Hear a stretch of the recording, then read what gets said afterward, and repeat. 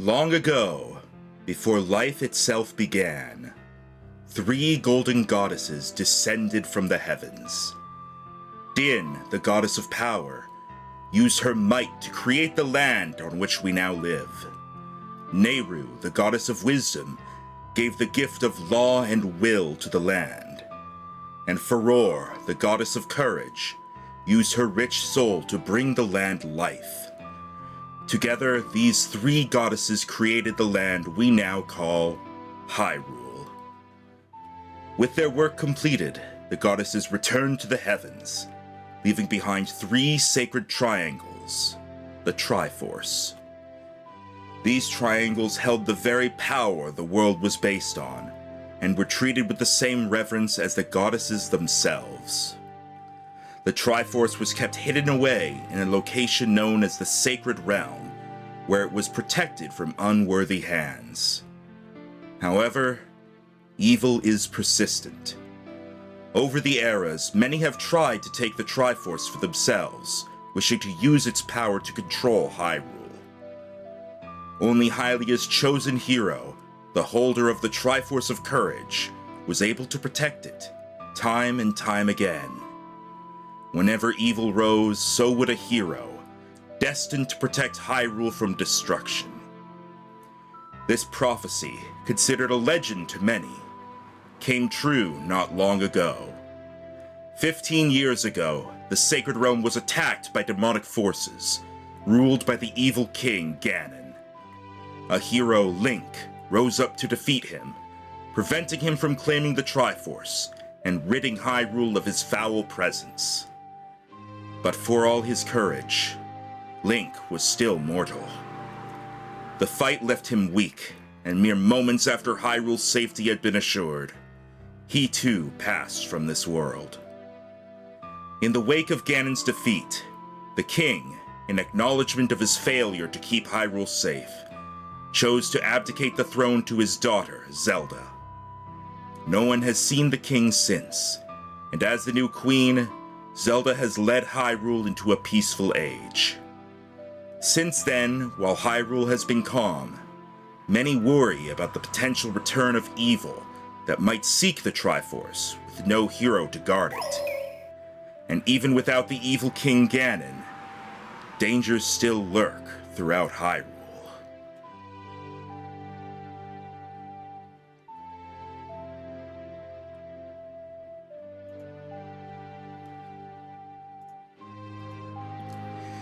And now... Hello, we were definitely not Hello, talking hi, over hi. you the whole time and just shut up in the last 5 seconds. Yeah, we were definitely not talking Welcome about a different Zelda game. to Hyrule, Ashes of Courage! Yay! Yay! Hi. Quitty 2022, thank you for the 95 bits during the intro, by the way. You interrupted me. Yeah. Alright, so, as you That's can... fine, we do that too. That's specifically why I deafened before reading the intro. How dare you give me money? Literally, they were like, everyone's talking about Tears of the Kingdom. At one point, I was like, hey, yeah, he's halfway through the second last paragraph. Alright. Now, as you likely can tell, this is a Dungeons & Dragons campaign based on the Legend of Zelda series and Hyrule. And this is it taking place in its own little era. You will see how things go from then. Let me zoom out so you can all get a nice full look at the map. This is Stay Hyrule. as I'm zooming in on my screen. Oh, I'm doing it for You the have to people. zoom out to like 20 to see the whole damn map at Yeah, once. I look, 30 works. It's a world map. It's not supposed to be small. Yeah. I like this. I like this little SpongeBob shoe we have over here. If only they had the SpongeBob walking sound on a soundboard. No, that's Squidward. Anyway. That's Hyrule's Italy. It's where the pizza comes from. We were talking about that before. Hey, the pizza! Hey, the pizza! All right. So, just introduce the people here. We'll introduce their players shortly, but why don't you guys introduce yourselves as players one at a time? Just said we'll introduce his players shortly, though. I'll introduce Are we you. introducing- Sorry, I'll introduce your characters shortly. But as players, who are you? I'm sorry. I'm apparently I'm in a giving shit mood. Do you want to go down the list as it's listed on Roll20? Yeah, we'll go That left. makes We'll sense go to left. Yeah, left to right. Or Hello, I am Tim. I don't really do anything, but I've been on Max's channel for a long time. I'm also in the Pokemon D&D game, and we will meet him later, but I will be playing Setzel, the Rito Ranger. Yep. And then next. I'm Rhino. I've been here for God, I don't even know how long now. I plan on staying here, and I play a person probably named Evio, judging by that title down there. But you'll meet him later. Yep. Next. hey guys, it's Edgewood, or you can call me Blake. You can call me whatever. I don't care. I've been kind of here and there. There was actually a time where I wasn't around for like 5 years, and one day I decided I wanted to come back and touch base with everyone else, because looking back to the time that I had with y'all before, I had a really good time. So I was like, Yay. let's see if you know. Anyways, Using it more chill now? I am going to be playing as Sadmati of the Sadmati of the crap. I'm brain farting right now. Sheikah? Sadmati of the Sheikah tribe. There you go. Sorry, I had just completely brain farted. Sadmati of the Sheikah tribe, Sad for short. And then Leslie. Yeah. Hi, I'm Endor, but I'm an ascended fangirl of Max's, and I also do my own Twitch where I VTube. Also, YouTube channel where I'm supposed to upload my VODs, but I'm like 6 months behind on that. Man, imagine being behind on uploading something. Wouldn't be me, Minecraft Hardcore. I still have the fucking like betting in the server. And- Looks back at the months of videos we recorded that'll never see the light of day. yeah, it's fine. All right, now. Also, I think I messed up my voice yesterday doing Mega Man Battle Network with my brother, so that's fun. Nice. All right. Why don't we take you all into Castletown? Well, that's already jaunty. All right. Ah, too zoomed I thought it was out. going to be the Ocarina of Time Castletown, but I do like this. I prefer this is the music I prefer. So, this here is like Fear Castletown. Sounds.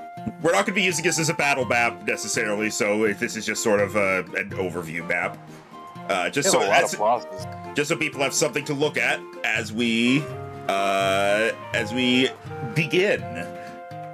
Do we want to explain like some of the things that each of our characters had to do leading up to coming to Castletown? We'll be getting to that as you guys, because like we're gonna like introduce your characters kind of like as like you walk on stage, sort of. We'll be getting to that. As for now, we're going to start heading in to the very central plaza. Everywhere else is sort of just like those big open areas. It's kind of like it's almost like a cul-de-sac. It's just sort of a place for people to access different buildings.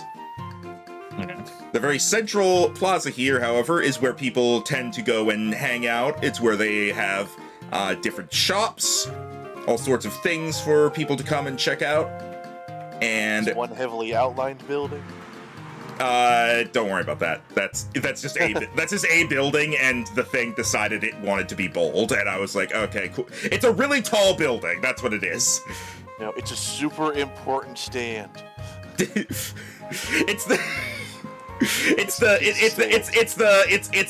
the shooting gallery. Oh, I was about to say the Bob-omb minigame gallery. Oh yeah, the bomb shoot bowling. Because how else are the bomb juices supposed to go up the walls on really high targets? Yeah, that's It fair. has thick walls, so it's reinforced. All right, so yeah, this here is Castletown. People have arrived from there are two ways in from the bottom, different paths, and then the top path to the north leads up towards the castle. But for now, we're all just kind of in the castle town. And why don't we start off by focusing on everybody? You know what? Everybody roll a d20. Whoever gets highest is the person that camera focuses on first. Crap. Okay. Well, Rhino's not winning. first. Rhino first. Ebio, as we focus in on this guy walking, toddling along in the plaza. Why don't you explain who and what people are seeing? So I think the first thing you do when it comes to Ebio is hear him. To most, it would sound like if someone had a wind chime of random knickknacks. As they see a tiny Korok making their way down the street, wearing a chain shirt that looks more like a night shirt they're wearing, and a backpack that's probably too big for them. They seem to be keeping it off the ground. There's a speech bubble above his head that says, "I need to find my friend." Yeah, Koroks aren't Not invisible. too far off. Koroks aren't invisible in this setting. It me. There he is. That's good old Ebio. And yeah, in this setting, He's a good Koroks are not necessarily invisible. It's more like they can be invisible to hide from people, but they aren't always. Yep. So yeah, what is Ebio doing? I think at the moment, depending on how crowded it is, Ebio is probably looking up at all the people just, I would say wide-eyed, but the shapes on his leaf face don't change. So it's more like he's just staring up and you just hear like, whoa, he is very much in like wide-eyed, touristy traveler mode. He's just looking around at everything. And as he's like trying not to trip people up as the thing that is easily like just above their knees and easily in tripping range is going past them. All right. And as you're walking along, your large backpack being typically what people see rather than you, you're going along when you are as you're looking around wide-eyed, you do almost trip up somebody. You do almost trip up a Rito that is walking along. As Tim, what do we see for you? You'd see a slender but still well-built, average height for a Rito, but tall compared to most Hylians at about 6'2". He has grayish blue feathers with darker highlights, which are done up in hairbands to hold them back. He wears red studded leather with a blue sash that holds up his backpack and a quiver of arrows on his side. And he has blue eyes and a longbow strapped with a few of those darker arrows. And he's sort of just in his own headspace. He's been on a long journey, and he doesn't actually, due to his height, he doesn't see the Korok very well as he almost bumps into him. It's like, oh, sorry, my small green friend. I was in my own little world there. To give a brief description, if you didn't see the picture, Ebio has gray barks, a gray wooden skin, and his leaf plate is a very deep green. He says, "Hello, friend. No worries. Some people don't notice me." You're quite a long way from the forest down south, aren't you? You know where I live? I've seen a map. Never been down south myself. Oh. So you're from elsewhere then? Far west, where most of the Rito and Hyrule live. Cool. Do you have a mirror? No, I don't. Oh, okay. There's plenty of shops around. I'm sure someone is selling mirrors. Oh. That's a good point. I should look into that. If you head about that way, I think I saw a market district. Okay. He doesn't seem in any particular rush to go that way. He's just enjoying talking. And that train is canon, by the way. Choo choo. Ah, it's Spirit Tracks. Spirit tracks. Trains exist in this setting. They're just not very widely used yet. But There's like one track.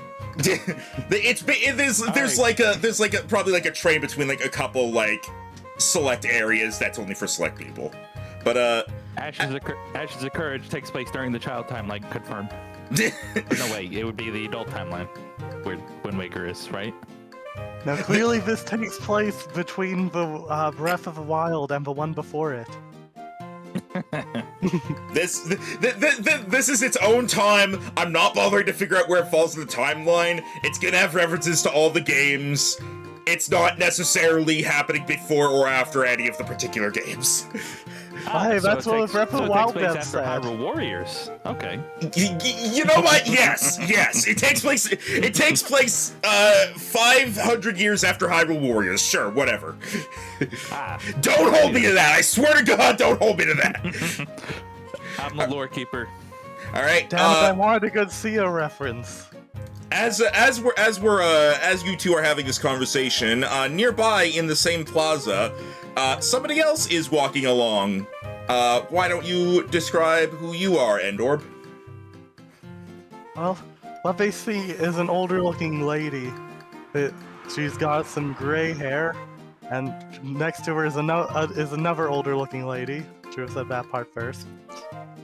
So the two are walking along, and this one, she's got the gray hair. She's kind of walking with a hunch. She's using like a staff, kind of half as a walking stick. She's got some pretty, worn out red clothes.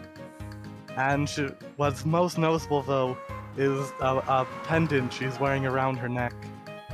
So, I didn't put down description for that. Whoops. Description pending. Pendant pending. Yeah. So the two are walking along, chatting. Yeah. Then, this one looks at her sister and goes, "You go on ahead. I think I'm going to enjoy the market for a bit." And yeah. And soon enough, she. All right, you know where to find me. As the other one heads off. Yeah. Pretty quickly, she sees two interesting people having a conversation, and like the old lady she is, she eavesdrops. Note, I wanted to find art that looked older, but it was hard. Evio and Setzel, you now see an old lady has taken interest in you. Bio waves a tiny twig arm.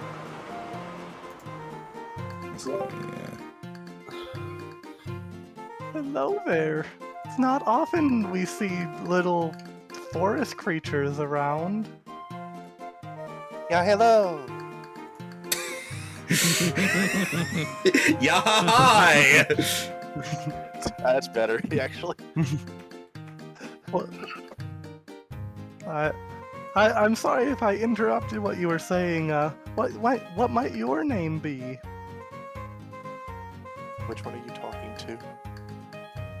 Well, the first part was to both of you, and the second part was to Ebio. Okay. I mean, this I'm green creature. Ebio.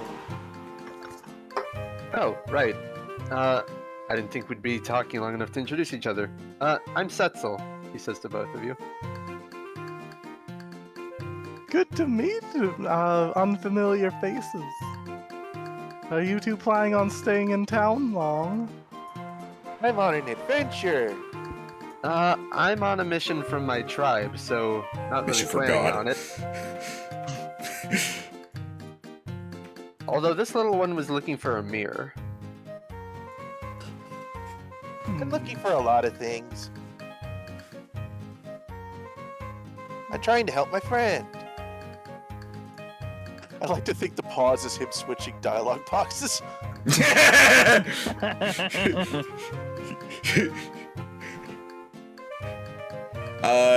And now a fourth person is going to notice this conversation taking place. As Blake, who is this fourth person that is noticing the group? Well, this is Sudmati, He is a scholar who hails from Kakariko Village. As I said, he is Submadi of the Sheikah tribe, and I like how You- by you- you- coincidence we have 3 characters who start with an S sound. I know, right? There may have been a reason I specifically avoided it. Sebio. I guess as far as like physical description goes, he is about 6'2", which is I guess a little bit above average of normal Sheikah, as I am well to understand. He has white hair, which or not like white, but like a silverish, which I think that's fairly common. Well, I think judging by your art, you're quite tall for a Sheikah, since Sheikah are just like special Hylians. No, Sheikah are a little taller than Hylians is kind of what I went for. For Sheikah, 6 foot is like around average, whereas for Hylians, that's more like 5'9". Yeah, and he does Northern wear King, he like doesn't count. and he does wear like traditional Sheikah garbs as well. So you know that. And what else? Yeah, like I said, he's a scholar, and he's carrying like a backpack that's like pretty big. It doesn't look like it's too cumbersome like Ebio. But he also has like a satchel, or like a traveler's bag of like books, quills, ink wells, parchment paper, or not parchment, or like papyrus paper, stuff that he writes on. Is there anything else I should possibly describe? I think that's good. Just appearance kind of is what we need. So yeah, you see this this conversation happening between an older Hylian, a Rito, and a Korok, which you definitely know about Koroks, but you have probably never seen one because it is very rare for them to leave the forest. Well, yes, fascinating. Excuse me, I believe you're a Korok? Hello. Yes, I am. I'm Ebio. Huh, it's interesting. Thought they maybe be a little bit bigger based on my readings, but I'm guessing that you're about average height, maybe? I don't know. Some of us get big. Right, interesting. And For those at home, Ebio is 2.5 feet tall. Yep, which is about Koroks in this setting. I made them slightly bigger so that they could still be considered small instead of tiny. I was about to say, Right. considering Link is canonically like 5'2", that seems about right. Yeah. Alright, and you're Rito, right?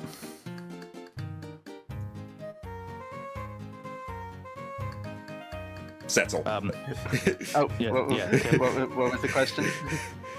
It's like you're Rito, right? Yes, I am. That's an interesting Right, garb. right. That's an interesting garb you wear. Oh, it's nothing. I come from Kakariko Village, so this stuff you'd see anywhere pretty much. Though maybe you probably wouldn't see it around here in Castletown. Hmm. I knew I recognized it somewhere. It's been a few too many months since I've been down there. Is there more than one town with a castle in it? Is that a question for Max or? That's a think question from Ebio. I did it in the voice. There's actual castle, just for people to know, castles themselves are probably not very common. There's like towers in some places. Far as I've been made aware, the only major castle across all of Hyrule belongs to the Hyrule family. Yeah, and as far as my readings go, you probably wouldn't be able to find a castle unless you sailed far across the sea. I hear the Zora have quite the fancy structures over in Zora's domain, but I've never been down there. Yeah, not much Zora actually do come to Kakariko Village, so I really haven't seen, but maybe like 2 or 3 of them in like my whole entire life. I probably see more Rito often than I do Zora, and I think you little guy, you're probably the first Korok I've ever seen. Well, seen for real, not because I've done a lot of reading. Oh, makes sense. Rito have the easiest method of travel. And Koroks are good at hide and seek. And Zora do tend to stick towards the coast. If you ever travel to Zora's domain, try the spas. They're fabulous. Oh, well, Ebio actually brings out a leaf, Oh, go ahead. writes this down, and then immediately gets distracted by something and drops the leaf. I hear the Zora carry the purest water in all of Hyrule, so your roots might like that.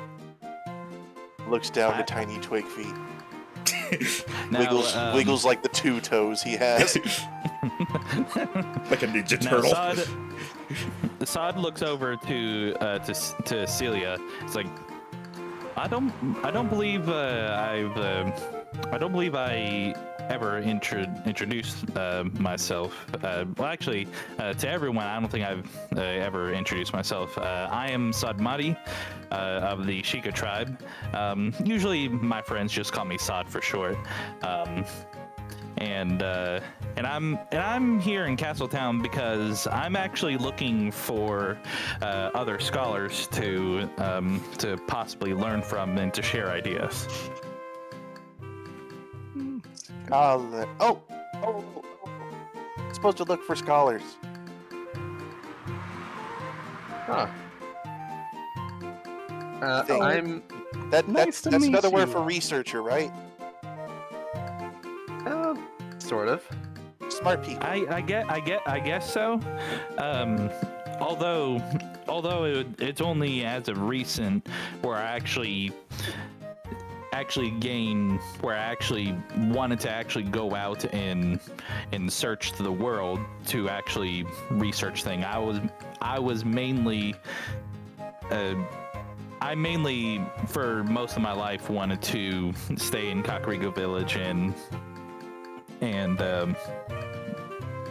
basically I got lost in my books and my studies, and I never really even thought about going outside of Kakariko Village, so I never really explored the world until now. Me too. I No, never wait. really. Nope, that's not true. I'm adventuring now. I explore all the time. This is the first time I've really left Western Hyrule. I'm on a pretty important mission. I'm supposed to be seeing either Queen Zelda or one of her representatives. They have a gift they want to send to the Rito Elder. What? You get to meet the queen? Maybe. She might be too busy and might just have me meet one of her people to receive it. Whoa. I guess that means you're of some import. Oh, not really. I'm still just a low-ranking Oh, city. hush you. Just because you're Hush you, I'm not talking. very important. She's an old lady. She interrupts people. That's fair. You're selling yourself short, Sonny. Even if you're not too important, you're on your way. I How much suppose does so. short cost? Sorry, expect random interludes like that from him. Well, Right now I'm just resting my arms. I flew all the way here from Rito's Roost. I just flew from Rito's Roost, and boy, are my arms tired. I'm tired. That is the Yeah. That's something Ritos say normally, and they don't understand why people laugh. I've heard that Castletown is one of the prime cities in all of Hyrule, so I wanted to explore a bit before I headed off to the castle. Well, are you interested in a bar? Because me and my sister know a fantastic one over there. Sure, why not? I could use a drink. Leo sits down his backpack and then climbs on top of it to look. It's still not even at your chin height. Sadmati stands there pondering a bit. Maybe it would be a good idea to just kind of sit back and take a break from all this, I guess, searching, as it were. So maybe we could all go to the bar together if that's okay. Bar of what? I feel like I should have said tavern. That feels more like setting appropriate. Well, there was the milk bar They that have was milk asked. bars. Yeah, Milk there's the milk bar, and I'm just gonna say the milk bar is the name, and it serves milk, but it also does serve alcohol, but it is called the milk bar. But do they Can serve we go white to the Russians? milk bar? A bar is a place you go to buy drinks, Ebio. Huh. Okay. And they make the most fantastic drinks because they have all this milk they use. Ooh, I know what milk is. I met a cow and his friend cows.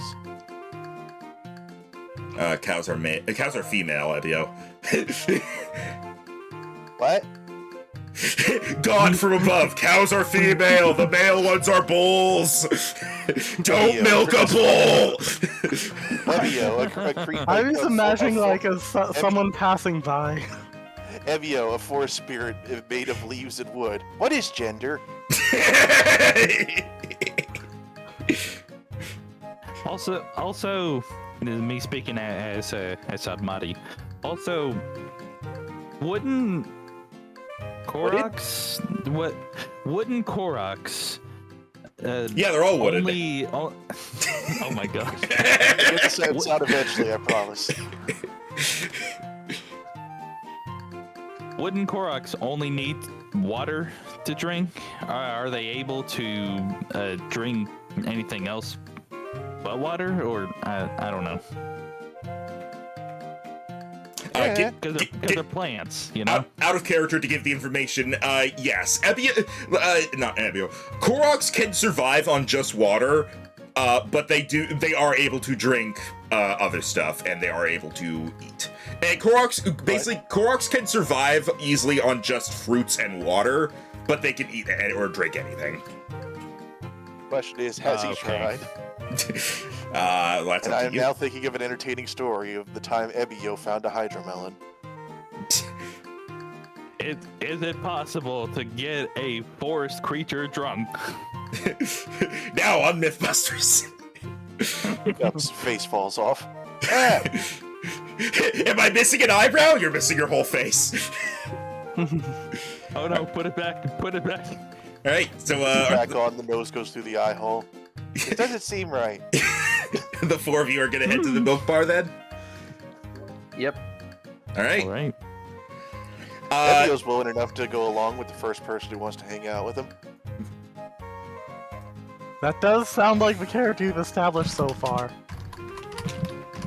I'm having fun.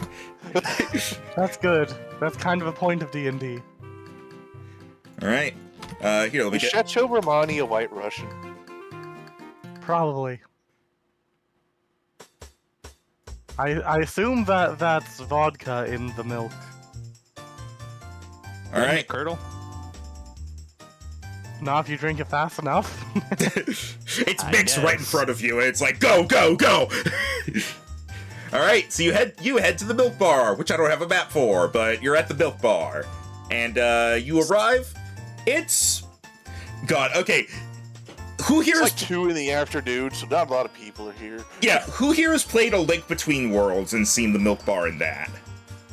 Yes. I've played Not Link I. Between Worlds, but I don't remember that part. Basically, think of it as like, you know, it's sort of a generic D&D tavern, but it's not super busy. And there's just like, you know, one guy at the counter. He serves drinks. He serves a little food sometimes. Is there this music? In your hearts. Yeah. There's not a band that's playing this music. No, it's not big enough for that. Roll for perception. Well, I'm actually, putting the about picture in the that, group chat. I need everybody's passive perception as you all head in here.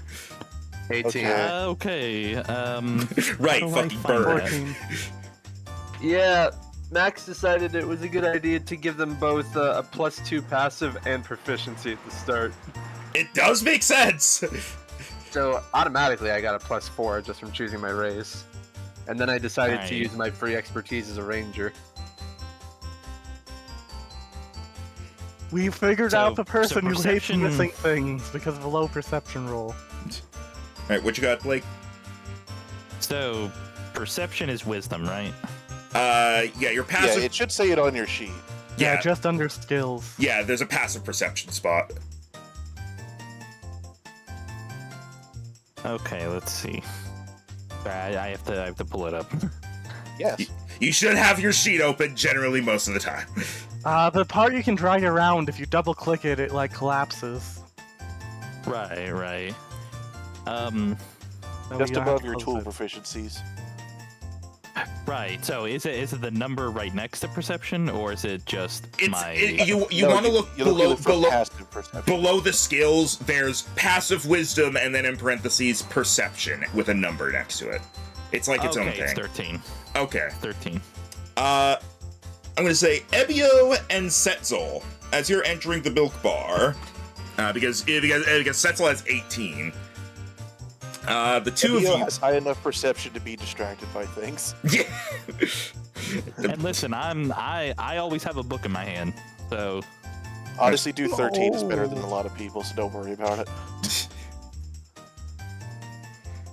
All right. Also, yeah, Endor just posted a picture of the Link Between Worlds milk bar to kind of give you an idea. But it's just think like general D&D tavern, a less modern version of the Majora's Mask milk bar, maybe.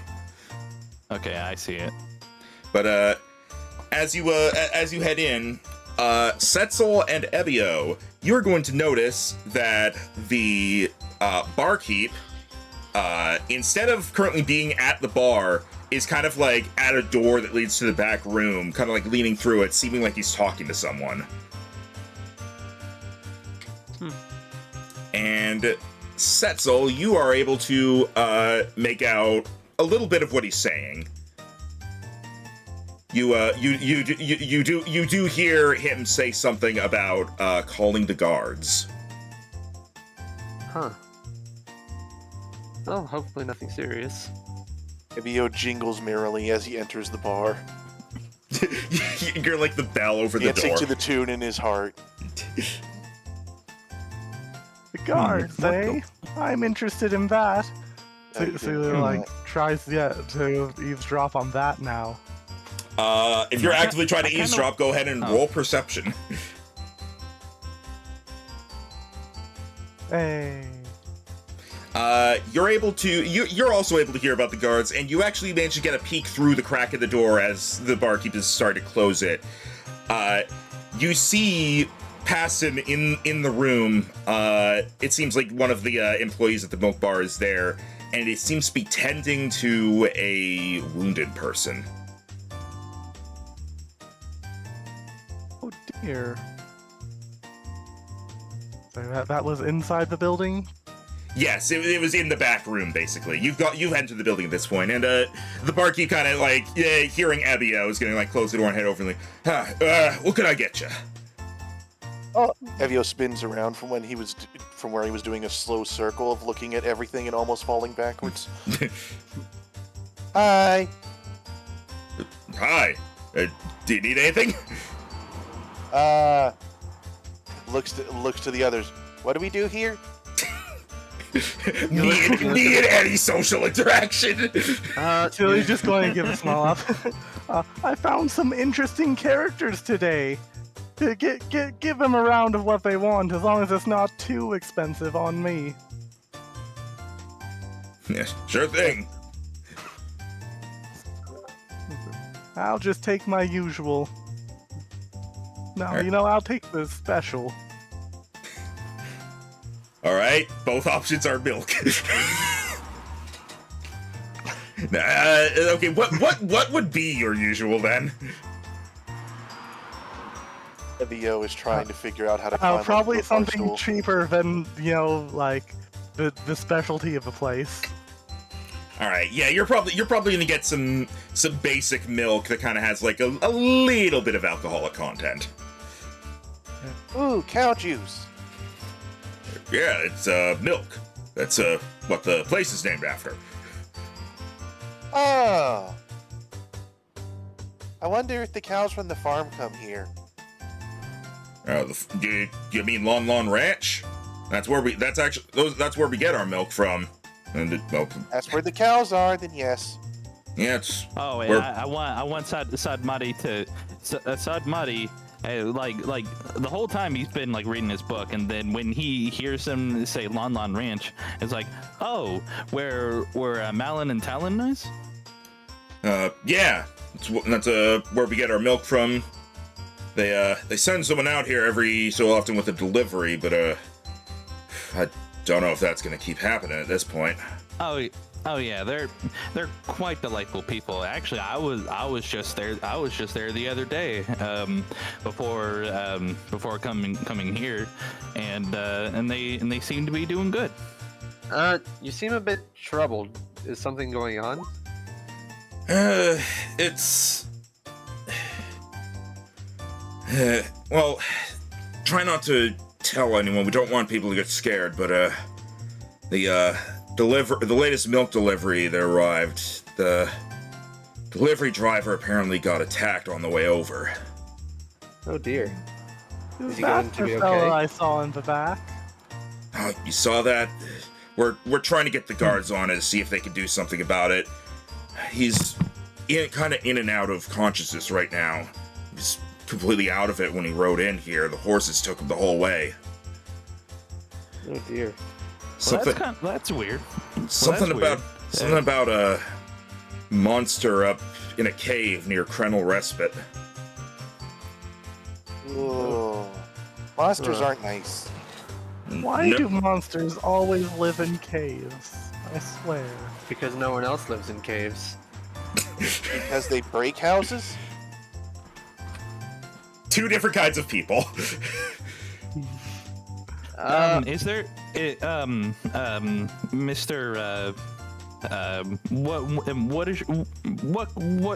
can we call you? Why do you do this to me? I didn't even think you guys were gonna go to the bar in the first place. Hang on. Evio's going with the flow. Hang on. I actually know this. Hang on. Oh, call me Barton. Hi, Barton. Could you possibly describe this monster to us? I don't know. I wasn't there. I've only been able to get from what he told me, and said it was big. My guess is it breathes fire because it looked like the cart was pretty burned up. Oh dear. Oh dear. Well, hopefully something the guards can take care of.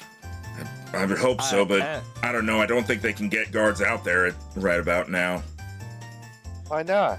Can they not walk? Well, the guards in Castletown are meant to guard Castletown. Heading out to near Krenel Respite is a little too far away. So we need Grendel respite guards. Krenel If they're Respite not- is pretty small. It's just like it's pretty much just a place to stay the night. It doesn't really have guards. Does What? Central Hyrule not have a monster control unit of some kind? It does, It's but not big enough. yeah, it's not very big. They're not really ready to go deal with unknown monsters like this. Me Me and my sister used to work we used to travel around similarly. Mostly we're guarding cities that needed some extra. And let me tell you, they never have enough people. Not many folks want to risk dying. Yeah, I can't blame him for that. Strange. But at this point, just that same thought process might be the reason we're not able to get milk from Lon Lon Ranch anymore if they're not able to make their deliveries with that thing out there. So Max. Yeah.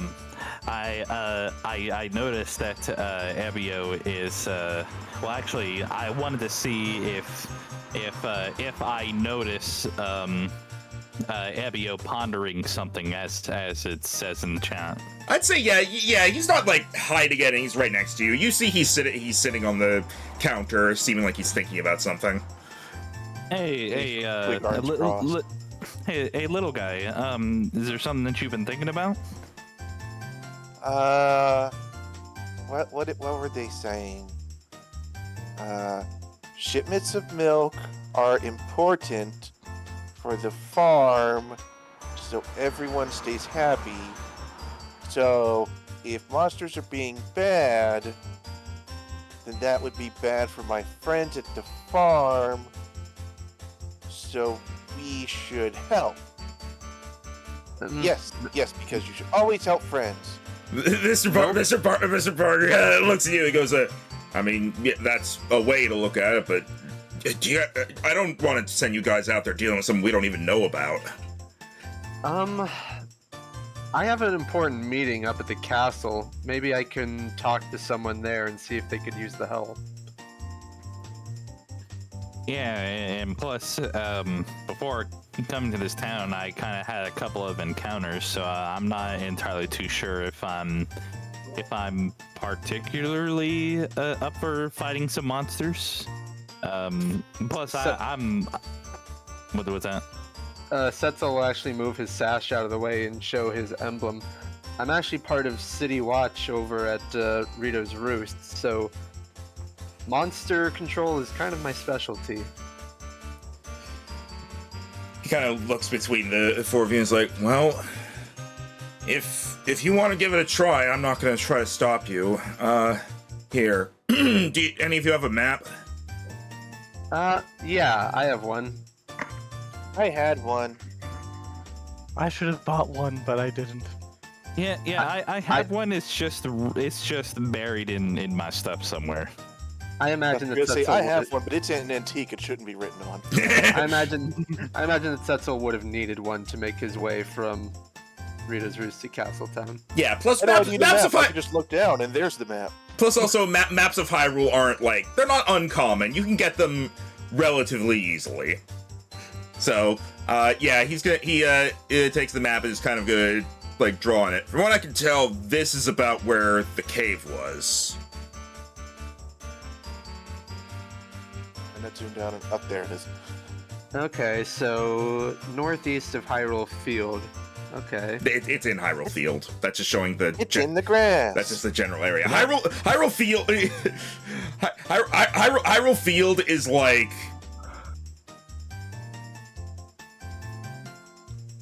All any of this. place that's not named. Hyrule Field is like all of this, basically. Yeah, Hyrule Field is like any place that's not named around there. But anyway. Also, okay. Max. Yeah? This, where this at would have been the path where Sadmati would have taken from Ordon Town to Castletown. Do I have some sort of possible familiarity of where this cave might be, or should I roll for that? Roll. I'm asking the intelligence guy to do this. Roll history to see if you remember seeing a cave, because you weren't looking for it at the time, so you would have just passed it. Chronal Respite is an archway, so it's not a destination. Yeah, history. Yeah, so the stars just mean it's an area. Okay, a star means it's a point of interest. A house means it's actually a town or city, and the archway means it's a smaller settlement where a couple people might have gathered, kind of like the equivalent of how in Breath of the Wild there's the stables, something like that. Except it's not just one. Except it's not necessarily just one building. But So like I the rolled stables with 23. harness. 23. Yeah, you do actually recall seeing a cave on the way over here. You specifically avoided it because you saw some keys like kind of hanging in the entranceway, and you were like, I'm just gonna move on because you didn't need to set up camp or anything. So you saw it and you moved on. You didn't think it was important, but you did see it, and you have a feeling that might be what they're talking about, considering the size of the mouth of the cave, and they're saying this was a big creature. All right, so as the guy is showing like right around where the cave might be, I interject to be like, well, now wait, hang on. I recall seeing a cave that you might be talking about. Now I didn't go in the cave because I saw some scary Keese-looking monsters. I didn't want to bother. I just wanted to keep going to Castletown. I didn't want nothing to do with that. But I think that might be the same cave that you might be talking about. I do. By the way, I saw some scary keys. Anyway, but Barton looks up. Oh, if you know where it is, then well, I mean, at the very least, you think maybe, I don't know, if you see anybody who's willing to go try to take care of this problem, think you could tell them where it is? Because I don't know if I should be sending random people out there to do this job for us, but I also don't think the soldiers are going to be able to get around to it. The help is help, right? Well, yeah, I just, if it's dangerous, I don't know what might happen. This is a brave little Korok to hear about a fire-breathing monster and want to fight it. He didn't say he wants to fight it. He said he wants to help. Obviously, the solution is to block the cave without ever directly confronting the monster. Yeah. Fire-breathing monsters just include things like Gleeox, Lynel. I didn't know Lionels could breathe fire. They can, They yeah, do. they do. In Breath of the Wild, they can breathe fireballs. They do in they do in Link to the Past and Link Between Worlds as well. Yeah, I've never and seen that also happen. it would probably be good for me to join you all, just so that we can actually get to there and y'all won't get lost or anything like that. I have Well, been that's looking for a lost. bit of excitement recently. If you can take care of this, I'll see if I can put together a reward of some kind for you. It would definitely save my business, because pretty much everything we serve has to come from the ranch, and if they can't get here, we're probably going to be shut down in a few days. Or in a few weeks. Let's see what we can do. I need to speak with the castle representative before we do anything. Because if I were to, well, not to come back, word would need to be sent out to Rudo's Roost for someone else to take my place. I will say, regarding you picking the thing up, you do know that you got here before they really had it ready. So so you don't really need to go do much aside from just let them know where you're going to be and that you'll be back. Okay. But let's have a drink. We normally only have goat's milk out west because of the mountains, so I'd like to try some of this cow milk. Well, Evio seems to have produced himself a hollow cinnamon stick. You don't know from where. well, we do still have some in stock, so here, let me get you something. As he's gonna get you all some drinks. We rolled for money before the campaign, and Rhino got a 1 on his D10. Yeah. It's a good thing I said I'm paying. Yeah, You didn't roll much better. You just found a random green rupee on the floor, and we like, hey, that's cool. it's green. I want it. It's a It shield. was in the grass, and I found it. It was next to this pulsing heart. All right. Anyway, so is anybody getting anything in particular, or are you just gonna get milk? Period. Evio will get No. what he is given. He doesn't know what to ask for. It's just, I'll assume we're having 1 milk each. I know. Celia, you went for your usual, which is milk with a bit of alcohol. Yep. And Sod will just have just like a regular milk, no alcohol needed. All right. He very much enjoys having some milk whenever he is over at Lon Lon Ranch. So just having plain old milk is just fine with him. All right. That's going to be each milk is going to be 3 rupees, and then your drink, Celia, is 5. So that's going to come out to 14 rupees. As he's going to serve you all, he kind of looks at Ebio for a moment and then puts down a cup that's like half Ebio's size. Hey, Ebio puts his cinnamon straw in it and starts to drink. You hear him just kind of mumble, whatever works. Alright, subtracted the rupees. Milk. Like a quarter of my money. Yeah, this is not cheap drinks. Yeah, in rupees are translated from gold in D&D, so like I'm trying to. Over time, the prices will make a bit more sense, but also bear in mind, like in the actual games, milk is like 20 rupees. Also, I just rolled shitty on my money roll, I think. That too. Me and Blake rolled pretty good. Did you actually subtract 14? Yes. Okay. Whatever, we'll worry about money sharing was important stuff. Yeah, I rolled a 2, Rhino rolled a 1, Tim got a 7, and Blake got a 10. Yeah, Blake's rich. Hey, the lore explanation is that I had took some money that I would have gotten from scholarships from Hatino University. So what you're saying is you're going to be in debt eventually, but not yet. No, Hyrule is a well, technically, Hyrule is an aristocracy or what do you? If you have one ruler, it's a monarchy. Monarchy, yeah. Hang on, aristocracy. I'm looking up aristocracy. What the hell is aristocracy? I think he meant heir, like heir to the throne. Yeah. Oh, okay. I looked it up and I got a retail store for artists. Are you sure that wasn't? Yeah, it's because I spelled it artocracy, but I thought that made sense to me. Anyway, so yeah, you all get your drinks. You're able to unwind for a little bit after your travel here. Setzel, you the people here still aren't like, fully figured out like how long it actually takes a Rito to get here. So they were like, he'll be here in like a week, and then you came in like 2 days.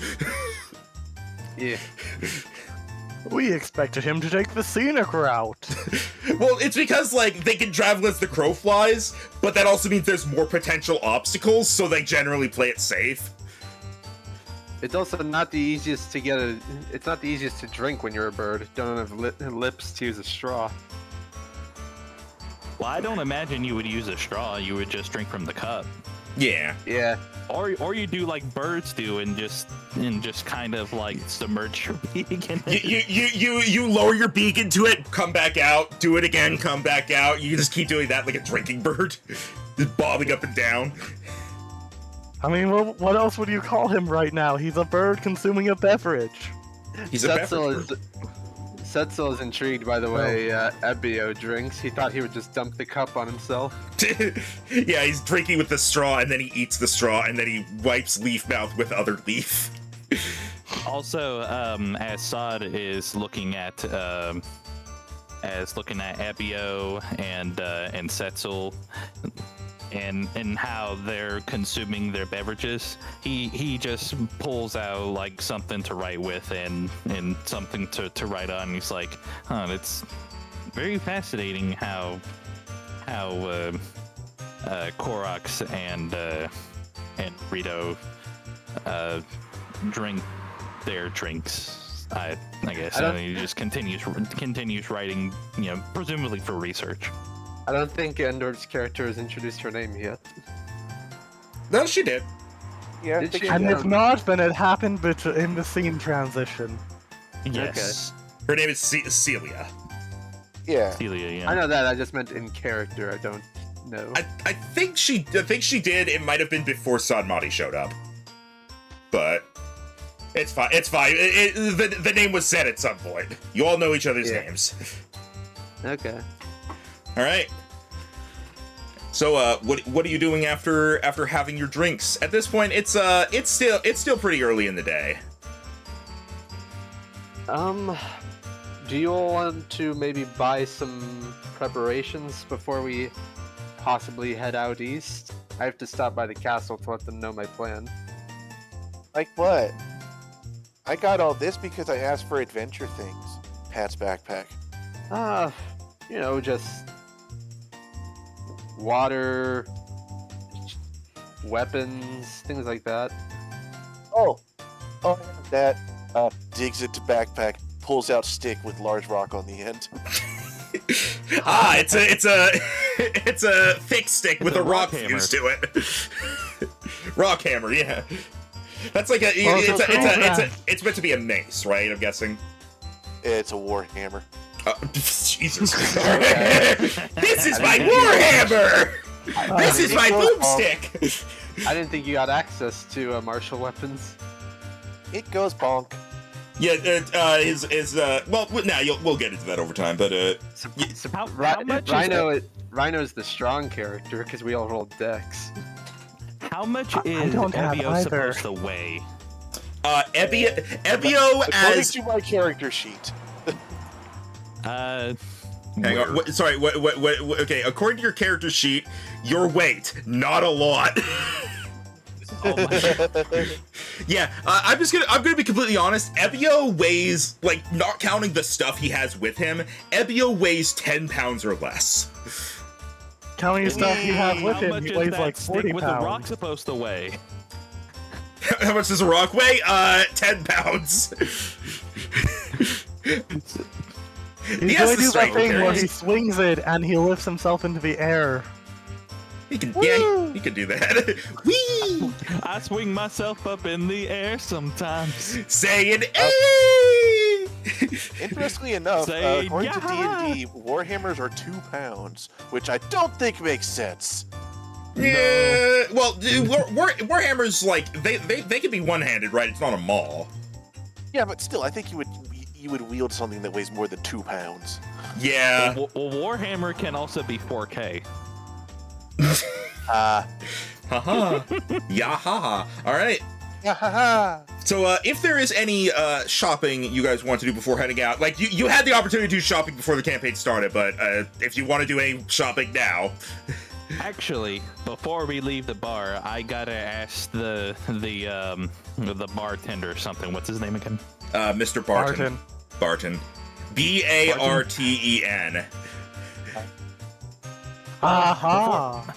Well, before we go, Mr. Barton, I gotta ask you something. Yeah, what's up? When is your next shipment from Lon Lon Ranch supposed to arrive? Normally they bring enough that they only have to come like maybe every 2 weeks or so, but most of this shipment got destroyed. I might need, assuming that they'll actually come out, I might need to ask for another one as soon as a week from now.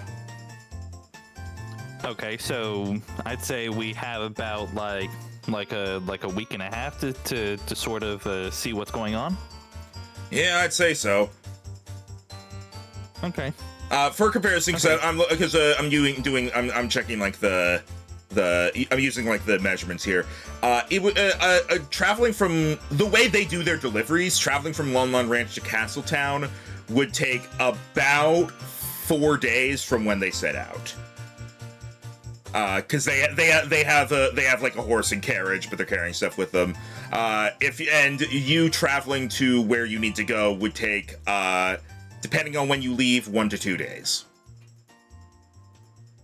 Okay. That is very good information to know. Mr. Barton, I bid you very well. All right. Who stopped? Why'd the music stop? It Oh, didn't. It's still playing for It me. only stopped for a moment for me. Oh, on my It's end right it was buffering. Yeah, it was on my end too. All right. All right. Good luck, and be careful out there. All right. Back to Castletown. All right. So, are you going to do any shopping before heading down? I guess I need to buy that water skin, which is 1 rupee, I think. It would normally be less than that, so I'm just gonna say you have. It would make sense. You have one. Don't bother subtracting. You also paid for drinks, so I'll say don't worry about subtracting money. Just give yourself a water skin. Yay, a We'll profit. find Evio like at the window of an alchemist shop at one point, just face leaf up against the glass. The woman inside kind of walks by and sees you and is like, kind of starts staring at you, like partially like who are you, partially what are you, and partially what are you looking at. Oh. She closes the curtain. Oh. You're creeping her out. Oh. Not that we know what any of them do yet, but is there a stall selling monster parts? There wouldn't be a stall selling it. You would have to look for like specialty sellers. Okay. Does Sadmati hear Setzel talk about monster parts? He would be like, huh, I wonder if anyone here has monster parts. Well, it's a funny story. I was just heading out of Ordon Town, right? And I happened to find on the ground an Enoch's toe.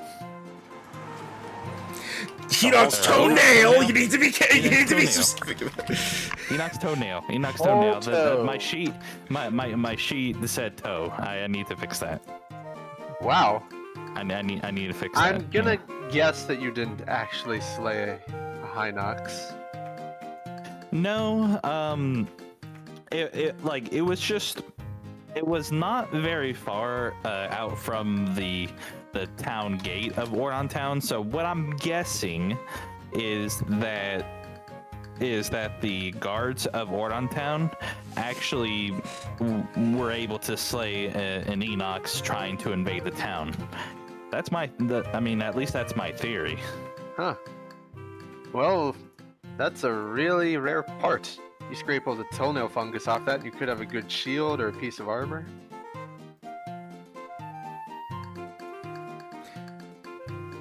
And there is crafting and potion making in this that we can get to when the time comes.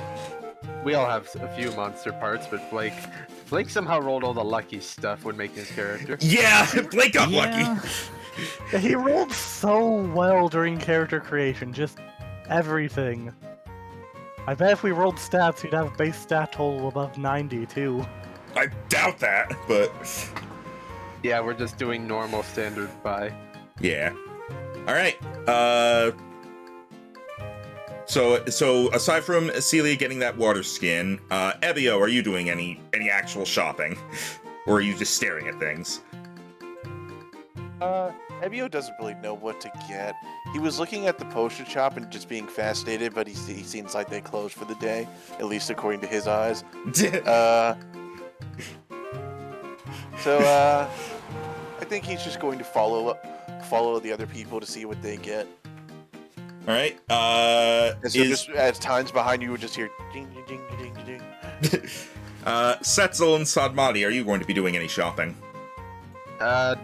Do health potions still cost 50 rupees? I assume so. Especially if the economy is such that milk costs what it does. Yes. You get it. You can get a basic red potion for 50 rupees. Well, I could get it, but I'd have 0 money after that. Well, at least you can get it. I can't after buying too much milk. They heal a bit more than actual than the actual like healing potions in D&D do. They do a little bit more. Instead of 2d4 plus 2, it's hang on, let me pull this up.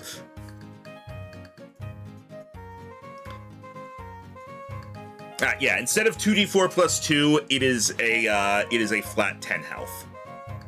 Damn. That's good, considering our only sources of healing are going to be your spells and next level when I get Cure Wounds.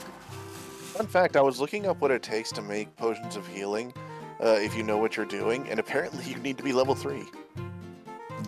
Huh. Don't worry, level ups will happen fast. Well, At least to start. just in case of disaster, I guess I should buy a potion. Alright? You do not need to have a bottle already, it comes in a bottle, so... You get yourself a red potion, that is a 10 HP heal. We were After the promised bottle a, shortage in ages past, we were this promised a reward if we kill the monster, so I'm hoping that bounces us back. region of Hyrule learned to recycle, and now everyone has a bottle. So I will get a health potion at the cost of all my money. Alright. There are going to be like a lot of different types of health potions, so that's why they're flat HP instead of being roll based. There's the red potion is just the only one you can afford. You see a blue potion, but it's 200 rupees. Imagine using a blue potion at level 1. That'd be such a waste. Mana potions. There's not gonna be stamina potions because there's no stamina. But what does this green potion do? Cures exhaustion. It drinks it. Ah, it's poison. That's just What You're is poison. What is this purple stuff? Slurp. Ah. Yeah. Also, there's no eating meals to heal yourself. You can make some meals that do healing, but they don't heal at base. Fair. So, Alright. so I see what I see what Setzel was doing, and somebody thinks that it just might be a good idea to get a red potion for himself. All right. So you're also going to grab a red potion. Out of Yep. character, you rich fuckers. If I had 50 G, I know what I'd do with it. You'd throw it at them. No. Potions. Blake, did you ever buy studded leather? Because I did. Yeah. I doubt he did. No, but I don't think that there's a shop for that around there, unless there is, Max. We're in Castletown. There's a shop for everything. There Yeah, has to be an art shop you here. can definitely find a place that sells studded leather. 45 rupees. It's cheaper than a potion. I'll take it. Yeah, 'cause a potion will save you once, and armor will save you all the time. Well, it's only Alright, plus so- 1 difference, but plus 1 AC could make a difference. Yeah. What about my metal pajamas? Looks down at Chain Shirt. All right, where do I put the studded leather? Here, let me, I'll just drag and drop it in, and then it'll apply it. Give me a second. Be sure Okay. to unequip his leather armor first. Yeah, so I'm going to delete the leather armor. I did not realize studded leather was so cheap. It's very, very cheap. That's why everybody can get it. All right, there you go. Studded leather is now in there. Because you don't need regular leather armor anymore, do you want to just, like, sell it for 5 rupees? Sure. All right. So yeah, you basically pay 40 rupees for the studded leather then. Meanwhile, Okay. if Rhino wants to get the best armor he can possibly get, he has to pay a fortune. Yeah, ain't that the truth? All right. You could just strap a Hinox toenail to me, but That's not quite gonna work. If you do, you're gonna have some major downsides if you do that. They got to be worked. fair. All right. Alright, so once we're done with shopping, Setzel's going to make a quick trip to the castle to let them know about the situation regarding Lon Lon Ranch and the monster attack, and he wants to say that him and some people he met are willing to help deal with it.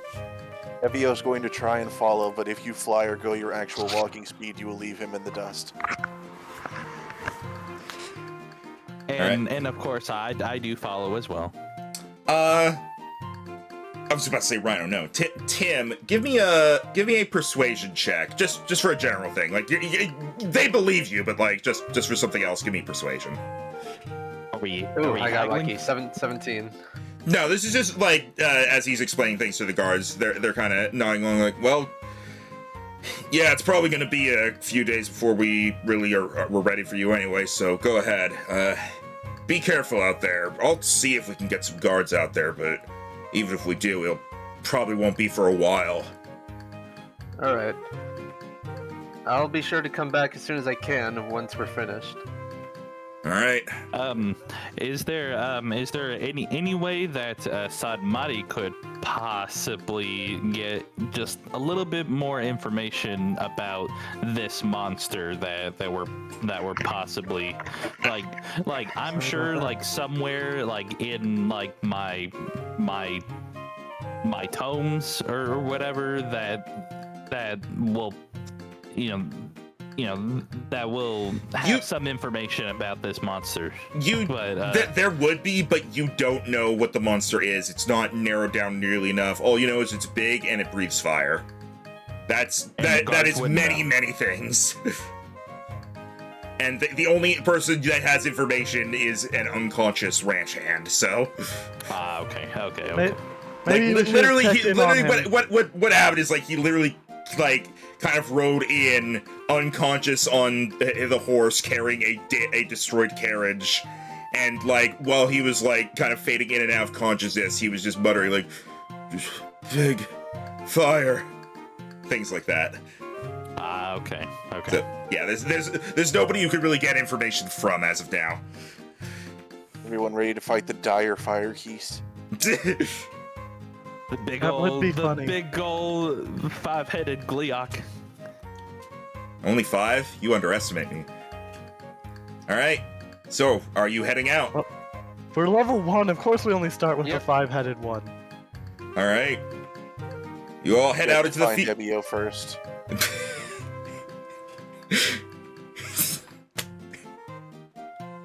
After you find Ebio, Yeah, haha! You found me. you were waiting for that. All right. You head out of town, making your way along. Make our way out of town. Moving fast. But not really, because our Koroks fight small and slow. I'm Yeah. also slow unless I'm flying. But honestly, I probably would be traveling via flying. There we go. You can, but the others can't fly, and your guys, you have a limit of 25 feet because of Ebio. Unless 20. someone, wait, what? You made my walking speed 20, not 25. Ah, right. So is mine. That's why my flying speed is 30. Yay! Slow friend. Yeah, it's like the Aarakocra. Their walking speed is slow, but their flying speed, but they can fly. Goron are also slow. Like half the playable races are slow. Eh, What are they in a hurry for? yeah, They have a exactly. bonus action thing where they can curl up into a ball, but then you have to wait till next turn to uncurl. Yeah, I can also. roll. But yeah, I mean, if you're doing that for movement, you can easily spend the bonus actions. But yeah, in general, just for people who are wondering, the available races are Hylian, which Celia is, Sheikah, which Sadmati is, Rito, which Setzel is, Korok, which Ebio is, and then Untaken were Zora, Goron, and Gerudo. I considered elemental races. All right. Gerudo do not count as sand elementals. All right. As you are heading along, you leave town still decently early in the morning. Ebio falls in a pothole. It's like a foot deep, so it just takes him a second to get out. All right. And you have all made your way. Continuing At to this point, you'll notice Ebio does not stick to roads that well. He will wander. Yeah, I imagine eventually someone picks you up and carries you. You'd have to like take turns going to find Ebio. And that's the real reason we're going like 2/3 normal speed. Found a rock. So at normal speed, you guys can travel. I looked this up. So you guys would be able to travel about halfway there in one day, and then you'd be able to get there on the next day. Okay. So Video does not slow down at night. at around here, like the sun is beginning to set, but it's still up there. You are traveling through an area of trees. Trees. The forest gets thicker and thicker until eventually you are going to spot a clearing in the distance, which seems like a good place to possibly set up camp for the night. Video doesn't seem to realize this. It just keeps walking. We're going to set up camp for the night here. Why? Because, well, Stalfos tend to roam around at night. It's not safe. Also, Koroks also have to sleep. I know. All right, just making sure. He just has no awareness of his limitations, clearly. Also, I'm just saying that. Is that a thing in this setting? Do Stalfos roam at night? It's not quite like an Ocarina of Time where they're everywhere, but or Breath of the Wild, but there are nighttime is definitely more dangerous. It's been a long day and we should rest. Has it? Points up. Looks up. Well, the sun is gone. Yeah. I just realized I've been muted. Congratulations. I was about to say, in regard to the Stalfos thing, can Sadmati pull like a actually? No, I feel like Sadbody is smart enough that he knows it's dangerous. He doesn't need to know exactly why. He sets up camp and stays in his tent at night. Okay, fair enough. Unless you think he would specifically go around at nighttime, but I really don't think that'd be the case, considering you said you avoid fights. No, he wouldn't. Yeah, okay. No, he wouldn't. All right. Then you guys are going to start heading into the thing. Give me just a moment. Oh, we're just skipping over the night. Oh no, not the no. thing. No, we're not skipping over the night. You're heading into the clearing to get set up, but as you're heading in, You eventually wrangle Evio slightly. as you're heading in, you realize you are not alone in this clearing, as you see movement through the trees. Hi. All right. Max seems so Evio, what are you surprised at doing? that. Max, aren't you the one that does this and the other thing right now? I know when to stop and make sure they're enemies. Well, This is Evio's Evio first doesn't. adventure.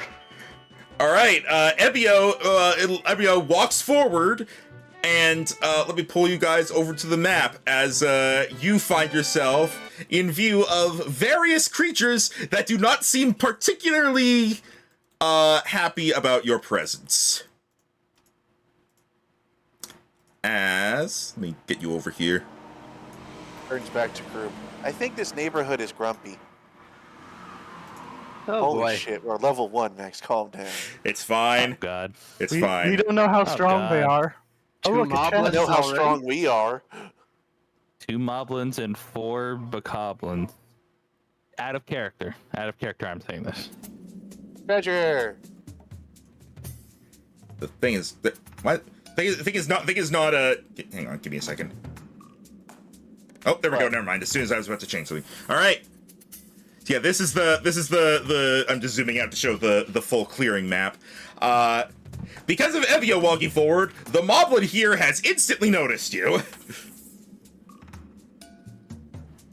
I jingle. Now, do we are these like common knowledge, sort of like, oh yeah, we know like what a moblin is. We like Yeah. You know what moblins and bokoblins are. They're pretty basic. And also for people to get a full view of them. That's a bokoblin. I'm not used to Breath of the Wild anymore after they gave horns to everything. And that's a moblin. And those are just ugly. They are not happy about you being here. Roll initiative. Oh boy. Roll initiative. All right. I don't feel that confident with them being 6 of them and 4 of us. I'll tell you this right now, Man, bokoblins are really not strong. If something crits, we die. Wow, look at that. Wow, I rolled higher than I thought. Endor doesn't have tiebreaker on. And Rhino didn't click his token. Rhino, Yes, I someone did. I thought I clicked Oh, tiebreaker earlier, but Blake didn't Oh, click his token. what? Yeah. Oh, yeah. Sorry. Shoot, Okay. he doesn't know.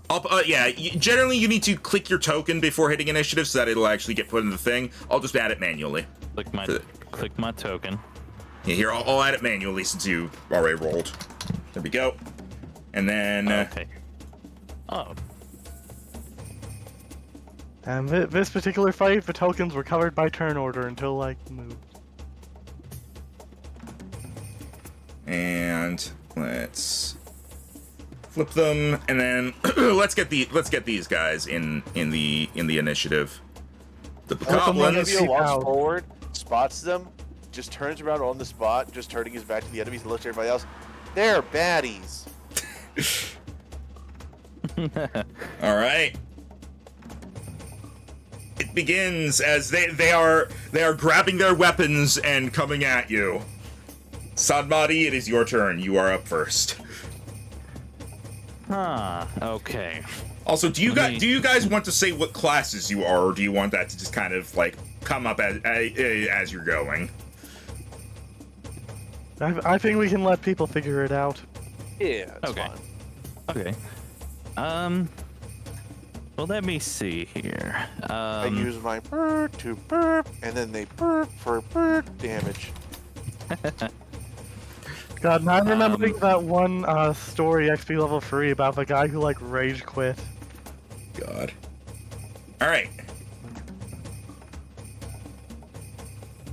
Is there anything that Sadmadi can do to like give like additional like information about like specifically the moblins? I'm pretty sure like bokoblins, like we already know like everything that is to know about them. Like, cause when I had set out to create this character, I kind of wanted to kind of be like a Goombella from Thousand Year Door, where it's like the tattle ability. There's not really anything you can do regarding that for these things. These things are common and basic enough that there's not really any information about them that would be kind of worth noting. They don't have like any special tricks really.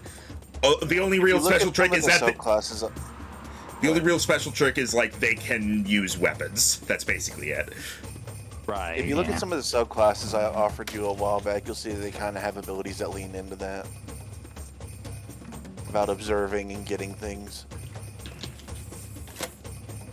Yeah, That's for I later. get you. So I guess what I want to do, it's not possible for me to kind of sort of hide in the trees, right? We kind of have to. You can use the hide action. Yeah, you can hide. They know you're there, but you can hide, and then they won't know exactly where you are. Well, let's see. In like my mind's eye, with Sadmadi being behind everybody, what he would do is he would go. There's a lot of them. I think I'm gonna go ahead and hide in the trees over here real quick, and like I guess as Sadmadi is hiding in the trees, he's going to just as first, like a precautionary. Oh, go ahead. First roll stealth just to see like if you're able to hide. Let me see. They don't have very good perception, so. That's still good enough. They are able to tell that, like, there was a fourth guy. The fourth guy is not there anymore. Okay, well, so as Sadmani is going and hiding in the trees, he pulls out his short bow. I don't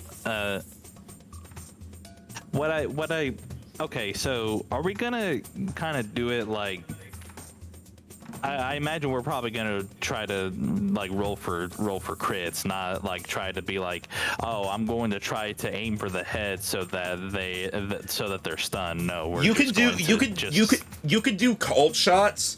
They will be harder to hit, but they can do additional damage or have additional effects. Because this is Legend of Zelda, I will allow that. Generally, though, just aim for them in general. Just aim for them. Although Okay. you're not level 2 yet, so hiding was your action. Yeah. Okay, then that's fine. You have your bow ready though. You have it out. All right. I have it out. Yeah. Setzel. All right, Setzel is going to take off into the air. About how tall would you say the trees are? The trees here probably go up about 20 feet, but again, this is a clearing, so you can go up as high as you want. All right, he's gonna go about 25 feet up. He's gonna grab his longbow. You said during creation that Rito could use their feet to hold a shield. I wasn't sure if you still wanted to keep to that because that's pretty strong to use a bow and a shield at the same time. Well, a bow is two-handed. Yeah, but Max said I could use my feet to hold a shield. Yeah, Rito's talons basically act as extra hands. They just can't wield a weapon. I'll say it's still allowed. Okay, we can figure it out later if it turns out to be too strong. Because even if you would have to hold it in your regular hand, you could still use your talon to fire the bow. So. All right.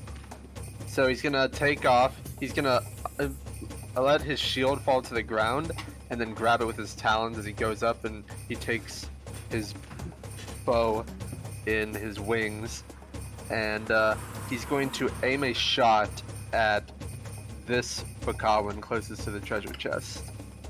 All right. Just gonna do a regular shot. Yep. 20 to hit for 8 damage. Yeah, that easily hits. That hits. The bokoblin is sniped, and it stumbles back like what? And it's kind of just like what just happened? You have taken off a good chunk of its health. I thought it didn't die from 8 piercing damage worries me. It's very close. Okay. The bokoblins have 10 health, and they're very weak, like attack wise. All right. No, but it's still funny because they have more health than most player characters at this level. Yeah, but like right now, Max, I'm not judging you. I trust you as a DM. This is me numerically going. I am concerned. yeah, like trust me. Like if they actually get their turn, you'll see the moblins are the threat, not these guys. All right. That is my turn. Epio. Okay, baddies. Okay, I can do this. I have friends. I am on an adventure. And he will like shift his backpack a bit, and you'll see him slide a shield out from underneath it. Which, strangely enough, just to quickly answer a quick question: how can you flambe holding the bow? Rito's wings are on their arms, and the idea is that while they are flying, their talons work as separate hands. They just aren't dexterous enough to hold weapons. But you can, Setzel's holding a shield in one of the talons, and he's holding the bow by the shaft with one arm and using his other talon to like pull the string back. So he's able to do that while like, flying still, sort of thing.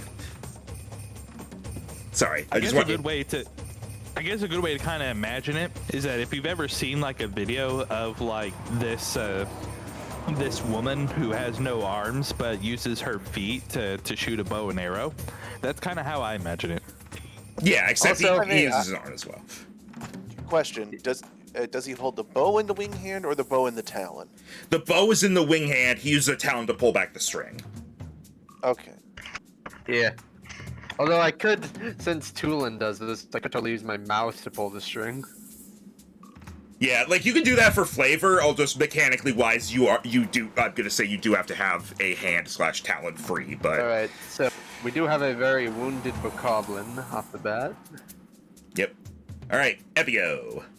You pulling out your shield, you said? Evio- Yeah, he's pulling out a shield, and interestingly enough, it appears to be part stone, part wood, but the wood part is on the front, and the stone appears to be some sort of like dark and a bit shiny stone on the back. As he holds this in front of him, and he pulls out his rock on a stick with his other hand, he's going to go, "I am not afraid of baddies anymore.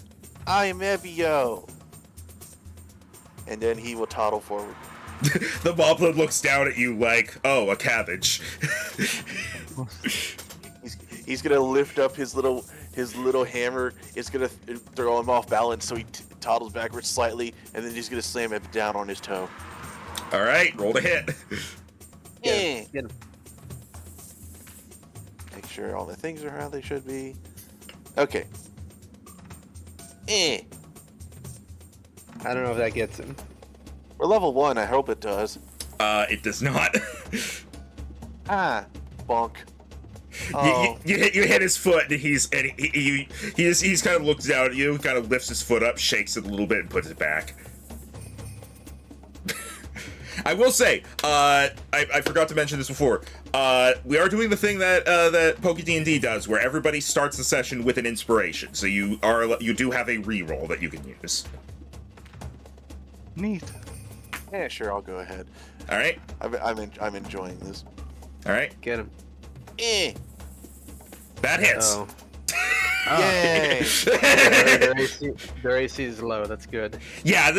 I will say they'll probably get stronger as you fight them at higher levels, but these are some weak examples of their group. So you slam the rock down on his foot. He goes, "Ugh." As he stumbles back a little bit as you actually do a decent amount of damage to him. I did more than I expected. Maybe this will also be like the games, and sometimes enemies will drop hearts. Bonk. Celia. I mean, technically every living enemy drops a heart. You just have to get a knife out to see it. This one is hurt, and this one is hurt. Yeah, I'm thinking. Yeah. Oh, I know what will deal with these fellows, Celia says. And she's going to cast sleep somewhere that hits, all 4 of these guys. What's the range of sleep? I thought sleep was a cube, not a radius. Pretty sure it's a 20-foot radius. Well, look at the spell again and see. 90-foot range, 20-foot radius. Okay. All right. Hang on. So let's see. You can definitely get the Moblin. You are not going to be able to get the top and bottom bokoblins together. You can only get 3 things. From the point I'm on, she can get 4. And this one too. Which I mean, I'm using an actual a thing that shows me what the actual radius is, and this the 20-foot radius here. Well, the funny thing about sleep is it doesn't actually say 20-foot radius. It says 20 feet within a point you choose. That's Really? the radius. Well, the wording of the spell is slightly different. Creatures within 20 feet of a point you choose within range in ascending order of. Yeah, it doesn't actually say it's a radius, so. It just says all things within 20 feet. So yeah, so basically the only change that means is that they don't have to be within a circle. They literally just need to be within 20 feet based on the ruler. So yeah, you can get them. I think sleep is like the only spell in the game that doesn't say radius. Which is weird, but hey, I'll work with it. All right, go ahead and roll the hit points. I did. It's right above you clicking a thing. I got 18. All right. That's not very good, but this one it starts with the top left one because he has the lowest. Yep, the top That's left what you one. think, at least. The top left one falls asleep, and does it Goes to the thing with the lowest health next. Yeah. All right. Roll a d2 because they're tied. All right, this one also is going to fall asleep. The one at the top there, and there's not enough left over to get any other creatures, but those two at the top have fallen asleep. Okay, so the 2 top bokoblins are asleep. Good. Yep. And that'll make this a bit easier on us. I'm just gonna move a bit this way. All right. That'll be her turn. It is now. Because you're bad. It is now the Bokoblin's turns. So the 2 up there are asleep. They don't get to do any rolls for it. They're just asleep. So Yep. This one here is going to come forward, weapon raised, ready to try to fight Celia. It's going to use dash in order to get here, so Celia can't really get away easily. I baited it. And the one back here is also going to dash, as it's going to run up here to, like, beside its Moblin buddy. And the Moblin... Going to smash the tree. Yeah. The one in back is going to start making his way up. I am a Maitri. And the one here is going to look down at Evio, like, does not like what you just did to it. And it is going to pull out a battle axe, which it is going to swing at you. Uh-oh. No. I hope you're not weak to slashing damage. What? It goes for the hit and digs into the ground next to you. It got a nat 1. Nice. Oh wow! First enemy roll of the campaign. Yeah. Can I suggest something? He's not gonna hit his friend. I don't do extra critical fail stuff. No. That's not what I was gonna say. What's up? May I suggest either nat 1s or attacks that like just miss flurry attacks? No, nah. I'm not. That's a whole mechanic. Or I guess in this it would be like an attack of opportunity or something like that. Nah, but if that does come up, that'll come up later. You're not gonna have it at level 1, but I'll see about working on it, but no guarantees. Yeah, Evio is too small. do it A as your whole own last flavor new on mechanic something. in session 1. Right? Yeah. I understand. You can always just do it as your own flavor to something. All right. Back to Sadmati. All right.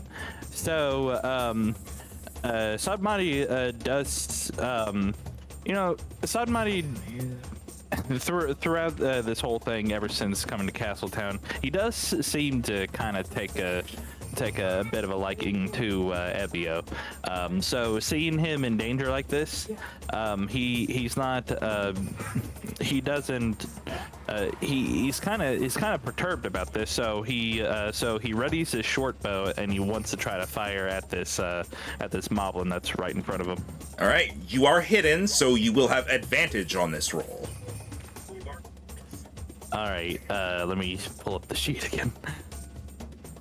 Just keep the sheet open. If you double click, if you double click the top part where your name is, it tabs it. Yeah. Yeah. Evio, you're in danger. I am.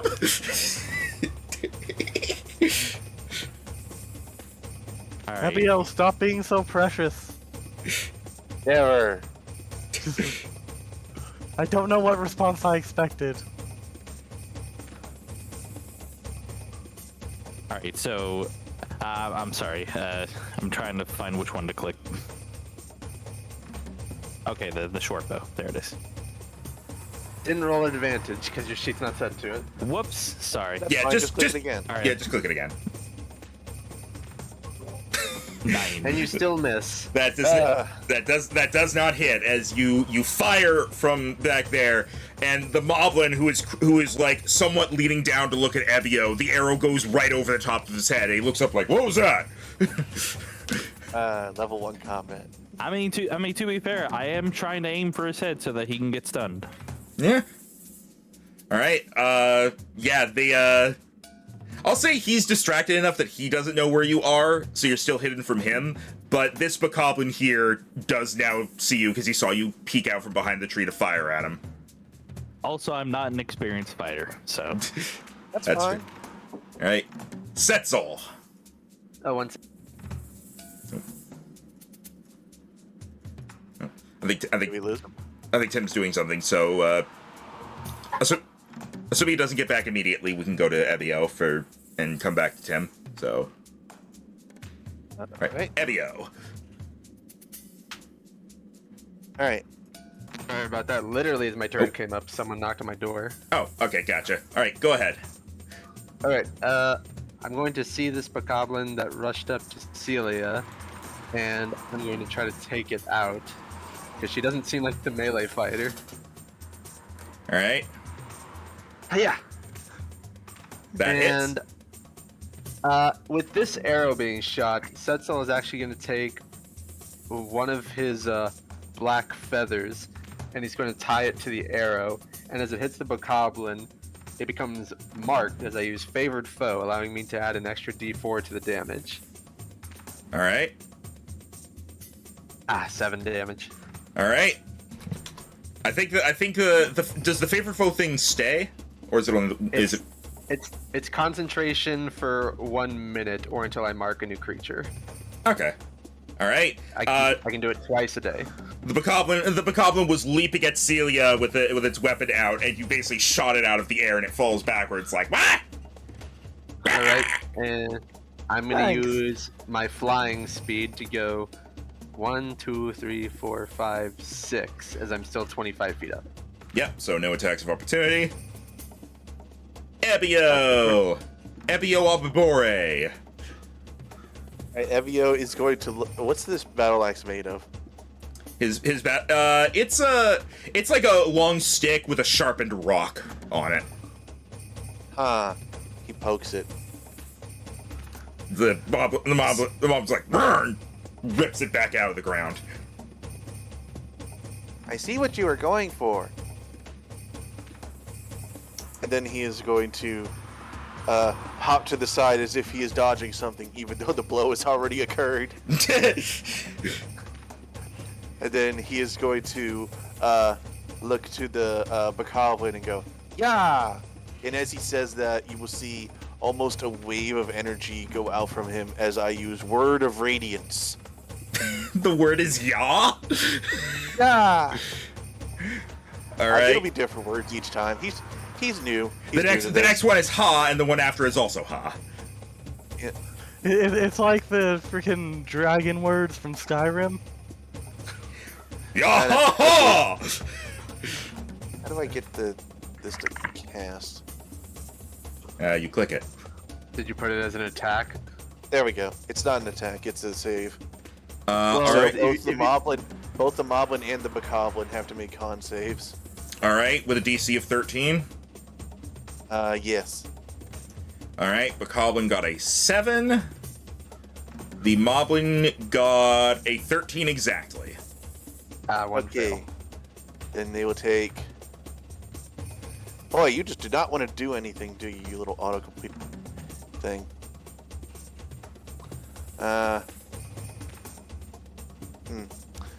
Oh well. It's 1d6. All right. You roll it. Yeah. Yeah. Pretty good. As 14 damage onto the moblin. the Bokoblin. The Moblin passed. Oh, right. The Bokoblin So takes damage and stumbles back, very confused.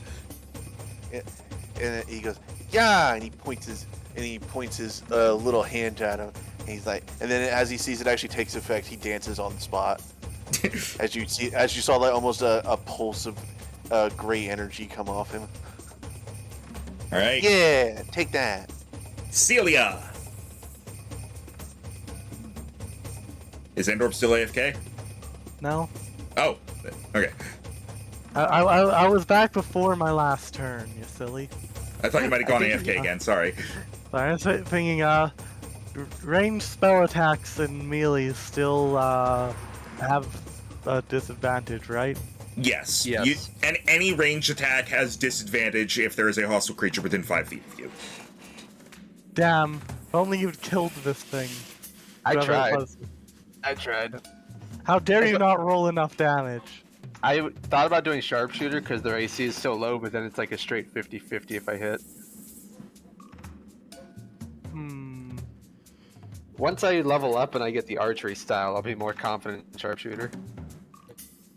Celia, that bokoblin knows I'm there. Distract them.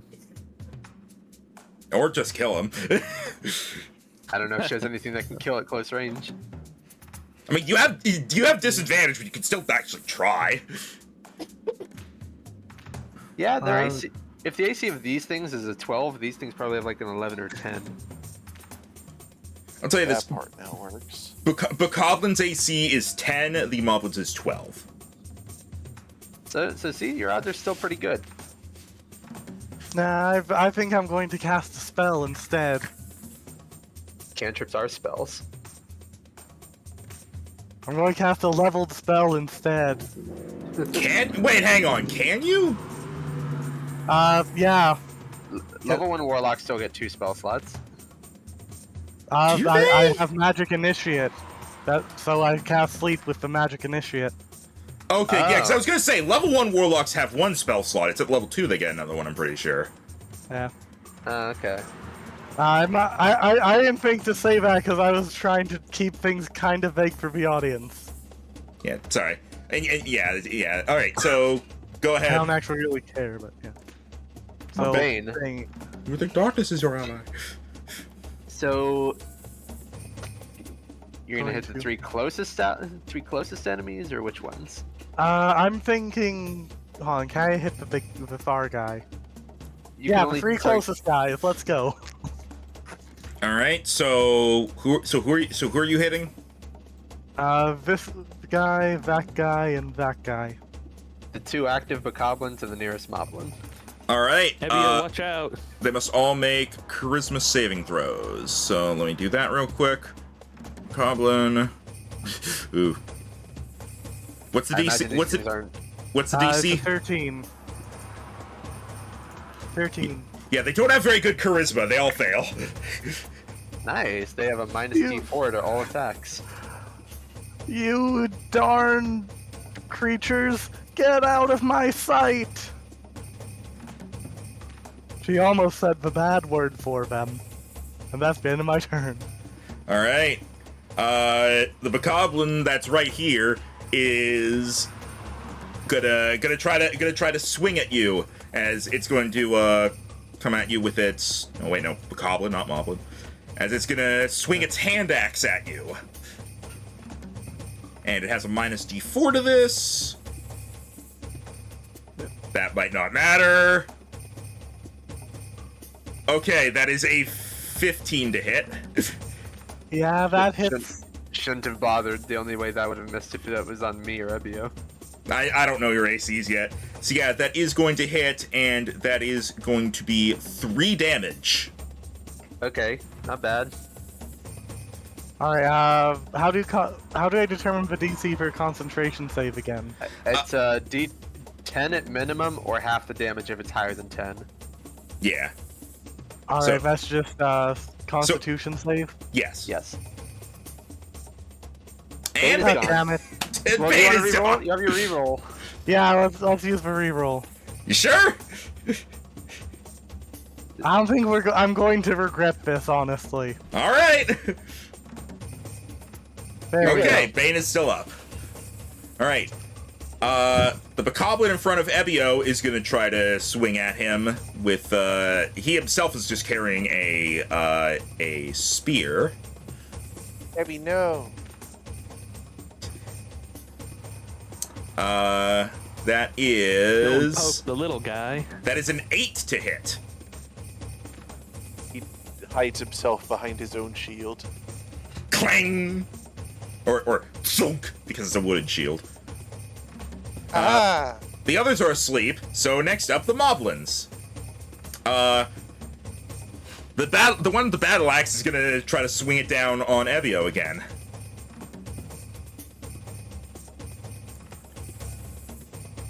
Oh, that Tiny is shield. also an 8 to hit. Yeah. Thunk. You now have a spear and a battle axe lodged in your shield. Ooh, heavy. And then they rip it back out and you nearly let go of the shield. All Hey, right. no, mine. The other moblin here is going to see Setzel up there. He's going to come here and he is going to pull back his spear and is going to throw it at Setzel, trying to get him out of the air. It'd be so funny if he missed and lost his weapon. That is a 16 to hit because this one does not have Bane on him.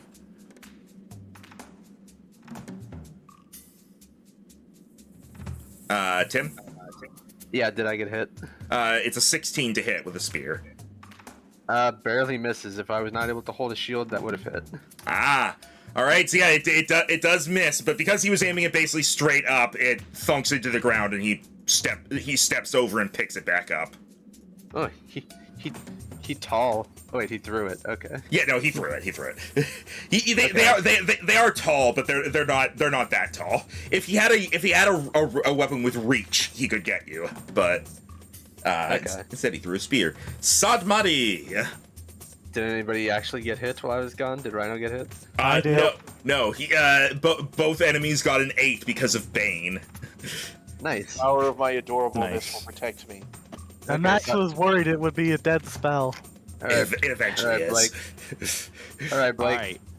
All right. Does this bokoblin right here does it still know that I'm there, and is it Yes. still going after me? This It's one? not going after you. Do you mean this one? Yes. Is it going after me? No, it's going after Celia, but it does know you're there. Okay. So if you were Well- to shoot it, you would not have advantage. All right. Well, I'm not going to shoot that because I'm not worried. I'm not worried about a normal bokoblin. I'm going to continue to try to shoot the. Well, The moblin still does Should I not know you're there. Right, but I'm debating on whether or not I should shoot the moblin next to Ebio or the moblin that's going after Setzel.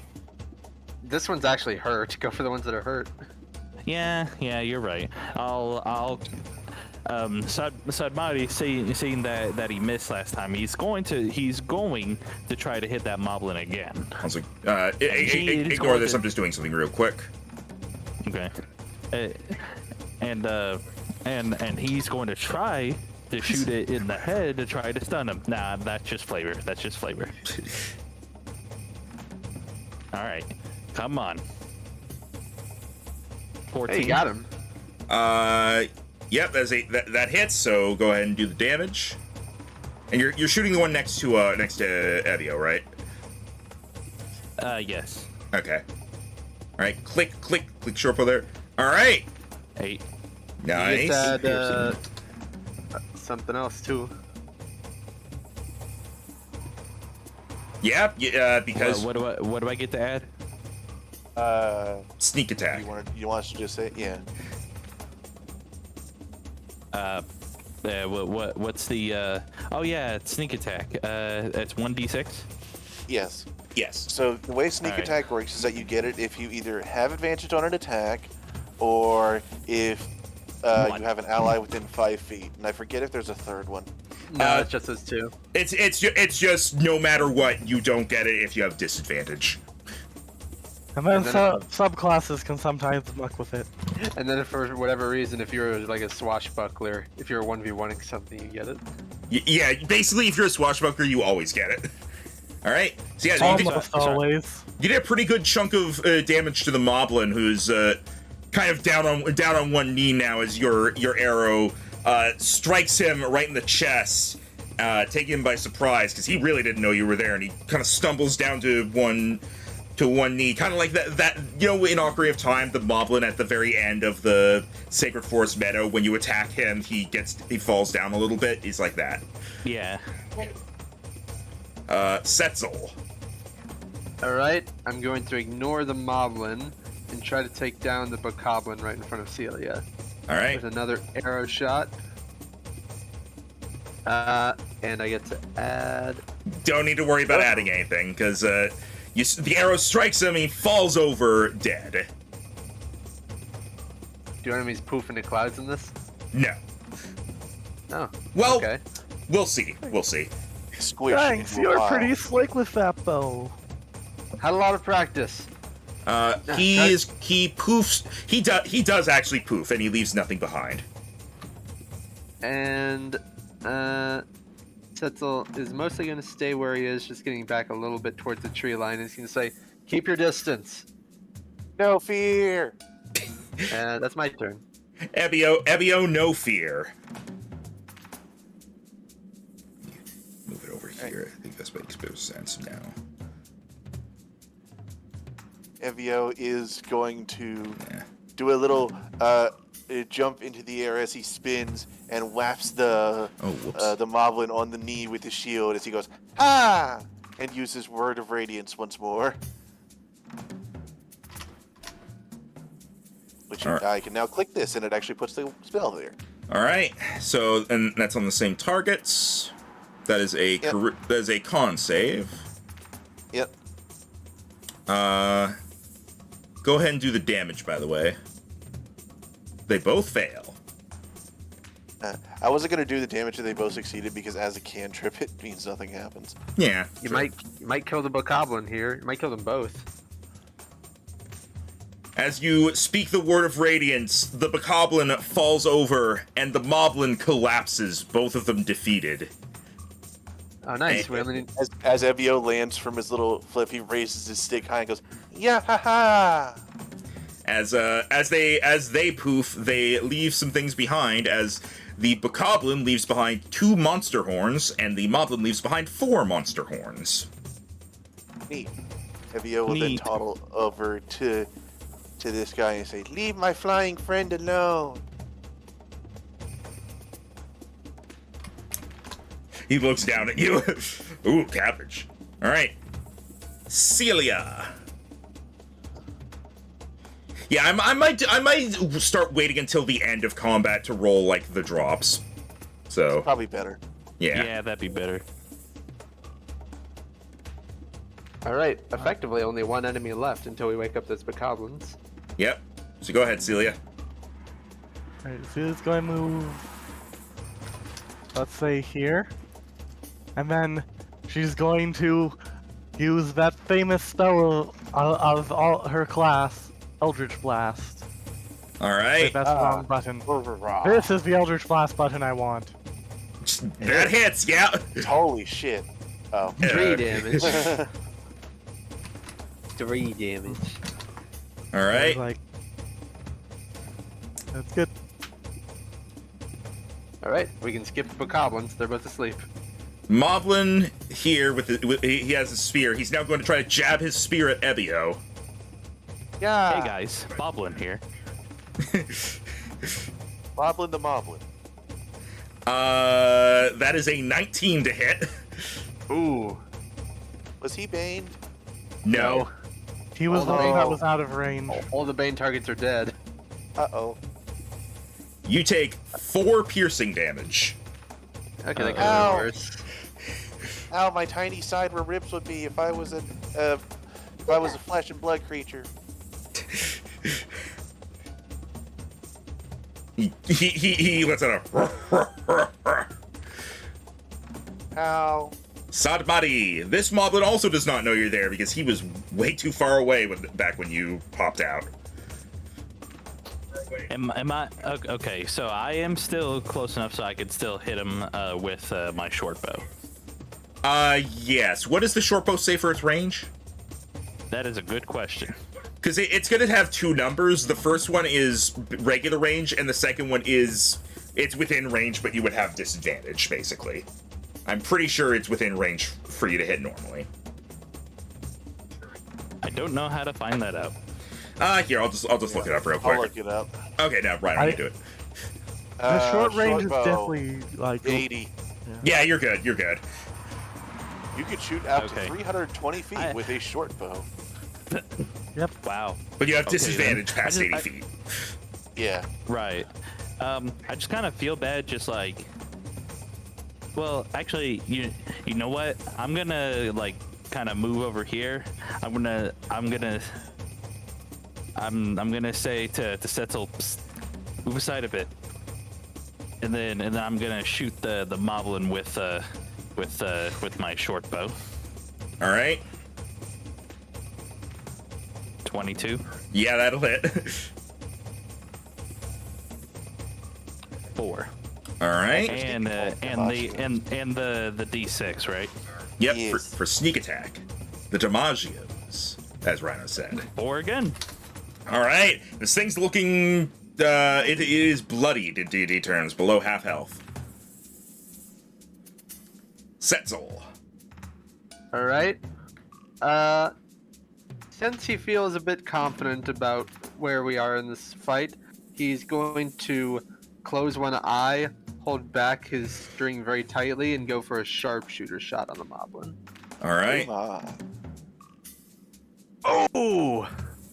Yeah, that'll hit. And that was. A massive blow as he aims straight for the chest of the moblin, dealing 21 piercing damage. The arrow goes right in and completely disappears into his torso as it pierces his heart.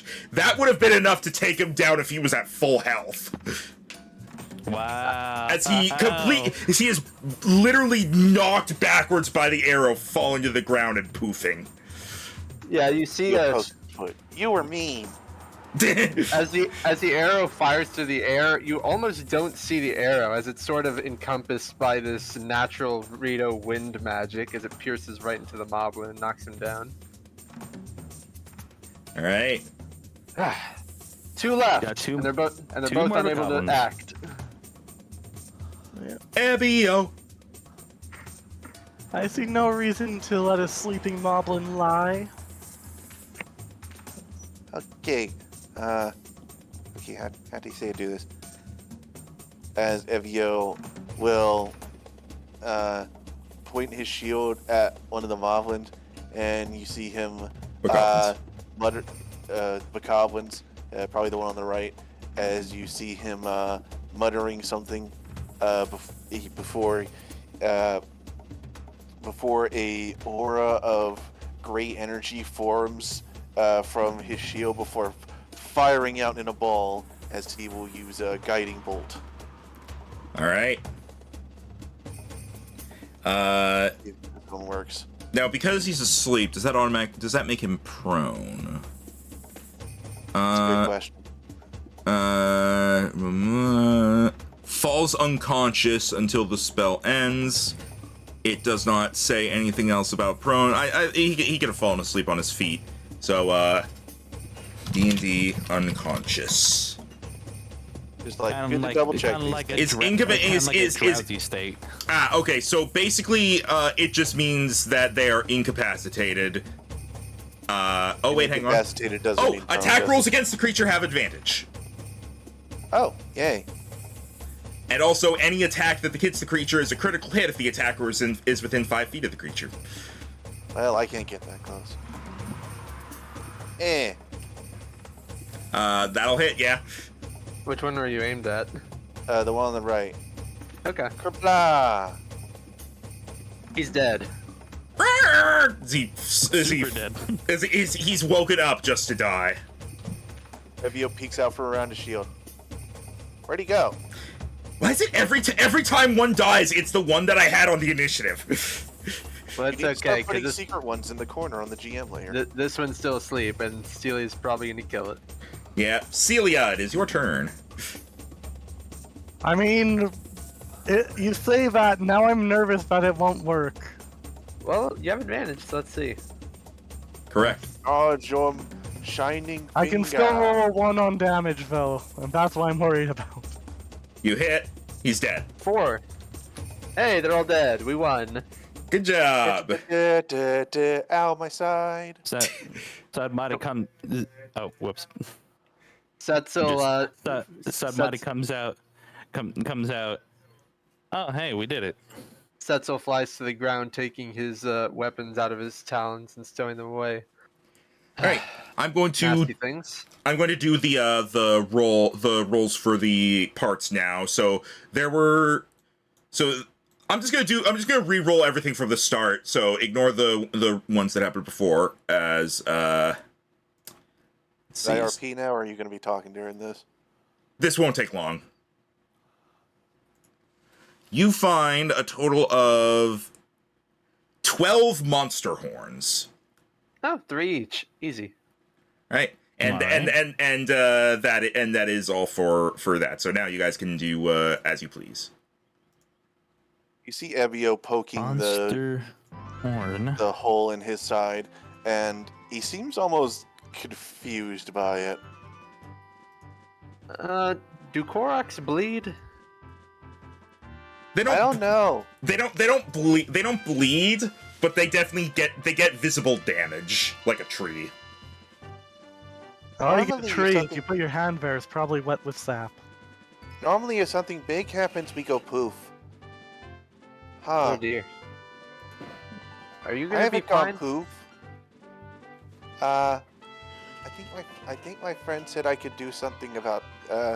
Hold on, and you will see Evio rub the inside of his shield a little bit, and then he will put that same little twiggy hand on his side, and he will cast Cure Wounds on himself.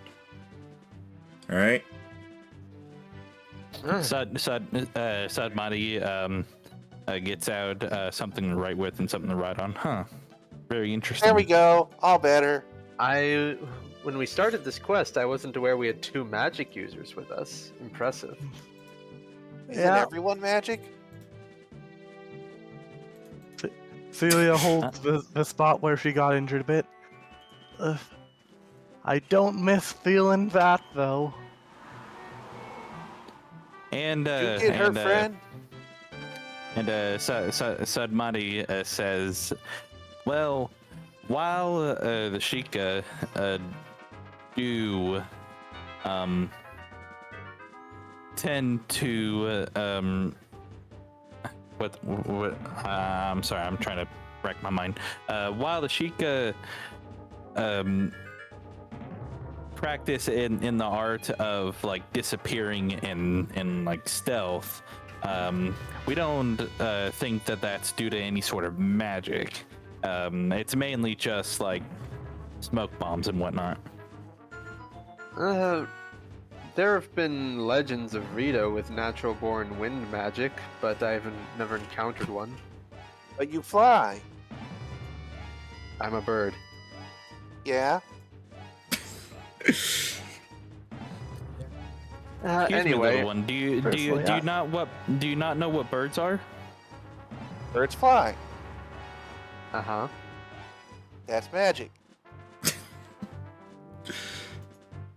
I've been studying magic my whole life, but not very hard. See? Well, Between Magic. work and... Points to other party member. Magic. Points to last one. Magic. Well, it seems like they were guarding a treasure chest. Let's see if it's anything good. Ooh, that's a big part of being adventurers. Well, you did the most work in that fight, Ebio, so do you want to take a look? Did? Yay! Yeah, Hop, yeah. hop, For, hop, hop, hop. yeah, for such a little guy, you really held out on your own. All right. You've all been waiting My for friends it. give me power. You've all been waiting for it. There we go.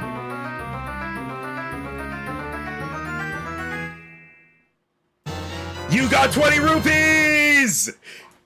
Yay! Okay, 5 Ah. each. All right, I'll add 5 to that. 3 I monster imagine horns and Evio's 5 one of those rupees ones each. that has to like open the chest and then like flop into it and then come out with whatever it is. You're like Deku Link. Yep. Monster Korok horns. has money, These monster horns are pretty good. I imagine maybe I could strap one to the tips of my arrows and do a bit more damage with it, maybe. Vio having one on his head as a hat. What? You could also try strapping one to the end of your hammer. You would maybe make a spear or a pick with it.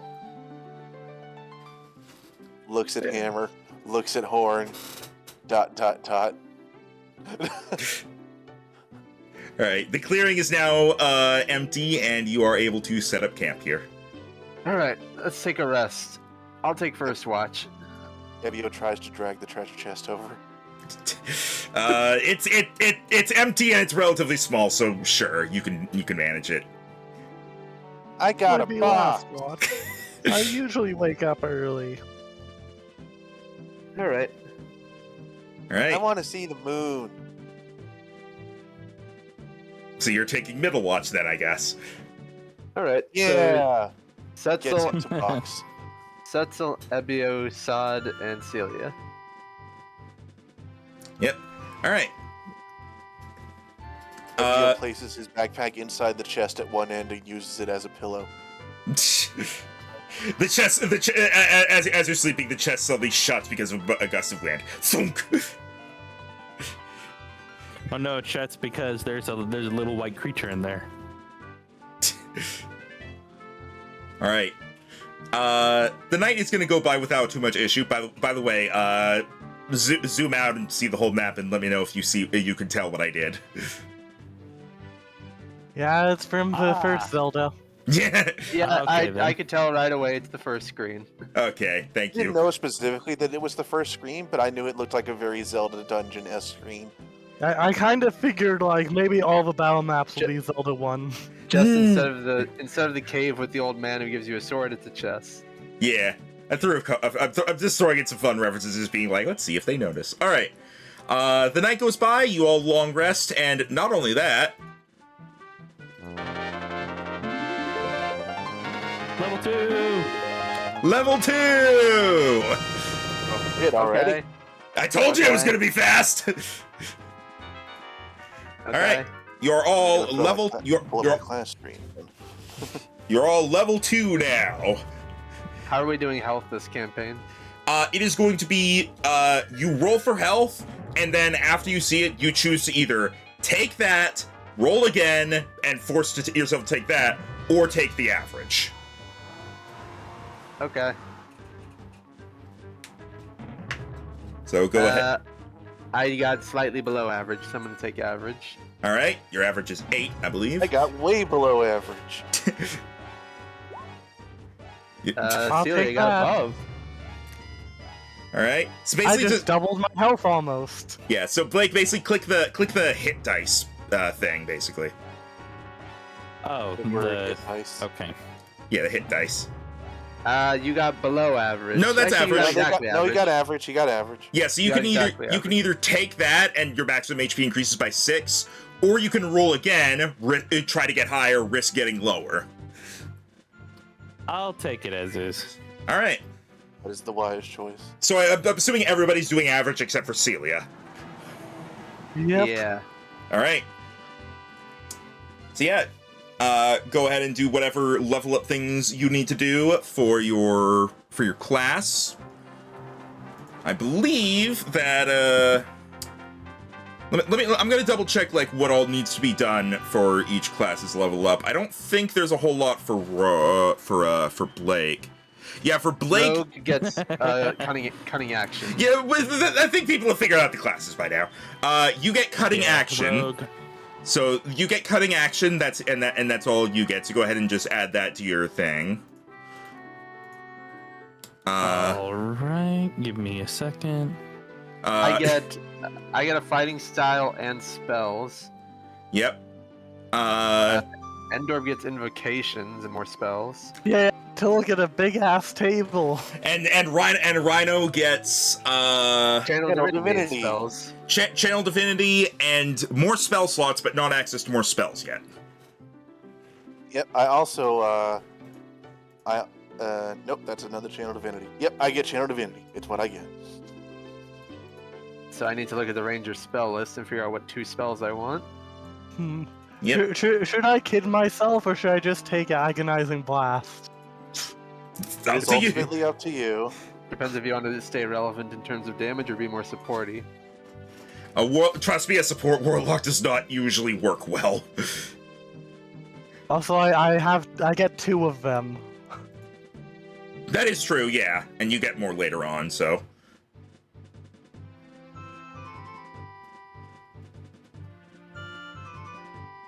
I guess I'll take it and I'll look at what else there is. Okay, I basically already know what 2 spells I want because the ranger spell list is not very good. Yeah. I need that 5e website. 5e tools. Here, hang on. I use wiki. 5e tools is my preference. Here, I'll put it in the Zelda D&D chat.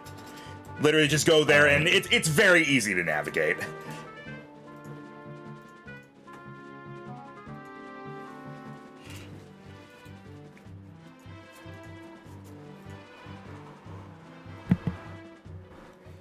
I'm going to be totally lost as far as rules go, not familiar with 5e. Yeah, 5e is very much my preference when it comes to D&D. It's...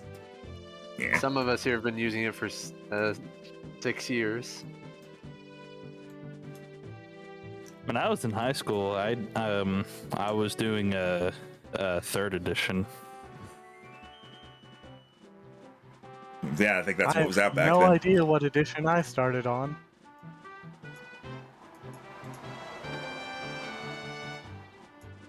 Starting at 2nd level, your quick thinking agility allows you to move and act quickly. You can take a bonus action on each of your turns in combat. This action can be used only to take the dash, disengage, or hide action. Yep, that's your... So now you can hide as a bonus action and then attack on that same turn. Yep. Or if an enemy gets up in your face, you can run away without having to waste a turn. Or if something's really far from you and you need to catch up, you can run fast. Mm-hmm.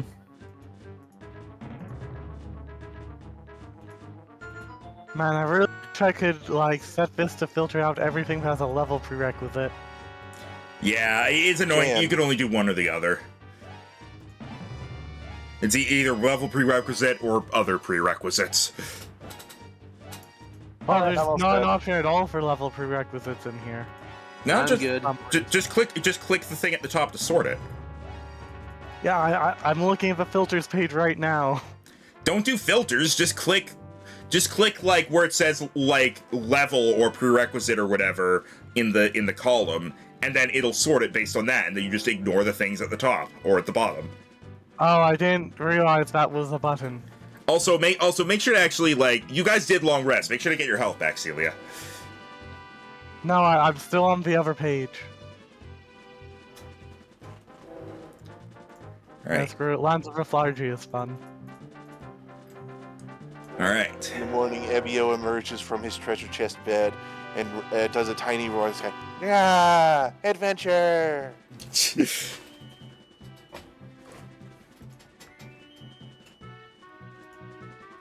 seems hardier than he was yesterday.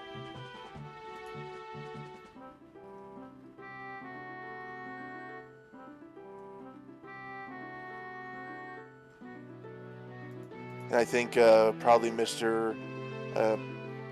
Highest Perception over there might notice if he gets close enough that the tips of one of Ebio's fingers is going black. You have fingers and not just a little stub? They're twig hands. I like to think they have 1 or 2 fingers on each, maybe 3.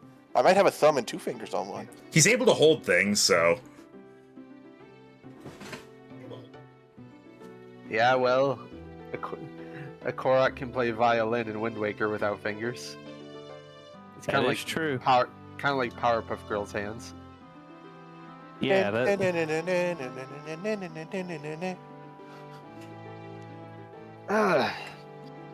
Everyone ready for another day of travel?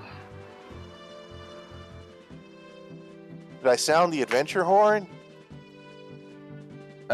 You have an Fra- adventure horn? From Setzel's side, he actually pulls out a horn. This is the horn we use back at the village to call when we see something.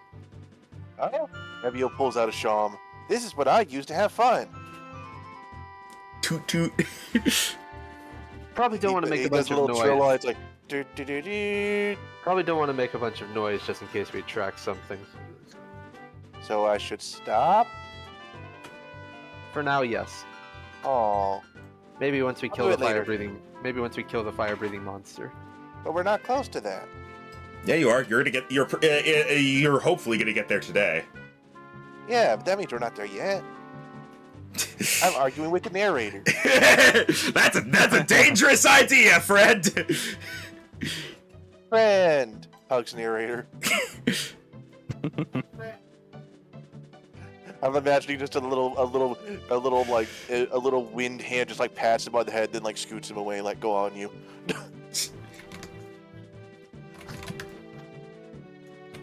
I can't be showing favorites. I'm the narrator. All right.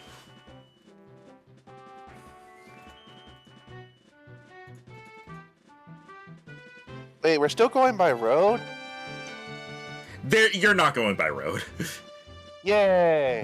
Roads are boring. The roads generally connect like the towns and such. There is a road that leads like roughly towards Crownal Respite, but you're deviating from it to head to where the map is marked. Nebio walks into grass that is taller than him. Wild Pidgey appeared. I found a bird. Ah.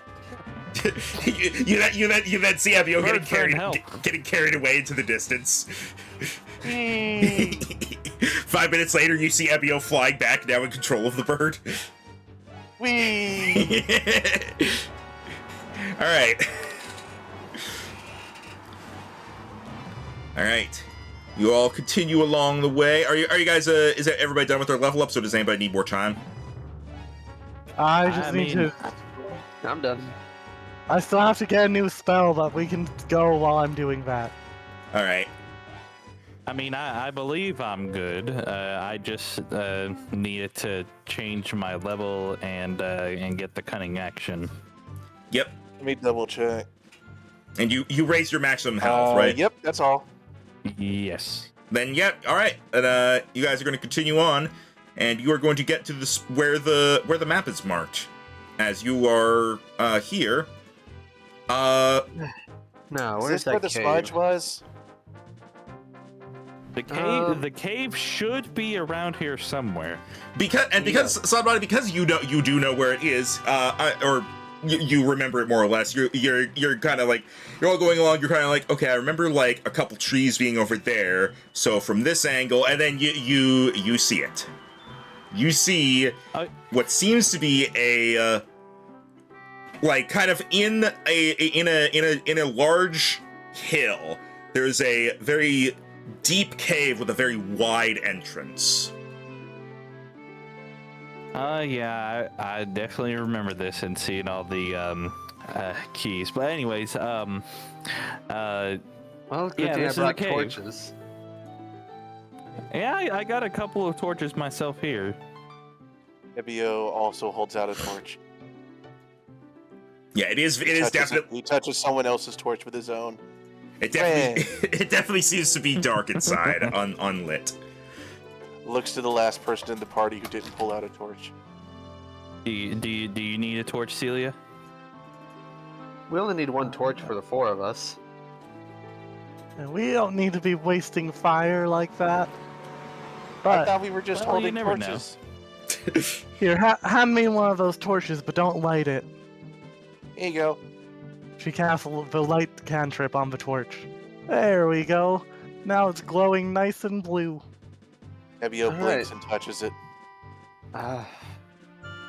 Setzel's gonna look around to see if there's any tracks that might give us awareness of what this thing is. Nebio starts walking towards the tunnel. I'm gonna say roll survival, and then you guys are going in. You can always stop 9. him. 9. You do not see anything. You see, you do see signs of what it looks like where probably there was a fight. You see some burned grass and some you see some burnt grass. You see like shards of wood, but you do not see anything that indicates like the creature itself. No signs of what this could be. If it's a fire creature, it could really be anything. Could even be something that came from Death Mountain. It is clearly something that is the opposite of a cow. So a walk? Well, it does cook things. Yeah, speaking of, I don't think that we should have Ebio going in front of us if we're dealing with a fire sort of creature. You should probably say that to him then, because he's got what. Well, I'm To kind of be like fair, he speaking to is the only I'm one kinda with a speaking to the shield. group. He seems the most well armed out of all of us, actually. Right. I just don't. I Evio just don't want flexes his to. tiny arms. I just don't want anything to happen to him. I like the little guy. Reaches down to pat him on the head. Oh, it is all. Evio overbalances, falls onto his backpack. It is all black. I only see my token. Yep. That's because who has light? Celia has a torch, so I will make you. How much? Yeah, can I do the meme thing? I think the light cantrip is equal to a torch. It's 20 foot bright, 20 foot dim. Okay, equal to a torch. DM, can I do the meme thing? Sure. I have dark vision. No, you don't. I have dark actually, vision. I have dark vision. Oh right. Yeah. Right. Okay. What is your dark vision? And do you always have it? Yes. I believe That is my like. Yeah. That's part of my you race. have it from your race, Blake. But Did Rhino take a feat that gives him dark vision? something like that. What is your night vision? What is your dark vision distance, Rhino? I texted it to you. Oh. And I also Okay. texted you the thing of that gives me it. Okay. It seems like Endor did not take the feat for super dark vision.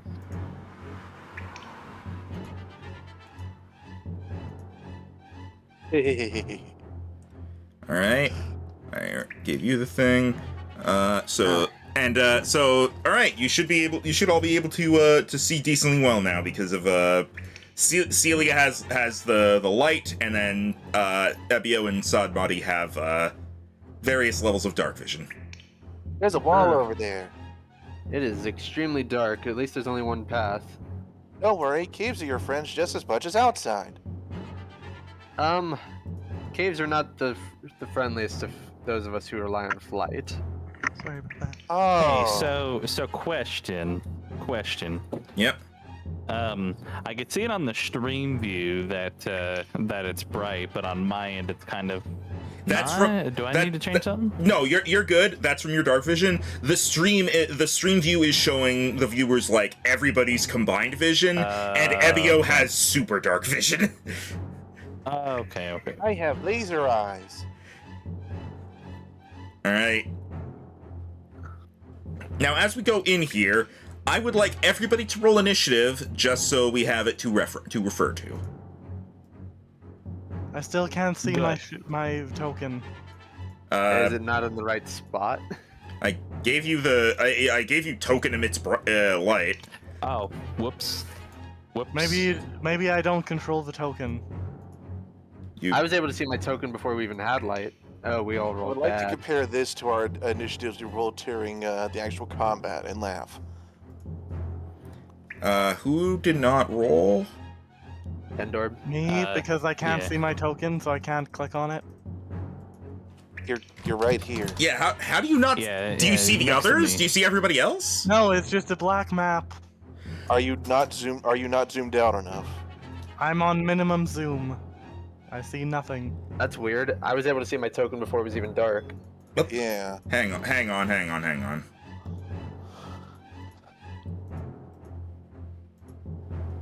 Can you see now? Yeah, now I can. Okay. For some That took me a reason. moment because turn order was covering it, so I was like, did he? All right, go ahead and do your thing now. Do your initiative. I'll show you an initiative. Wow. We're all rolling really Not bad. last. I never said it would be a good initiative. And for some reason I'm first again, even though I rolled pretty badly. All right. You're. Oh yeah, you are. We'll be referring to this if needed. Don't worry about it for now.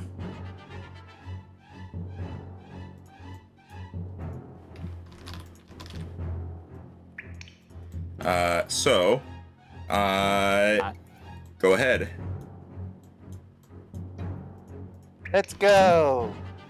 Oh, okay. All right. Everyone, be quite careful.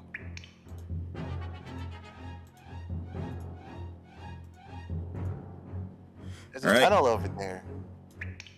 All right, so it's a big opening. As you're walking along, everybody, I need everybody to stop here. Is that the entrance here? Yeah, thereabouts. As give me just a second to actually get this thing on. Oh no, he's turning something on. Be afraid. Oh Jesus Christ! Oh, Hey, be fair about this. No, I am. It's just you'll see in a bit, but All right. Man, our initiatives are bad. As you're heading along, Setzel, Yeah. you notice in the corner right around here. I'm on the wrong thing. Right around here. You notice some condensation start to come together before a choo-choo springs up. Friend. And when it does, Slime. so do others. I was wondering what design he'd go with. Fire choo-choos. I find it interesting that Wind Waker established. Well, Wind Waker had both red and green as neutral choose, but then Breath of the Wild went with blue. Yeah, I went with That's red just because going red. I went red because it was the best like picture I could get. So, all right, as they all pop up, let's do Rolled some. initiative, and it rolled a slime outsped us by that much. Yeah. He this slime got a nat 20.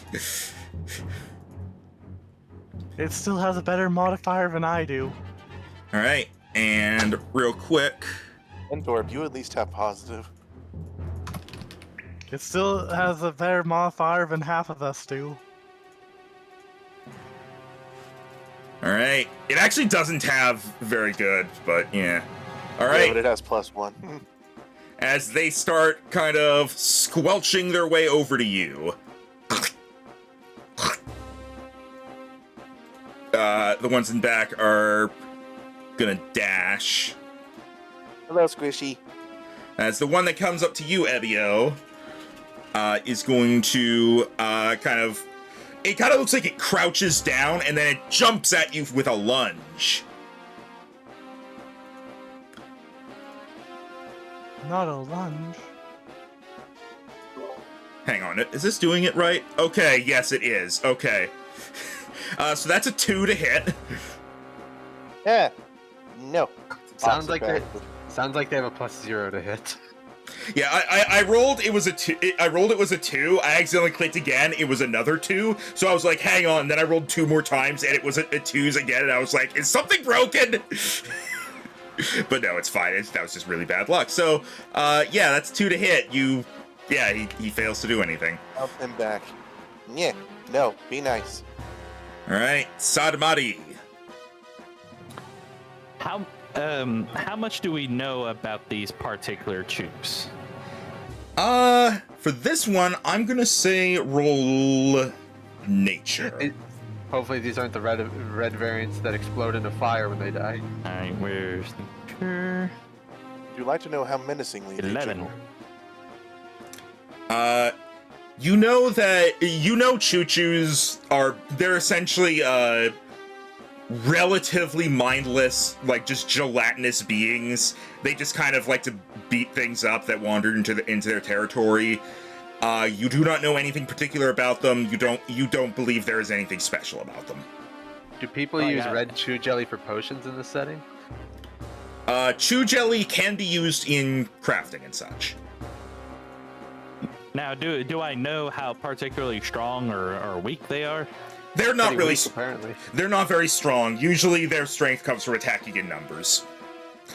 Right. Yeah. I was just wondering if it's something that like Sadmati can like tell a team. Nah. Be okay. So A good amount of enemies aren't really going to generally- have like helpful info. They're just enemies. All right.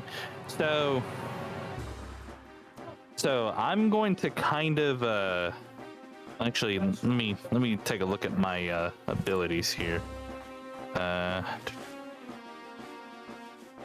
I'm gonna kind of. I'm gonna kind of be like, look, can't be doing that, and I'm going to splash. I'm going to pull out one of my hidden weapons I've had underneath this clothing, and I'm just going to shing a dagger at it. All right, gonna go stabby. 16. That hits. Nice. And you 4. get to add a d6 to it. Well, I think D6 was sneak attack, right? You do. Yeah, And but you get within 5 feet. yeah. You have an ally within five. You have an ally within 5 feet. So Also, for future reference, this didn't really matter because you hit 5. anyway. But we use flanking, so if you are on the opposite side of this shoe when you attack, you would have +2 to hit. yep. As you I guess it would kill him anyways. yeah, you stab it. It swells up and explodes. Jiggly.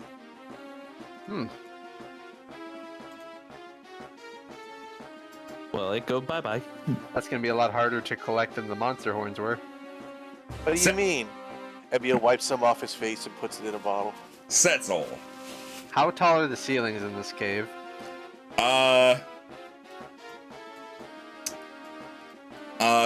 At this portion of the cave that you're in, they are about 20 feet.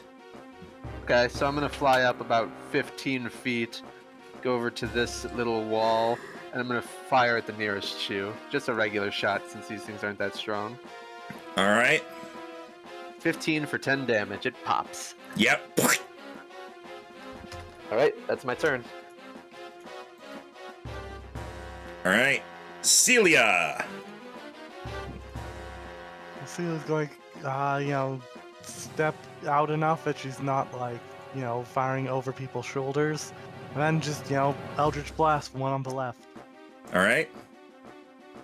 I had set to advantage mode. Ooh, 7. 7 does not hit. It goes past the chew.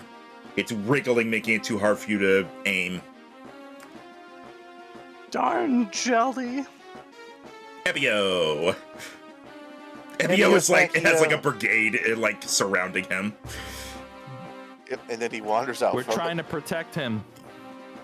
Even though he's the tank. Ebio Smackio. Listen, he's a little guy.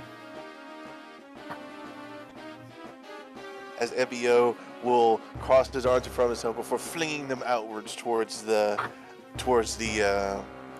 slims, as he goes, pop, and uses Word of Radiance. All right, that is all right. Constitution. Con They're good at con. Oh. The one on the right passes. The one on the left does not. How much constitution can a thing made out of jelly have? For this level, it's good. 3 damage okay. probably does not kill. It does not kill as he wriggles around like unsettled by the noise you made. He kind of like ripples like water. Ebio looks back to the others. They're too jiggly. And now it's their turn as they're going to get around you. No. And they're both going to do lunges at you. Oh,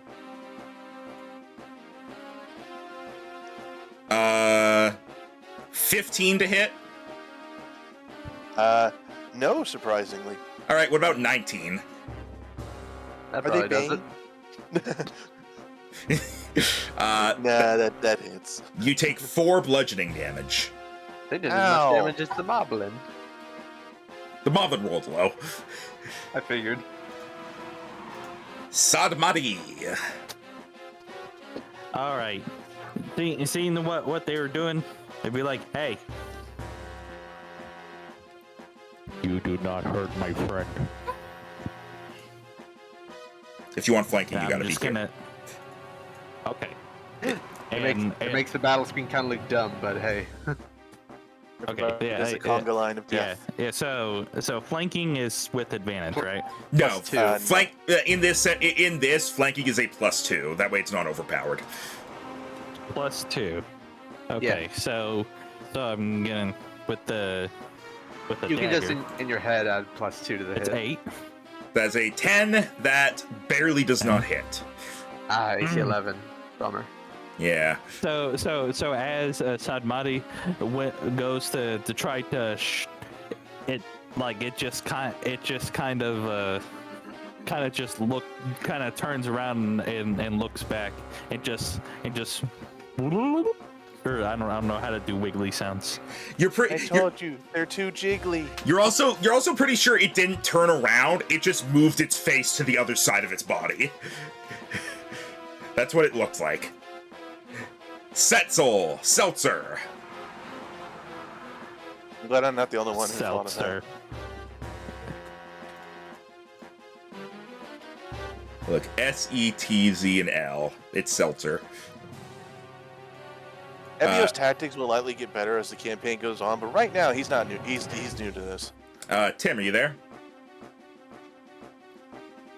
All right, we'll go to Celia, and we'll come back to Tim. I assume I can't get flanking with a ranged attack. You can. The way I do it is you can, but you would have to be like in a direct line. You have to get If the I moved angle. there. Yeah, range characters can get flanking from melee characters, but melee characters cannot get flanking from range characters. Yep. You take this, you blob of goo. You take the moon. Yeah, you hit.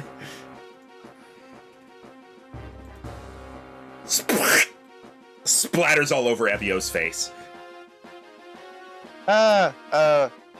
Touches it. Wait, no, I'm not bleeding. I'm back again. Happened again. All good. Always on my turn. Go ahead and do your turn then. Alright, just a normal arrow shot. 4 damage, that doesn't kill it. It's barely still up. It has the arrow lodged in it, and it is moving much slower now. Alright, that's me. Evio. This guy is able to survive my backstab shanking and has an arrow lodged in. This is one tough chew. Yeah. Yeah. And Evio will spin around, will hold his little hammer out to the side and do that before spinning around in a slow circle that leaves him dizzy. You hit.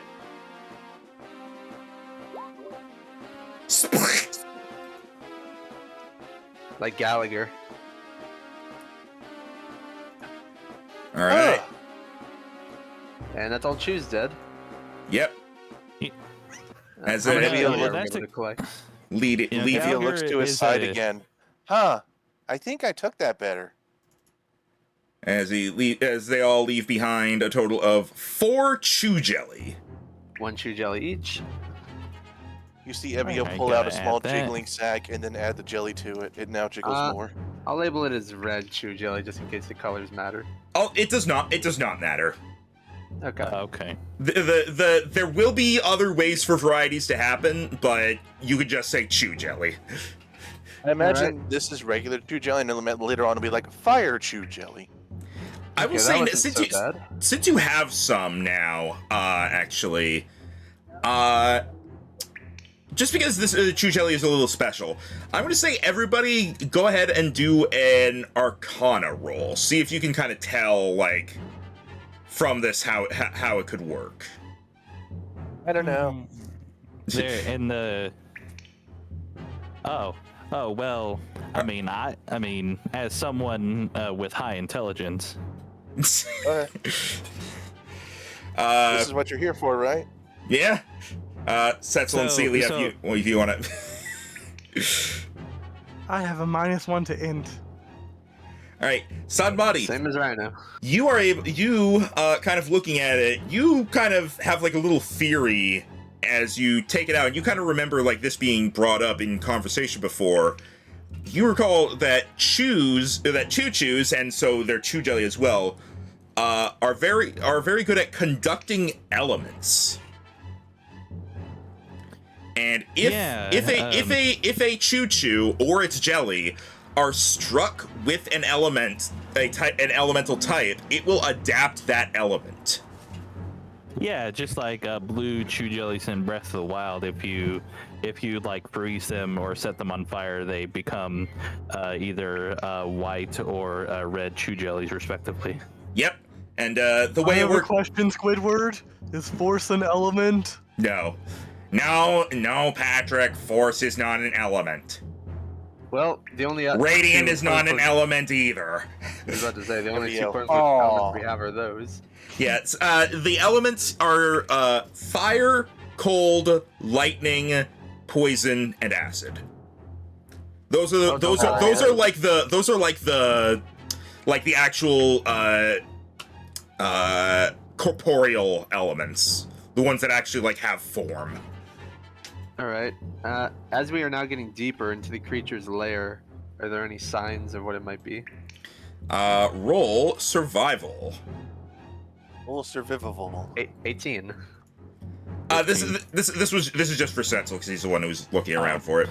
Well, I thought I might have want to help.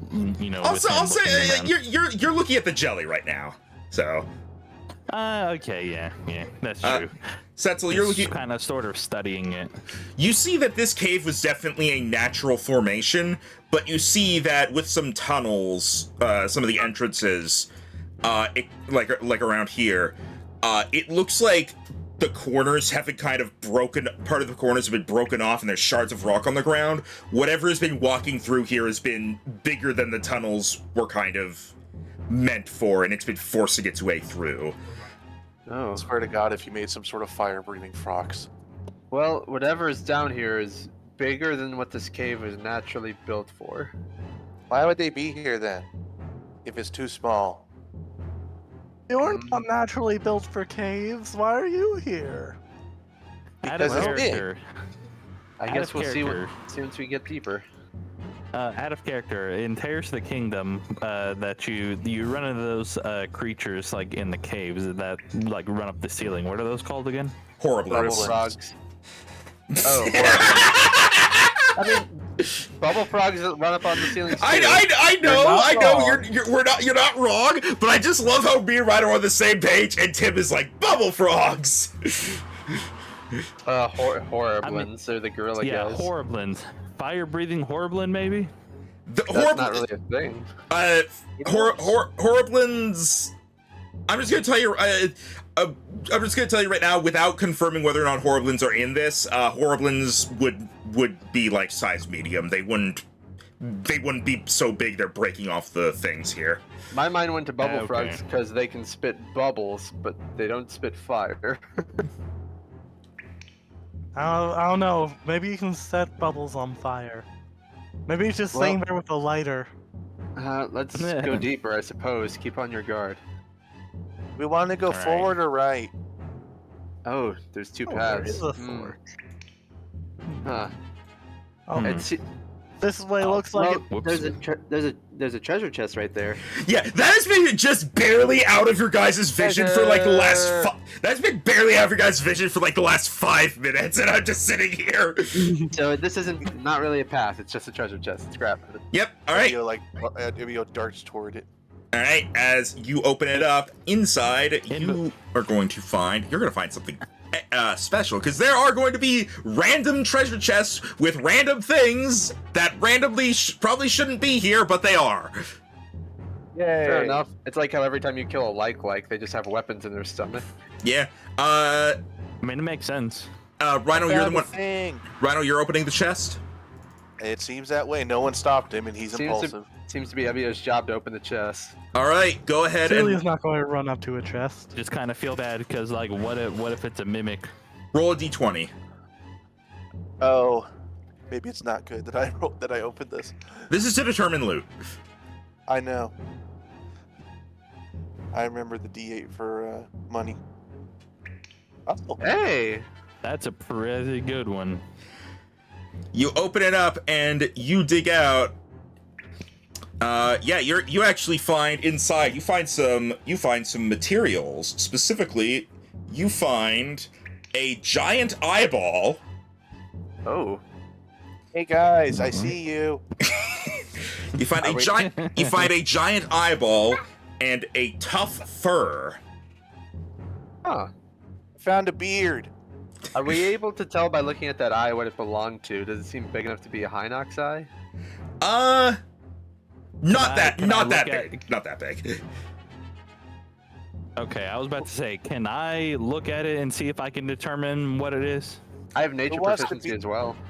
Who I'm wants just the beard? I'm just gonna tell you right now, like when I say giant eyeball, it's literally the material name. What it came from That's doesn't. what I wrote it down as. Okay. Okay. Yeah, Who so wants just, the beard? As someone who's experienced in using bows, does Setzel know if eyeballs are good with bows in this setting? make a general intelligence roll. 12. You know that if you have it on there is a way you could work an eyeball of this type onto your bow to kind of almost give yourself like a scope. Okay. That's interesting. Who wants to hold on to those? Can I have the eyeball and someone else can have the beard? Not too interested in these things. I could suppose I'll hold on to the fur. I'm currently Oh, is that what that is? Yeah, and that's completely fine with me. Alright. I'm currently Giant eyeball. and I'm currently adding these to the materials thing so that you have their info. Well, info, yeah. And All tough fur. This is something that is going to be known as a basic thing. Tough fur is a base material that you need for crafting and upgrading armor. Oh, we can upgrade armor beyond the normal stuff. So we can't just go to the blacksmith and be like, "Hey, I got this." You can, but like you would have to pay extra money for them to use from their own supply, sort of thing. Or, Well, or so it's like Let me improved. tell you, we could use other stuff. I have leatherworkers tools, so for those of us, the three of us who wear leather armor, I could use this.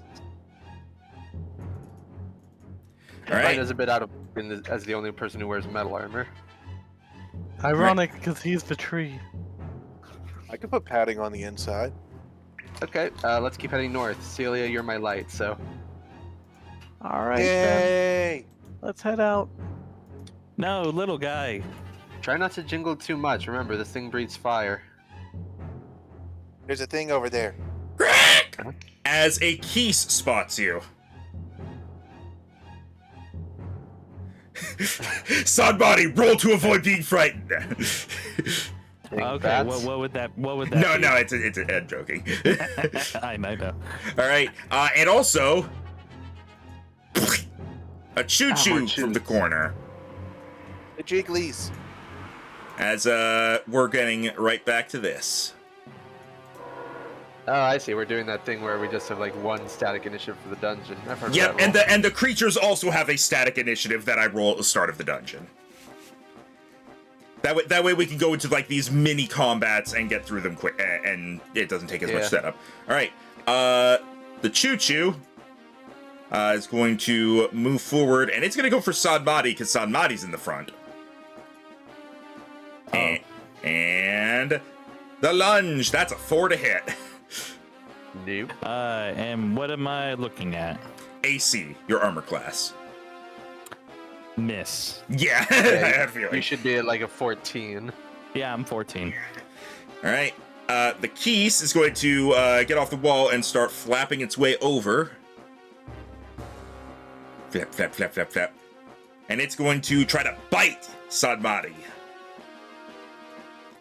That one is a 12 to hit. That does not hit. Miss.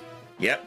All right. Narrow miss. Nice. Oh, sorry. Before Sadmati's turn, another Keese that you guys didn't see flies in. There's another one. And now it is Sadmati's turn. All right. Now, normally he doesn't, this has been kind of like an exciting, few days for him. So, for these few days, he's kind of been like tuning into his inner like Sheikah instinct. So, what he's gonna do is that he's gonna go like hoop, hoop, hoop, and backstab the choo-choo. So presumably you're using disengage to get away from the keys? Because otherwise it would attack you. Yes. Okay. Then yeah, all right. Go ahead and do your attack. Hits. That hits, yeah. And you get that another d6. And another d6. Insta-dead, nice. Splatters away. And now since you already used disengage, you can run away from the keys again if you want. Yep. Because once you do disengage once, it applies the whole turn. Yeah. And so I'm gonna go right here and be like, "Don't worry, little one. I got you." Yay. Friendship. Setzel. He's taken down a few keys previously. Those who took a look in his backpack before would have saw that he already has some key swings. So he's going to take aim at this one like no big deal. He's done this plenty of times before and shoot. 26 for 5. Yeah, that'll hit, and the keys goes down. Okay, so... Nice. How and utterly then unsurprising. I'll move in a bit by flying up, but I still can't really see because Celia's back there, so it is what it is. And now it's Celia's turn. Excuse me, coming through. There's the keys. I have one tool in my toolbox. Zap. Dead. Wow. Yeah. You zap it and it's gone. It's just gone. Aw, no loot from that one. And You also can't flank on range attacks, for the record. you can't. No. I Oh. forgot to turn that off. Whoops. We do that in the Pokemon thing because it's like unique, but you can't flank on ranged. Okay. Oh, I thought you could. Same here. All right. Then yeah, I will keep that in mind going forward. But yeah. How Also, dare you nerf me, Tim? you guys are not out of initiative yet because there are more keys. There are more keys that are starting to come this way because of the noises they've heard. Fine by me. Arrows and wings and eyeballs all the way. Yeah, they're pretty good material to make elixirs with. All right. Theo looks over at that. Ebio. Evios comes around the corner as Rhino checks the range on a couple things.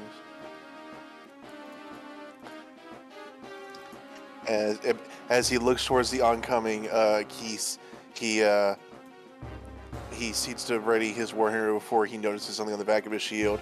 He looks at it, he holds up his hammer, and then he's going to clang it against his shield as he goes bong, as he is going to use Toll the Dead on the first one. All right. That is a wisdom save. Yes. 4 damage if they fail. Yeah, didn't roll that great. That is it. They failed, and it's now flying very erratically. You have done a very large amount of its health, but it is still up. Okay. They have 5 health. Yeah. I made it dizzy. Keys. I basically did their turn already by having them fly into view. So next is Sadmati. All right. So since they're just kind of far away, and I do kind of want to keep the distance. So I'm going to put away the Sadmati is going to put away his dagger, and he's going to pick up a short bow, and he's gonna kind of go right here, or no, here. And then he's going to. Do they know I'm there? Yes, they definitely see you. They have blind vision. sight. Yeah, they have bat vision. Okay. So so I won't have any sort of like advantage as far as that goes. So all right. So we're gonna try to shoot him. Try to shoot this guy down right here. Also, because I forgot to show them before, this is the choo-choo, the full view, Mm-hmm. He and has no soul. that's the keys. Ooh, you picked one of the so- creepier ones, but that's not just a giant eyeball. So Wind Waker, Right. Wind Waker choose the Twilight Princess keys. That I'm makes sense. taking it from various different things based on what looks best. I'm shocked, Tim, that you 18. know which cave these come from. I mean, the Choo Choo one is obvious because that's clearly Wind Waker art style, although it has like Hyrule Warriors level graphics. Or that might be Wind Waker HD graphics. I think it was HD. I was able to get like a proper render sort of thing. But also because the keys looks that scary, I'm like, oh, that's Twilight Princess. No, that's Ocarina of Time. So, Oh. so it's 18. 18 to hit the keys. Yeah, that hits. All You right. do not get sneak attack because nobody's near it, but you kill it anyway. Yep. Well, kill it anyway. Yep. It goes down. Setzel. Setzel is not able to see, and he's like, "It's too dark. Celia, can you get a bit closer? I'll take lead, so you're not in danger. Around But the turn. But I need your light." And I'm gonna hold action to fire when Celia gets closer, so I can actually shoot something. All right, Celia. All right, she's going to get closer. 3, 4, 5. Oh, I can does it- barely see some over there. Yeah, I don't see nothing. And then, how is that in dim light? Yes, it is. Does that mean I get disadvantage to this? No, only if it's in pure darkness is it disadvantage. Correct. All right. Blasting time. That does not hit. I Okay. figured. They are small. Well, that's my turn. All right, Also, they're Ebio. flying. Yeah, I'll help they're you, small and friend. flying. So Rhino's not in range to see anything. I'll help. There's 2 more. Okay. I'll help. Bomb, bomb, bomb, bomb, bomb. Attack the first one with Toll the Dead. all right. Goes There's for those who want the full thing. That's a 9. Hey, Fail, that's, nice. that's a failure. Let's do the thing. You kill it. 6 6. damage. All right. And now the keys. I heard about this. Bats don't I'm- like sound. I'm gonna shoot that one as it flies into view. All right, go ahead. 4 damage. Just barely not dead. It's Damn. yeah, it's barely still up, and it's gonna try to bite Celia. That is a 13 to hit, Celia. That's above my AC. All right, you take. You take 6 piercing damage and 2 poison damage. Oh, Leave Oh, the that's old half- lady alone. that's half your health gone. Not I am in the front line a second time. Sadbari. I love your name. All right. All right. Well, it's very close to a name of a different character, but anyways, yeah, I really don't like what it just did, so I'm gonna go here and rather than pulling out my dagger, I'm gonna pull out the really long and really thin and pointy one with my rapier. Yeah. That hits. 15. And it literally had to do 1 damage, so it's down. All right, and it doesn't seem like there are any others coming at the moment.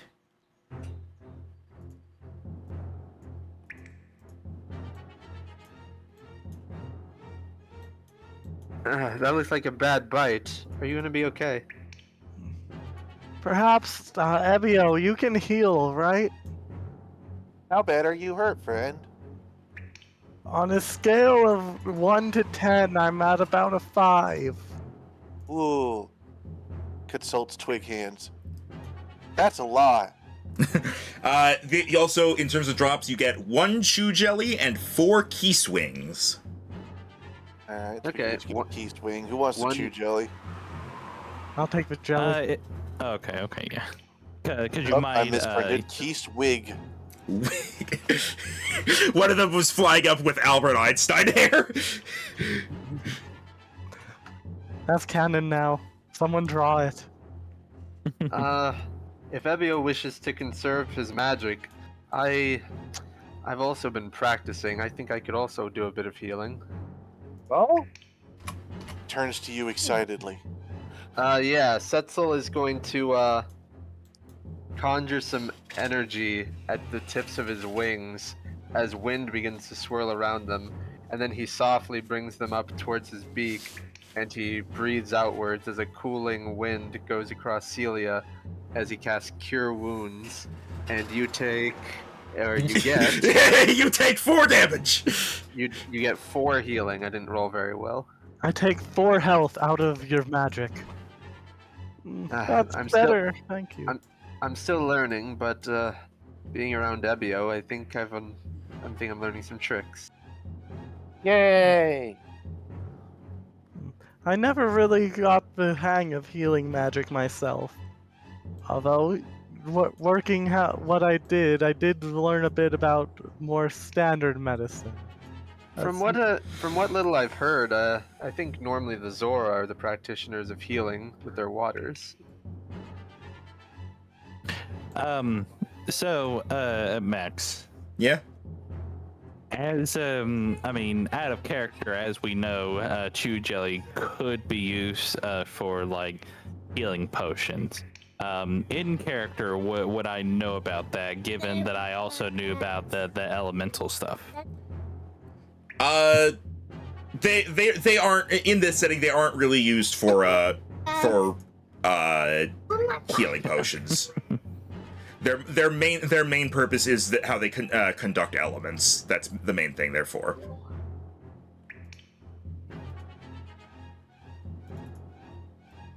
Looks like there's some splits up ahead. Yes.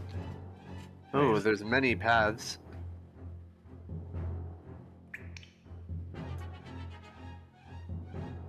Perhaps we should mark the way out so we don't get lost if this cave goes too deep. I see If- 4. If Setzel looks around, can he see which pathway might be more traveled? Roll survival. 17. It doesn't seem like people tend to come through here. This way seems to have more signs of just general travel, though. I Evio think comes back. I think this way might be to where the creature is laying. Evio is tugging on your leg. Huh? What's up? I think this one is a loop, and I saw something over here. A good thing or a bad thing? I don't know. It was a thing. Did it look like fire? I don't know. What is Well, fire? I guess let's look. Could be another treasure. You see Evio doing his best attempt to be sneaky. All right. Are you guys trying to be stealthy then? We probably should. At least 2 of us here should be good at stealth. Yeah, I guess me. let's follow in that. All right. Everybody roll Ooh. stealth. Not great. 11, and I'm one of the 2 people who are actually good at stealth. Didn't roll good. You think you're being sneaky? You're not. Well, I that's a am bummer. sneaking. I am sneaking. That's not great. From Ebio, you just hear clunk, clunk, clunk, clunk, clunk, clunk, clunk, clunk. As you get here, you hear.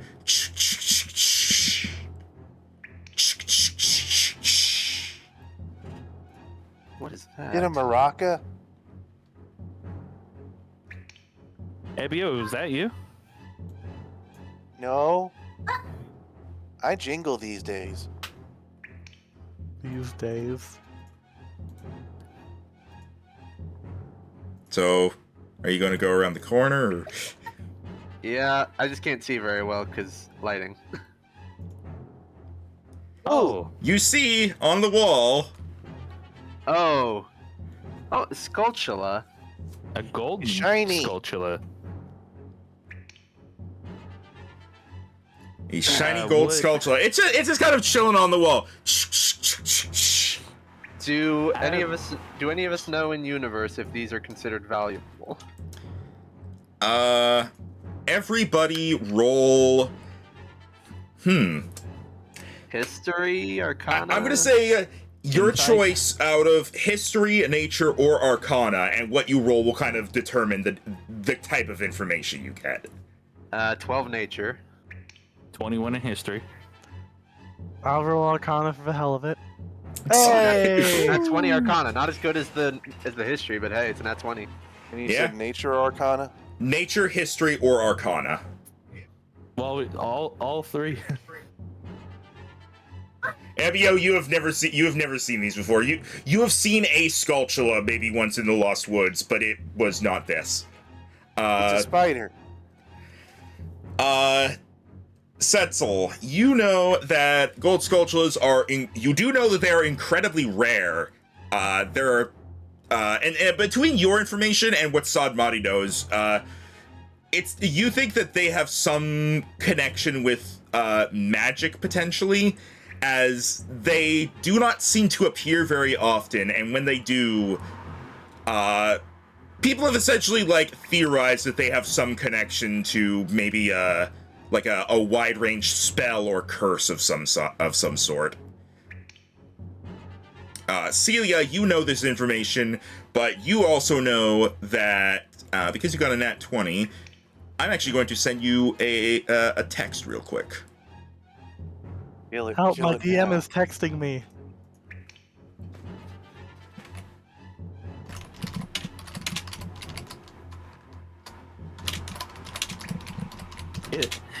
In the meantime, Sadmati pulls out a book from one of his bags, and he's just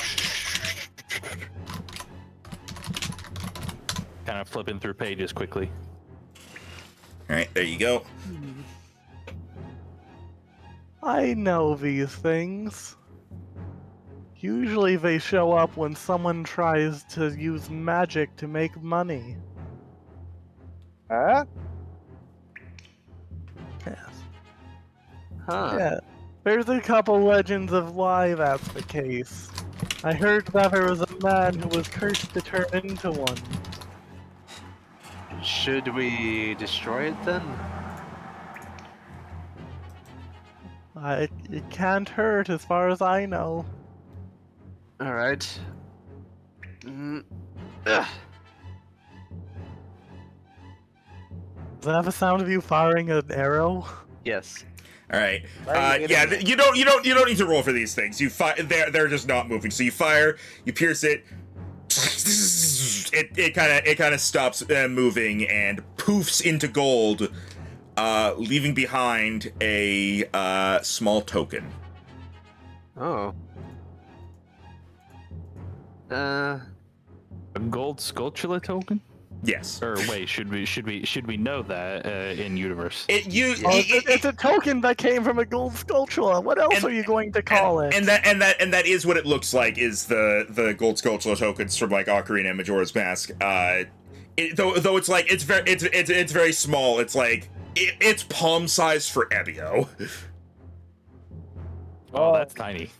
It doesn't seem it also doesn't seem like it has any real value. You look at it kind of seems like it's just formed out of just solid magical energy. It just seems like it's just sort of like the remnants of the gold Skulltula.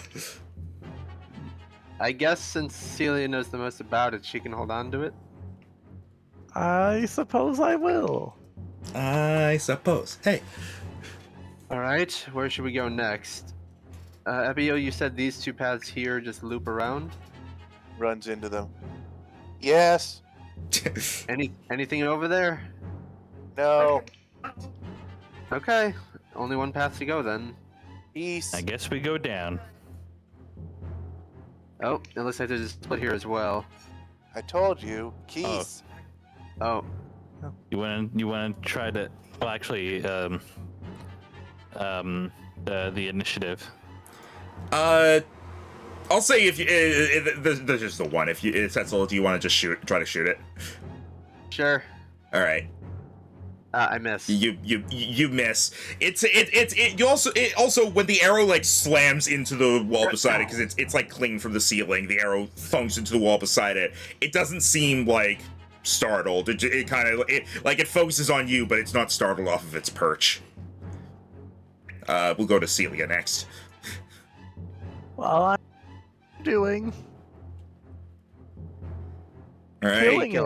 You blast it, and it falls to the ground before it starts to warp and change shape. What the? What? As That's suddenly in odd. its place. Hang on. I'm grabbing something real quick. As in its place.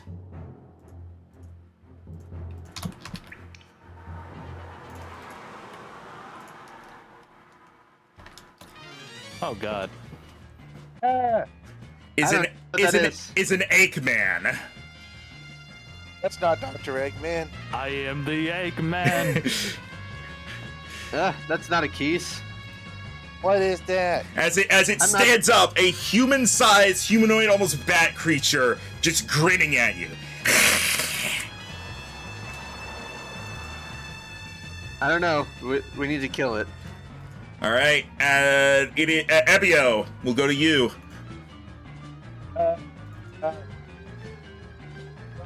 Bad thing. Ye- Wrong. My backs. Totally dead. All right, Oh, it's taking damage, so it actually takes 8 if it fails. all right. That is a wisdom save. Yes. Ebio is like, bad thing. Dong, dong, dong, dong. It passes. Damn. It got an 18. It didn't work. Oh dear.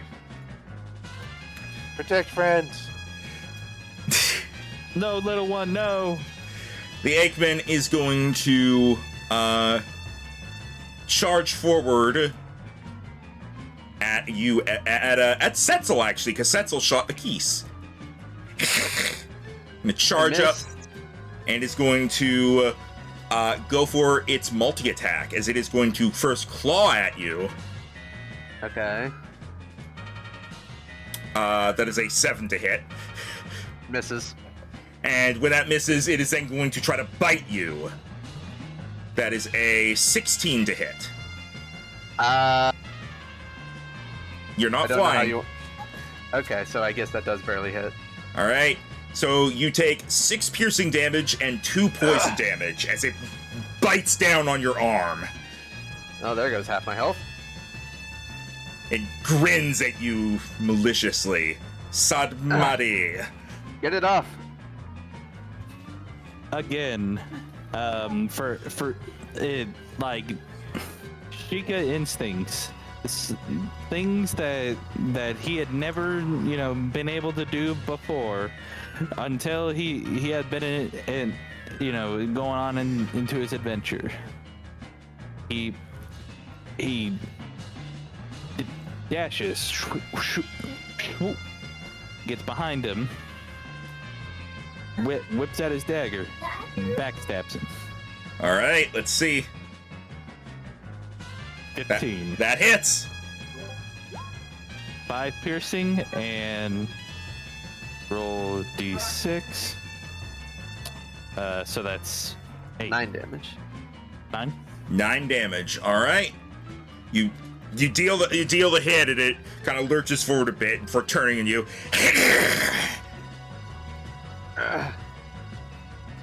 Setzel. Setzel is going to dig into his backpack, and he pulls out a short sword that he's going to use to try to stab this thing. All right. Ooh, Ooh! And I'm going to use favored foe on this, so I get to add another 2d4. Alright. So that Really? is a total of 14 damage as Setzel, ignoring the pain in one of his wings, uses the other one to grab a short sword and dig right into this thing. It is caught between the two of you, being stabbed twice. It lurches again, seemingly like not no, like not. It's very much having that moment of I fucked up. Celia.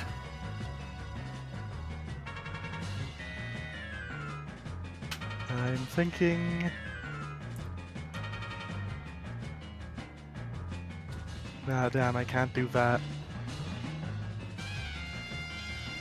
How damaged does it look? Very damaged. Alright. I guess I'm just going to, Celia will just, like, try and, you know, lean away from it and Eldritch blast it without, like, you know... Alright. without Disadvantage. disadvantage. That does not hit. Alright. That ends Well, my this is- turn just as I get a phone call. At least the Ebio. disadvantage didn't hurt. Ebio. Also, what do you answer the question? What are you fighting? They're fighting an Eggman. Here's the picture I've never again. heard of this.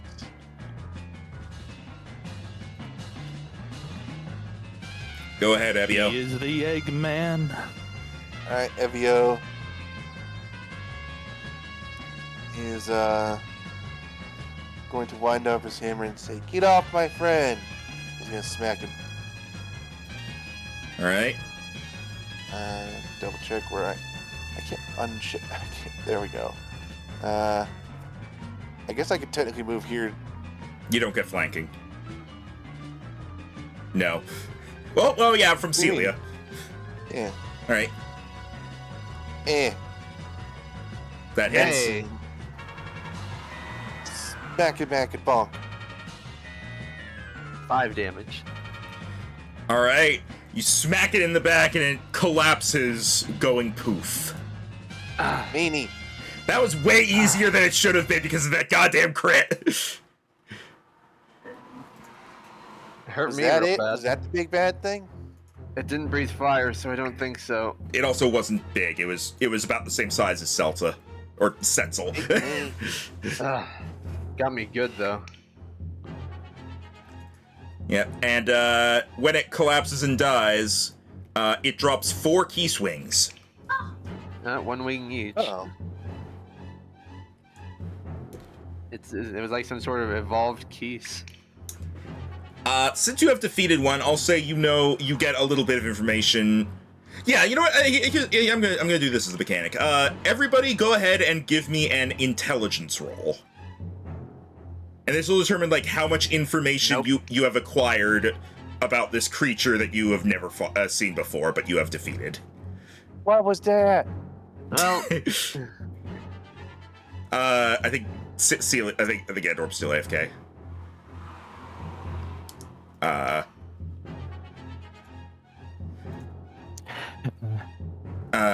Here, As a learned scholar. I'll hit it for her. Okay. All right. You are able to tell based on this, and also you've heard like rumors about something doing this, and you're like, oh, this must be that thing. There are some creatures out there that can take the form of a Keese, but their real form is an Eggman, a humanoid bat-like creature, typically sort of a leader of the Keese in various areas. It generally is it's very territorial, and its claws and bite have poison in them. It cannot breathe fire to your knowledge, but it can summon more Keese. Now, question is there like stronger versions of these Eggmen? That you do not know. Okay.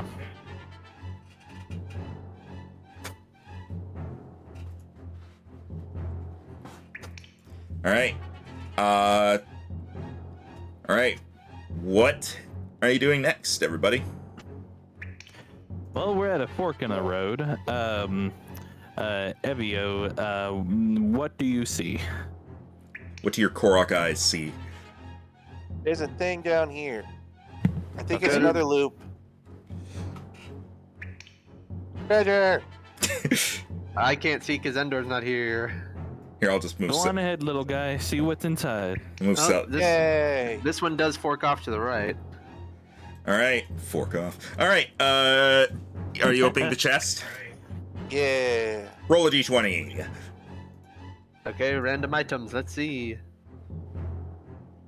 Yeah. Wow. Ooh! We get something really Ooh! good. We get something really good. Wow. You better get a shit ton of rupees. You find inside 50 rupees Oh. and roll a d4. So And if- that's Okay. well, that's 12 and a half if we divide. Can't really do that. Jesus!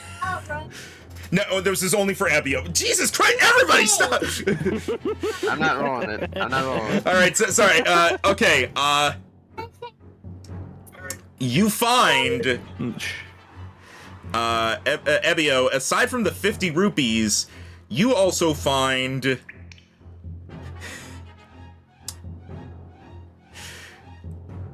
You know, yeah. Okay, you find a dark iron plate. Oh. What is that? An incredibly tough piece of metal, often used in forging armor. Ooh. Ebio hugs it to himself. It This kind is your upgrade. It looks like it basically looks like a piece of plate armor, and it is as black as night. Ooh. Ebio hugs it. Do you think that would be helpful for stealth?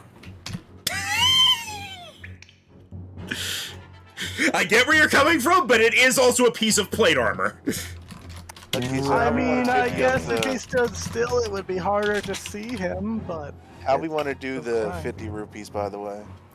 Yeah, that's kind of awkward with 4 I people. figure just 2 people get 13, 2 people get 12. Or I get the 2 spare because I paid for everyone's milk. Okay. Yeah, so 12 Yeah, rupees to and I'll- everyone, but 14 to Celia. Okay. Hey, I'm back to a multiple of 5 now. All right. 37. Also, Ebio seems excited.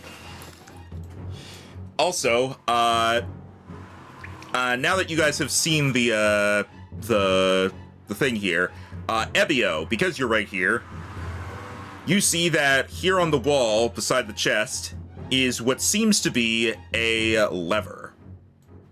Eh? It Starts reaching. is 4 feet up. Eh. Eh. Eh. You okay, little guy? I can't reach it. I don't know what we're looking at now. There's a lever on the wall. Okay. All right. I guess Admati will go ahead and pull lever for you. It's okay, little guy. I got it. All right. As That sound is so good. as over here, a stone door opens up. Oh, so that Ebio path is turns. blocked. That opened. Is this anything I can't really see? No. Oh, hey, It's I a can wall. barely see it. Okay. Here's what it This is. Okay. So everyone got 12 rupees with 2 left over. Who gets the extra 2? They went to Uh, they went to Celia because she paid for drinks. Okay. Yep. Cool. So before we potentially enter a boss fight, maybe should I just stay back or should I get healing? Do we want a short rest? Uh, Well, I mean, this thing opens. We can probably look inside. yeah. I don't think we've done enough to warrant a short rest yet. I haven't used any of my resources. All right, I'm gonna tell you right now. Don't go through the door Okay. because once you do, that's going to be triggering things. But you can look through. Uh-oh. Oh boy. I don't see stuff. I will say, now that you're here, you know what? Everybody hears this. You hear coming from past the door, somewhere you can't see. Something big is in there.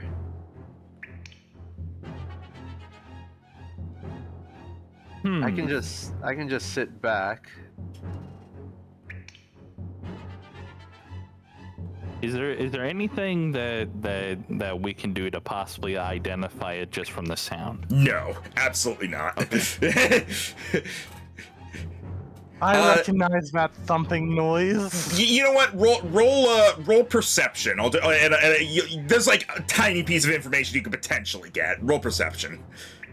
All right. 19. Based on the way the based on the way the footprints are and how they're spaced out, it's something with 4 legs. Oh God. Okay. Is it a fucking Lionel? That would be badass. Or maybe it's a like a Dodongo, maybe. Oh, that's a good one. 4 legs breathes fire. What if it's a Dodongo? Yeah. That's what. You think we should check the other ways first? There is no other way. Yeah, it's a loop. The other way is a loop. My bad. This is the only path left, and it's where our monster is. Everyone ready?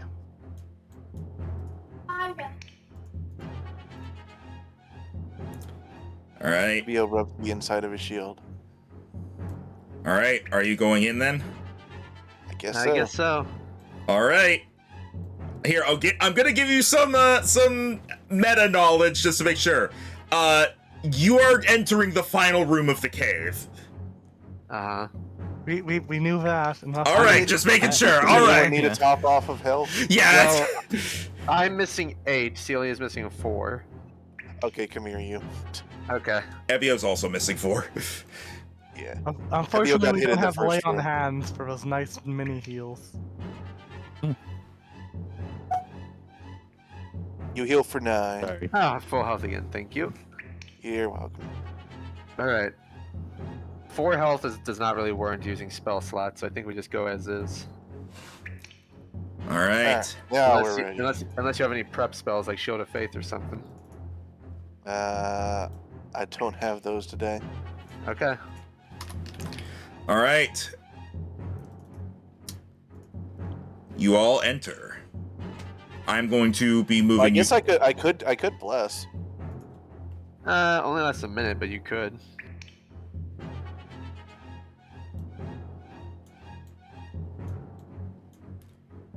Yeah, Right. why not? All right. Okay, who gets it? Well, it's 3 people, so I mean, I guess I'll just give it to all of you. You can give it to yourself. Okay. I'll give it to them. All right. Bless. All right. All right.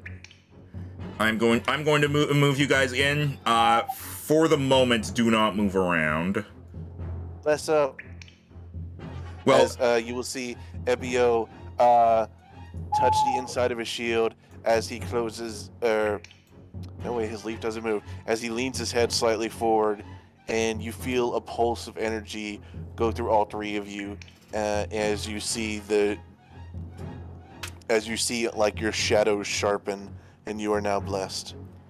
real quick, put yourself in marching order. Okay, we definitely have you out front.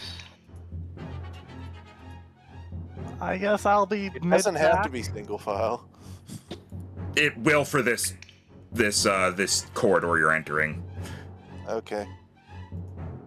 I feel like Are we doing top to bottom or right to left? Top to bottom. Top to bottom. Okay, so I'd be behind. That'd be it.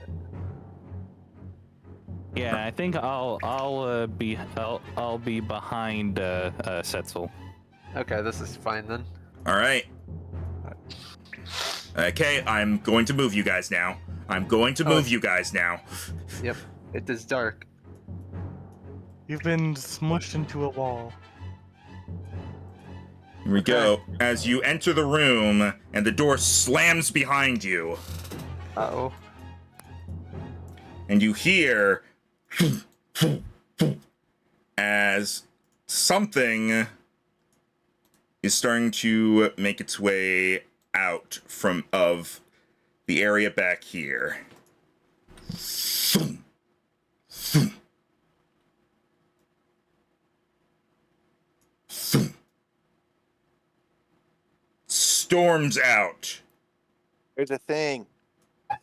Boom, boom, boom. What the fuck? As you face the Aquamentus. Oh, no. it's the dragon from the first dungeon. Oh. Reroll your initiative. That's right. Okay. That's right. That's the very first Zelda boss if you're doing the dungeons in order. Yeah. I wonder if that's gonna be a theme. Damn it. Oh wait, hang on, my token. I'm Before I gonna forget. save. I'm fine going last. I'll save my initiative, or I'll save my I'm going reroll. first. All right, I need to add global attack mod because we have bless. And save mod. Oh yeah.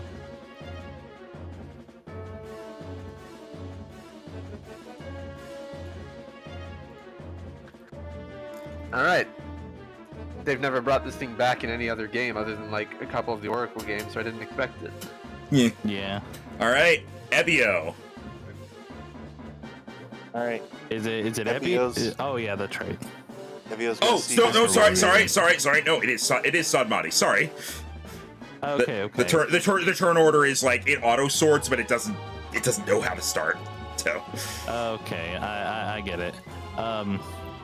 Okay, so, but before the battle, is there anything additional that I can find out about this to possibly inform the entire team?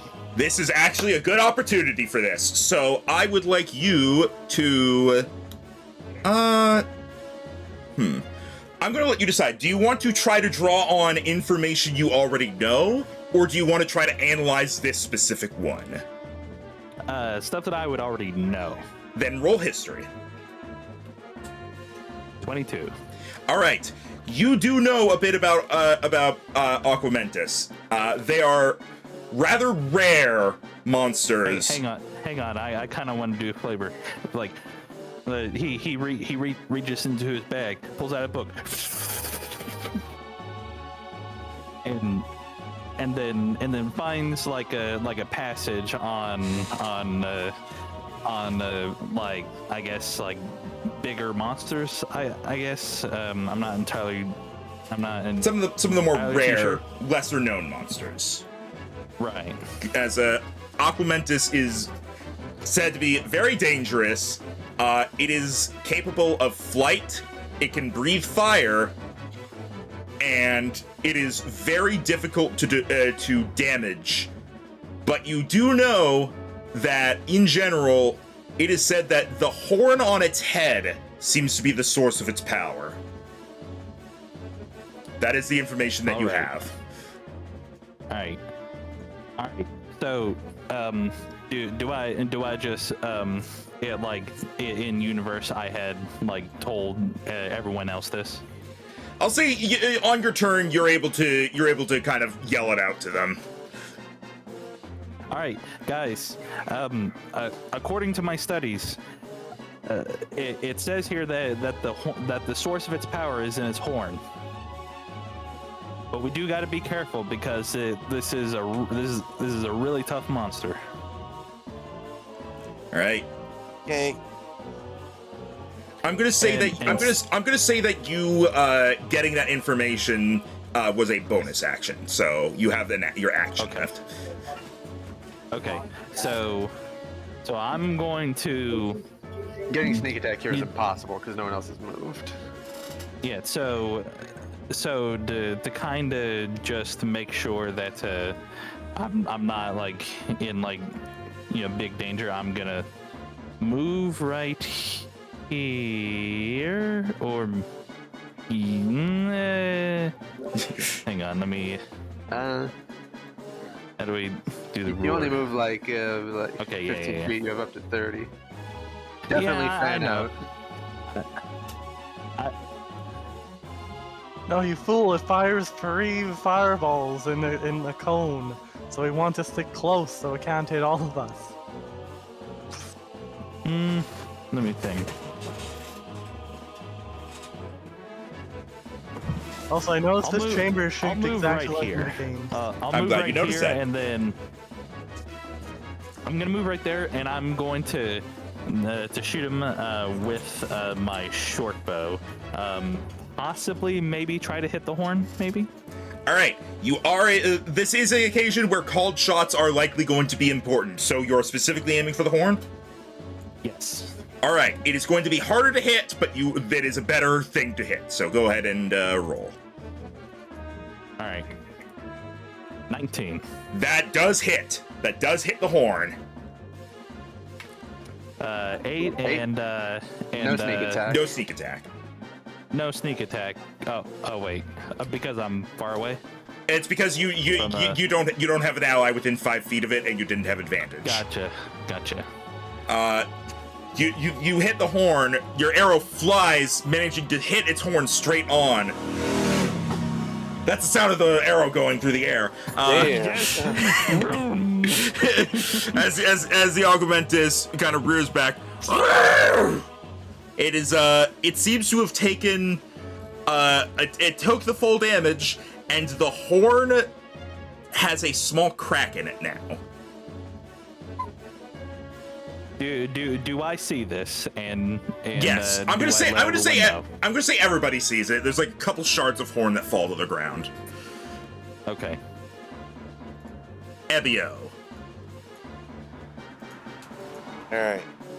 As Evio sees this thing, he's going to take a tiny step back, but then he is going to touch the shiniest part of the inside of his shield, and he will mutter a few words. He says, "I am strong, I am brave, I will protect my friends. Help me, friend." And he will raise his shield as I will use my channel divinity, and you will see almost what looks like a dark mist coming out from Ebio as it forms into a 30-foot radius around him. Yeah, 1 second here. I'll set that up. I got it. I wanted to use a color. Okay. There we go. I just realized Blake didn't have Bless put on the attack, but it hit anyway. Yeah, it's fine. I didn't have what? Bless. And as he does that, Ebio will step up and he will face this large creature. It says, "I can't back down now. I've only just started." And as he does that, you will notice the mist almost seems to seep into him, and you notice a shininess come to his bark-like skin, and he will gain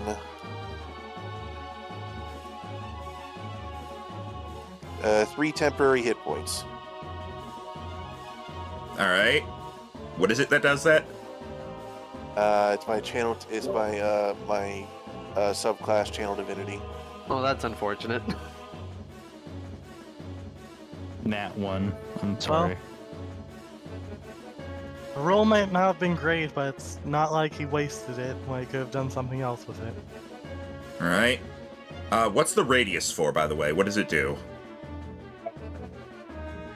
So so the sphere moves with me. It lasts for 1 minute, and whenever something ends their turn in the sphere, I can do one of 2 things to it. And All right. so That's ominous. yeah,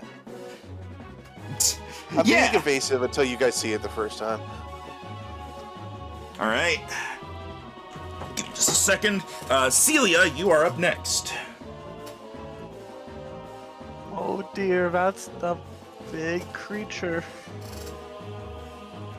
Also, I should point out the radius also sheds dim light, so you can at least see where this guy is.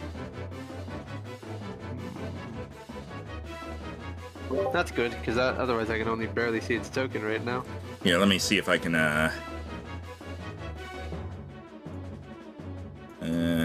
it's a 30-foot radius? Correct. There we go. That should help. Celia gets into the room and she's going to stare at the creature for a moment. And then, as a bonus action, she's going to cast Hex. Alright. All right. What type of ability checks does it have disadvantage on? I don't think it's going to matter, but let's say dexterity. Alright. For the record, I was just syncing that up with people who are going to be using attack spells and such. Just in the future. Isn't it? But it's only for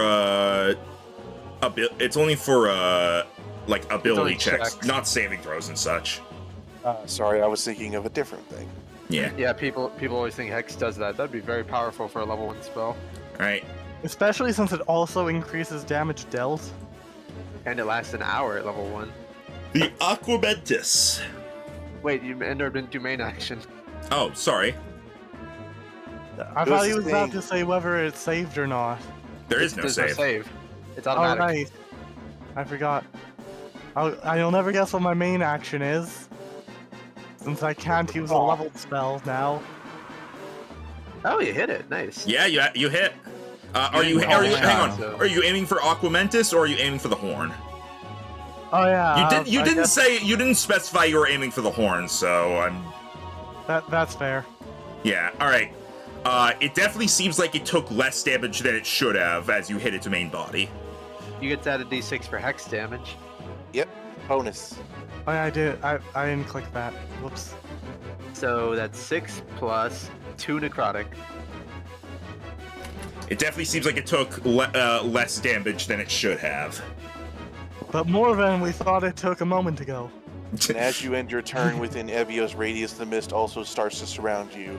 At first you are worried, but it actually is a very calming sensation as you gain 3 temporary hit points. Nothing changes.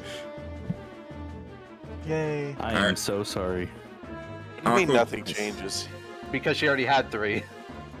No, what? Evio had 3. Oh, was it just Evio? I thought you gave it to everybody. No, I gave No, we it have to me, end our and turn then- before he gives it. Okay. All right. The Aquamentus is going to move forward. As it's going to move down to here. And it is going to breathe in before shooting out 3 separate fireballs that are going to come flying at you guys. One is going to go for Ebio. Oh. That is a 10 to hit. Oh, nice. and No, miss. he blocks it. All right. A second one is going to go for Ebio. I will be the wall. That is a 19 to hit. Ooh. Ow, I'm on fire. And And you gotta roll a con save to keep up less. yep, and you take 8 fire damage. Ooh. Ow, a lot. Come on. Con save for bless. Yeah, I was reducing my health. Come on. Hey. And the last one is going to go for Celia. That is no. that is also a 19 to hit. Oof. Oh no! Or sorry, the previous one was 18, but whatever. Oh no, it was 19. Sorry, I can't remember what I said. I'm confused because there's a 19 con save there, and I'm like, okay, was there an 18 anywhere? Okay, you take 5 fire damage. Not too bad, so that takes away your temp and 2 regular HP. And it And makes me have to roll concentration. yep. Yep.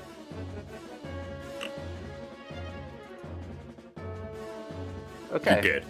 All right, Yay. Setzel. That is the end of its turn. Setzel, it's on you. Setzel is going to take off into the air just 5 feet, and then he's going to move up 25 feet to here.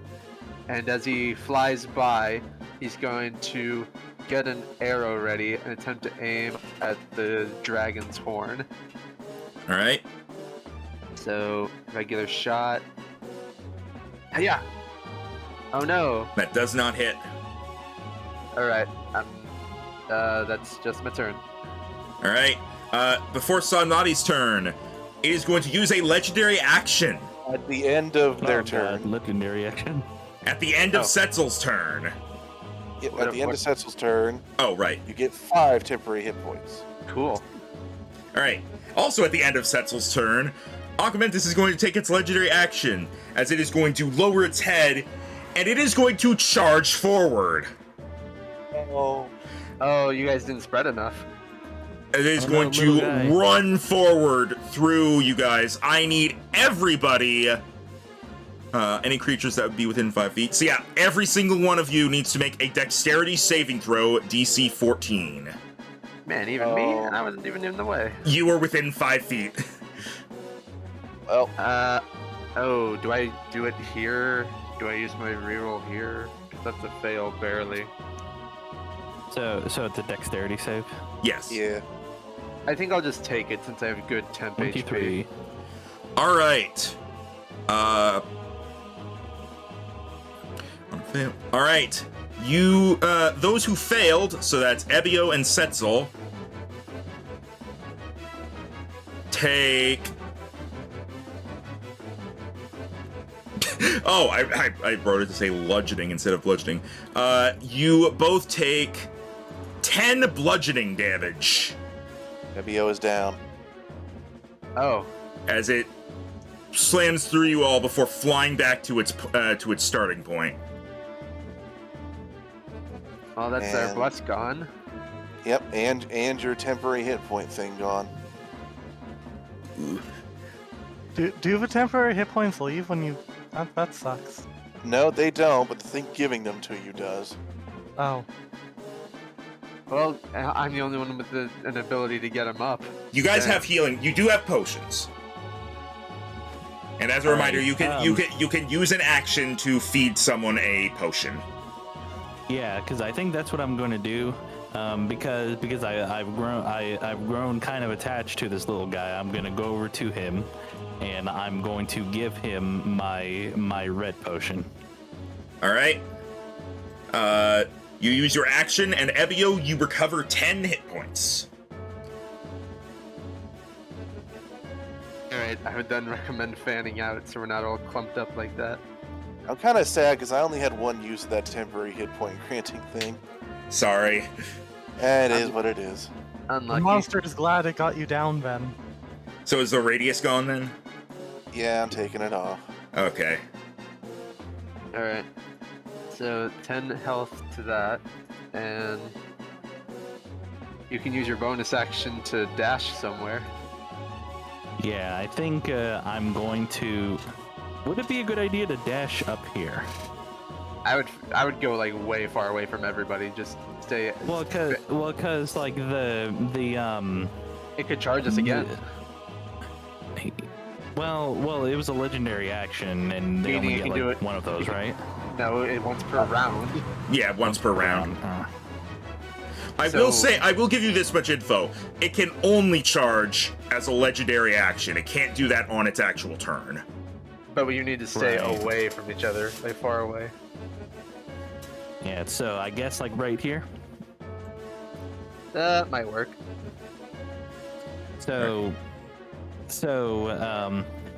Okay, so like in universe, what I was just doing, like after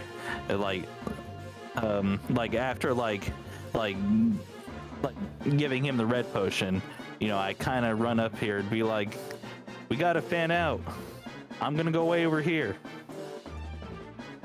And then as I reach up here, I'm going to try to shoot the horn some more. You use To your try you to- use your action on the potion, so Oh, that's right.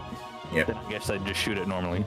no, you can't shoot at all because you used your action Oh, that's to right. feed Ebio the potion, so your action is You're used right. up. You're right. All right, Ebio, you're back up now. Yeah. Evio stands up. Ow. You make it hard to help. As Evio will move down and aiming at the body, he is going to use Guiding Bolt. All right. because this aura should cover the whole thing, so it'll just help whoever hits next. All right, and you're specifically going for the body. I don't trust myself to hit the horn. All right. I should. Hey, Yeah. You hit the body. Go ahead and roll that damage. 15 radiant. Wow. All right. Once again, it does seem to take less than it should have, but it is now glowing, and the next attack against it will have advantage. Oh no. Hey, look who goes next. Actually, I guess technically, does it say concentration ends when you go incapacitated? Yes. Okay. Even if it didn't, I call bullshit on that. Yeah. It definitely 100% does. Even if it didn't say that it did, I would still say, unless it specifically said that it didn't. But anyway, Celia. I'm going to go for the horn now. Aim for the horn, Pikachu. All right. Nice. That hits. Ooh, near maximum damage, 14. And that Five hits on that. directly onto the horn. Yep. It hits the horn. The horn Wow. cracks even Good more. job. Cracks even more as it lets out a pained cry as the horn breaks off from its forehead and falls to the ground. Nice. No way. No way. That... We did it? It's not still dead. up. It's still up. It's still up, but the horn is broken off. This probably means that the main body now takes full damage. Yep, it is stumbling a bit. It seems like the horn was definitely making it stronger, but it no longer has the horn. And not only that, you have also gotten rid of its ability to use the charge. Good, good. Ooh. Yay. Wait, how can it? If it charged it bludgeoning damage and now it can't charge because it has no. It doesn't horn, have the that's power to like run forward that fast anymore. Its speed is pretty low. Yeah, It's been weakened. Yeah. All right. Yeah, as cool. somebody had explained, he said that it seemed like that the horn was the source of its power. Yep, it's still up and it can still fight, but it no longer has the horn. And to show I that just it can didn't still think you fight, meant the power to run. and to show that it can still fight, I'm gonna roll a d4 here real quick. All right, it does not regain that, as it is going to move to Sadmati because he's within range. No. And he's going to go in for a multi-attack. He's going to go with its claw attack. 12 to hit. That misses. All right. Nice. And it's going to try to bite you. That's a 7 to hit. It misses both of them. Hey, Yeah, nice. I'm thinking I'm thinking of like an anime fight, right? Where like the monster is trying to hit, but like Sadmati like in a sort of like typical like Sheikah ninja sort of fashion is just kind of like jumping and rolling. That's cooler than my idea, which was the dinosaur scene from Meet the Robinsons. No. Setzel. Big head and little arms. I'm not sure how well this plan was thought through. Yeah. Setzel is going to recover from getting blown back by the stomp and is going to take aim with another arrow, this time at its body. All right. And what's the action economy if I want to strap a monster horn to an arrow? That is not something you would do mid-fight. Ah, damn. I'm just gonna tell you right now. That is not that would not really have an effect, and that is not the proper use of the item. All right. And let's That take a was shot. something Leak could do because of his special thing. Yeah, Dang it. that does not hit. Also, That was really- also, it wouldn't make the arrow stronger. The arrow's already pointy. That was really good damage, so I'm actually gonna use my reroll now. All right. Ah, No. my luck's gone. I can't hit anything anymore. Big oopa doopa.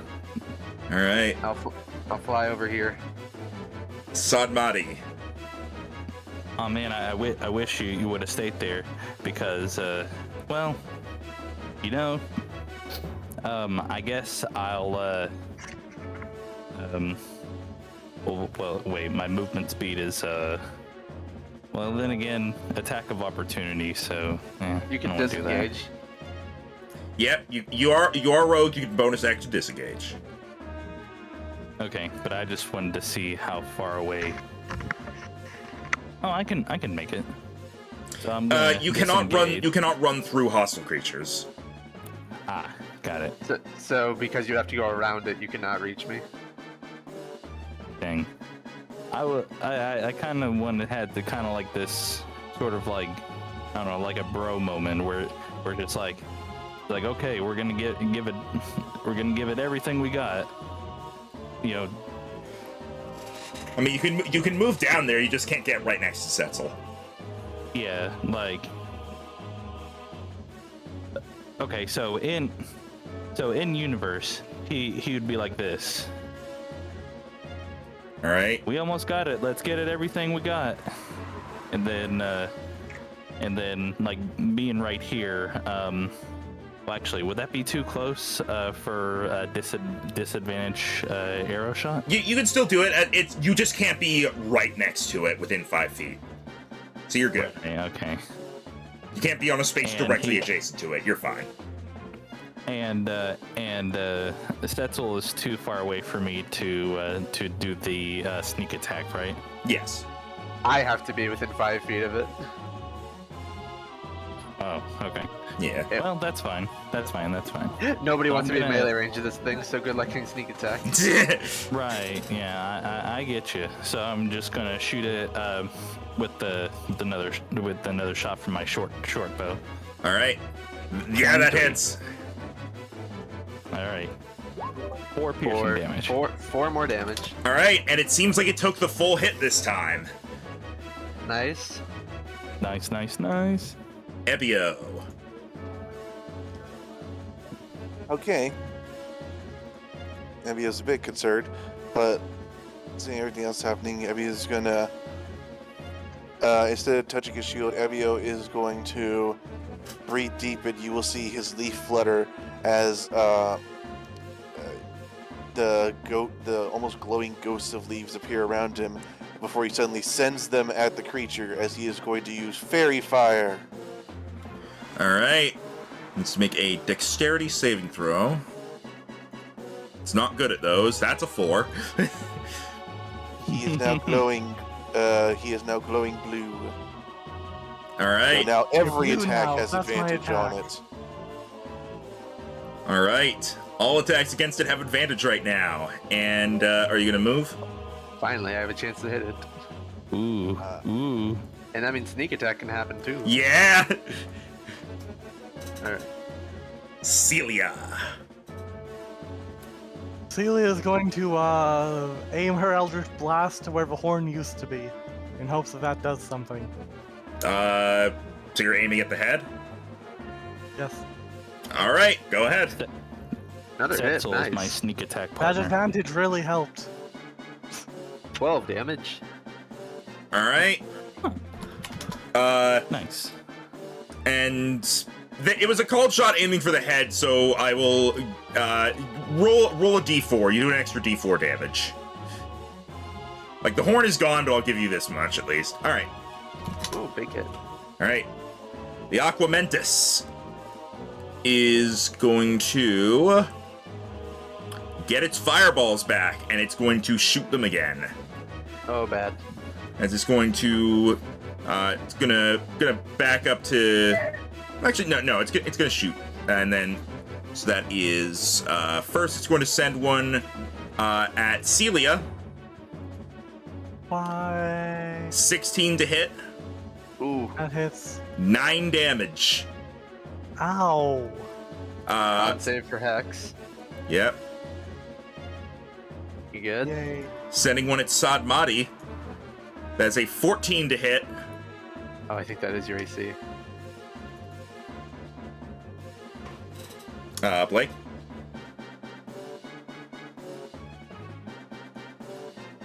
Oh, he's not here. Yeah, I'll just check his sheet.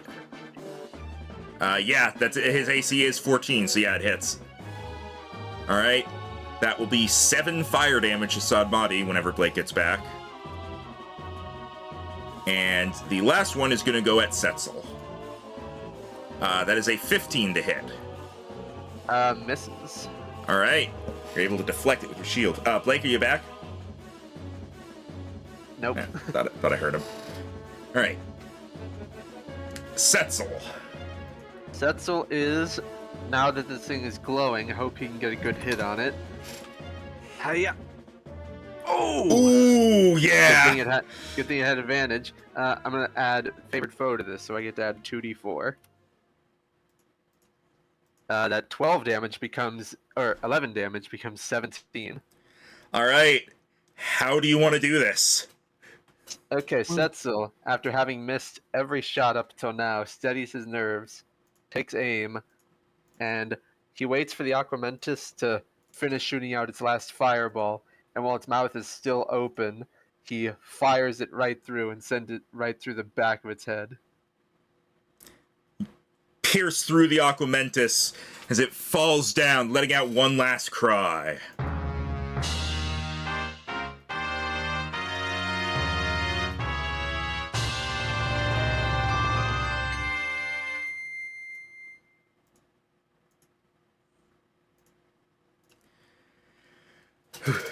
Oh.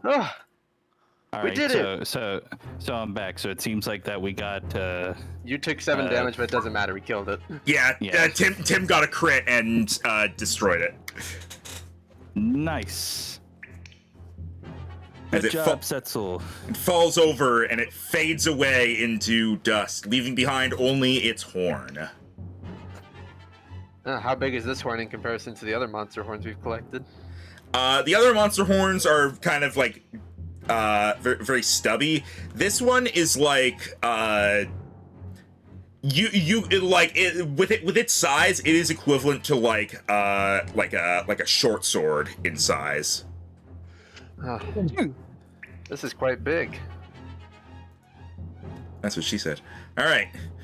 I was tempted to say that. I'm looking at that thing. I'm quite surprised the milk delivery actually managed to make it to town at all. All right, so who wants to carry it? I can do it. I mean, I don't want to hinder your flight or anything, but It's you can easily just put it in your bag. Anyone can carry it. It's not that big. I'm got just it. saying in universe. In universe, I'm just like, you are a bird. You need to be light and able to be fly. I didn't exactly carry my weight during that fight, so I can at least carry this. Did I help? You did a good job. Ow. Here, I go over to Ebio. Pet. And that's it. Let's get out of here and go rest so that we can start heading home. What about where it came from? Good plan. If we look in the cave, do we see anything else? Well, I do see that there's this little passageway here on the right. Big treasure.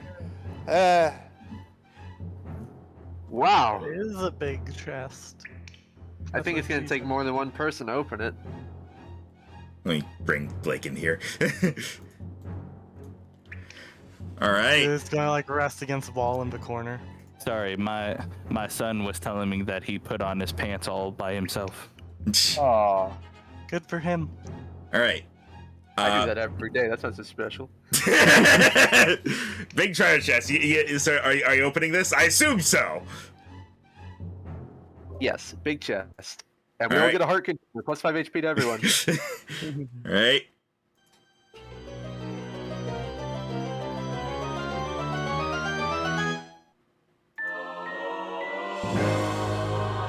That sounds big. That sounds impressive. Yeah, that sounds like an armor piece. As it comes out, you find various sizes of rupees, coming out to a total of 200 rupees. Okay. Oh my that's god, 50 rupees each. 50 each. Yep. And in addition, you find some other things at the bottom of it. Ebio and Setzel, you're the ones who opened it. Both of you roll a d20. Cool. I saved it. Don't worry. All right. You find a train, apparently. You find a couple, like, just what seems to be just, like, you find 2 more key swings. But you also find, because of Setzel, you find a Wizrobe wand. Whoa. Which is so those are the materials you got. Hang on. Celia, you're the mage. Maybe you want to hang on to this? A sturdy wand used by Wizrobes to channel their magic abilities. Aren't these things usually, like, sometimes, like, of a specific elemental? Not in this. Okay. It's I'll just... let Celia have that. And who wants Thank you. who wants the wings? I guess I'll take them. Okay. So there was 2. 2 wings. Yep. All right, I got a total of 4. All right. Now we can head home. Yep. As you have gotten the treasure here, you have defeated the monster. You are able to head back home, head back to Castletown if you wish. All right. We'll head Nice. back into town, show both the guards and the bartender that this giant horn we have is proof of what we killed. All right. Let's get you all back to the map then. Yay, a map.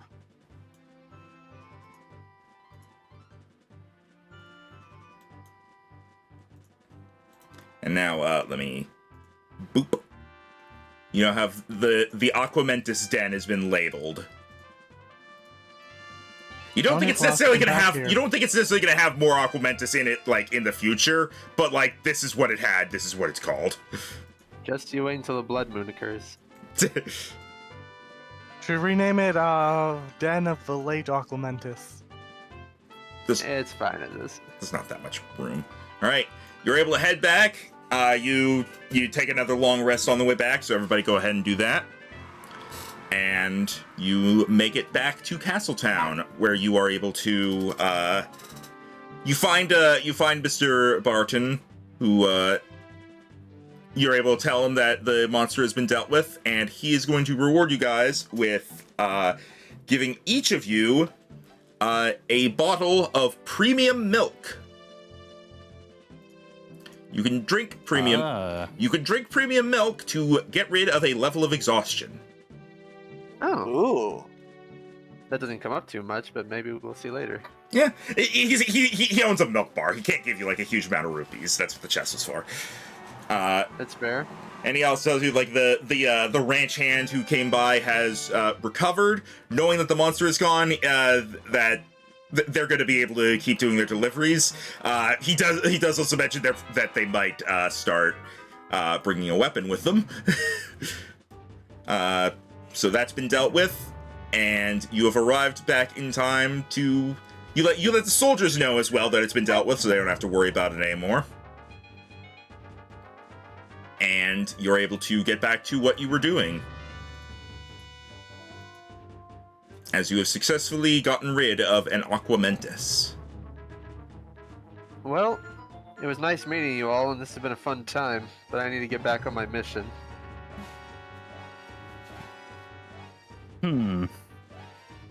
Well, while I do admit that my original purpose here was to possibly find other scholars, but if I want to be completely honest, the experience that I've had with all of you guys is probably more.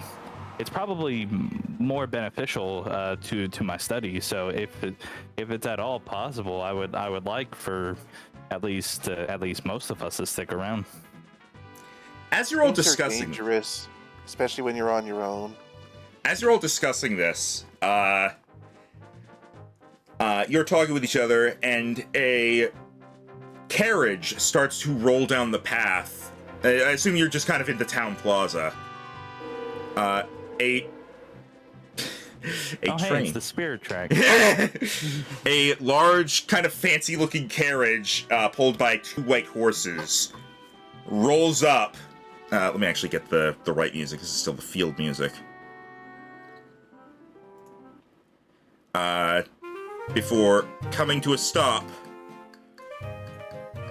And the door of the carriage opens. Everyone around kind of like steps back.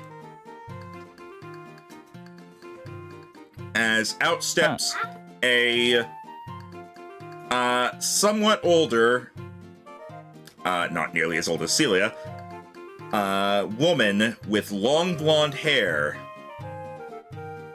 and a very elaborate dress. Out of all of us, who sees this first? You all probably see it at the same time because everybody saw the carriage and then everybody was watching the carriage. Do you want to compete with the guy with 18 perception? Who's that? She looks nice. That's Queen Zelda. Ooh. As she begins to approach the 4 of you, looking concerned. Setzel immediately takes a bow with one wing across his chest. My queen. Evio Celia just also takes stands a there and kneel, just like, looks up at her, just You're eyes using your wide. staff to support her. Well, Sadmati, as he is very familiar with a lot of these customs, he naturally takes a knee and bows. Evio realizes the other 3 bowed and then tries to, and then just kind of falls on his face. Rolls over. Celia, Now he's on the kneel. backpack. It's kind of like Ed from Ed and Eddie when he got planted his face on the dirt. I'm a woodpecker. Except it's dirt. Please, there is no need for that. I heard that you were able to take down the Aquamentus. Yes, we did. I believe I may have further need of your help. Please come with me. Oh, like helping. certainly. And I'm surprised someone of your stature would hear so fast. I always say that news moves slowly in the court. the soldiers told me about the monster that had gotten in the way of the delivery, and that the group of adventurers had gone out to fight it. I didn't think you'd return successfully, or even at all. Well, Queen Zelda, if it wasn't for, these lovely people here and myself, I don't think each of us individually would be able to take down the Aquamentus. So me personally, I would like to thank everyone who was able to fight alongside with me to help take down this big evil monster. And I may have sworn loyalty to the. Go ahead. I may have sworn loyalty to the Rito, but I took a solemn oath to protect any who walk the lands of Hyrule. And also, Sadmati is visibly very nervous just being in the presence of Queen Zelda, because all that he's ever known was essentially just in Kakariko Village, and then from time to time we'll go to Lon Lon Ranch. So just being in the presence of that, he's pretty nervous. All right. So Queen Zelda leads the four of you to join her on the carriage before the driver starts steering back towards the castle. Oh, I can't wait till I tell Linda about this. She's never gotten to ride the carriage with the Queen before. I'm very sorry to ask so much more of you after what you have done, but There is an urgent matter that I believe you might be able to help with. Is that why you seem sad? It's a complicated matter. I will explain everything back at the castle. As you continue driving along, that is where we are going to end the first session. Oh boy! Hey. And also... Oh, again? Oh my god, level 3. We're officially past the brittle stage. Yeah, I said like the first two levels are gonna go by fast because I know that like it level 3 is when it actually like really starts. This was the intro, and I was like, once you get past the intro, you'll be level 3. Genuinely didn't know if it would be done in the first session, but hey, here we are. All it took was going over time by 40 minutes. Yeah, Which is I not nearly I enough was to a be bit 2 concerned with the sessions. damage output of the boss. I was like, oh, I hope with my 8 health after it did 8 damage to me, I could live 10 damage. Well, never mind. Face Well, plant. it was an all or nothing attack. If you dodged, you were safe. Yeah, and that was its special thing basically. That and the fireballs. And the fireballs had the dragon breath recharge thing. Yeah, I'm glad we recovered after that though. Yeah. All right. Go ahead and do your hit dice, and you do all hit level 3, and we can go over choices of subclasses and such next time. Yay, I get my second subclass. Subclasses. I get to subclass. Yeah, Rhino already did subclass. Yep. Yeah, So did Endor. I get a subclass too. I'm a warlock, but I get 2 kinds of also- subclass. But I also gain the ability of steady aim. Yeah. As That's a gonna be bonus Second level action. spells. I That's get pretty much another. it. Action. I get another spell slot as well as stuff for my subclass. I Alright. think I get level 2 spell slots. You do. Yep. So does Rhino. Well, yeah. You get level 2 subclass spell slots. Bleh. There we go. I can speak. All right. So next time we will see what happens as you are all heading to Hyrule Castle. Meet the queen already. We're making progress. Yeah. The queen basically, like, when you guys first, like, told the soldiers about the Augmentus, or about the monster, basically, like, while you guys were gone, the soldiers and the queen were, like, trying to figure out what to do about it, and then you came back and were like, hey, we're done. Yeah. This game will not be every Friday like the Pokemon game is every Wednesday. This will just be whenever. Correct. This will just be, like, whenever we're able to get together and everybody's up for it, because availability overlap for this group is a bit harder to get, but Yeah. we But will it'll do it when we hopefully can. Be around. It'll hopefully be out more often than the Paper Mario game. Rhino will I remember feel like this. that's a dig at me. It is absolutely not Rhino's fault that it takes a while. It's a combination of Endor and Dan's schedules being so different. Because Rhino and I are available like all the time. Well, nowadays I also have like no schedule because I got unemployed last week. All right. Oof. So, It was a seasonal position. I knew it was coming. That's So- fair. so we will see you next time as our heroes continue on, presumably about to do some more adventuring at the behest of Queen Zelda. Yay. Yeah. Farewell, everybody. Bye!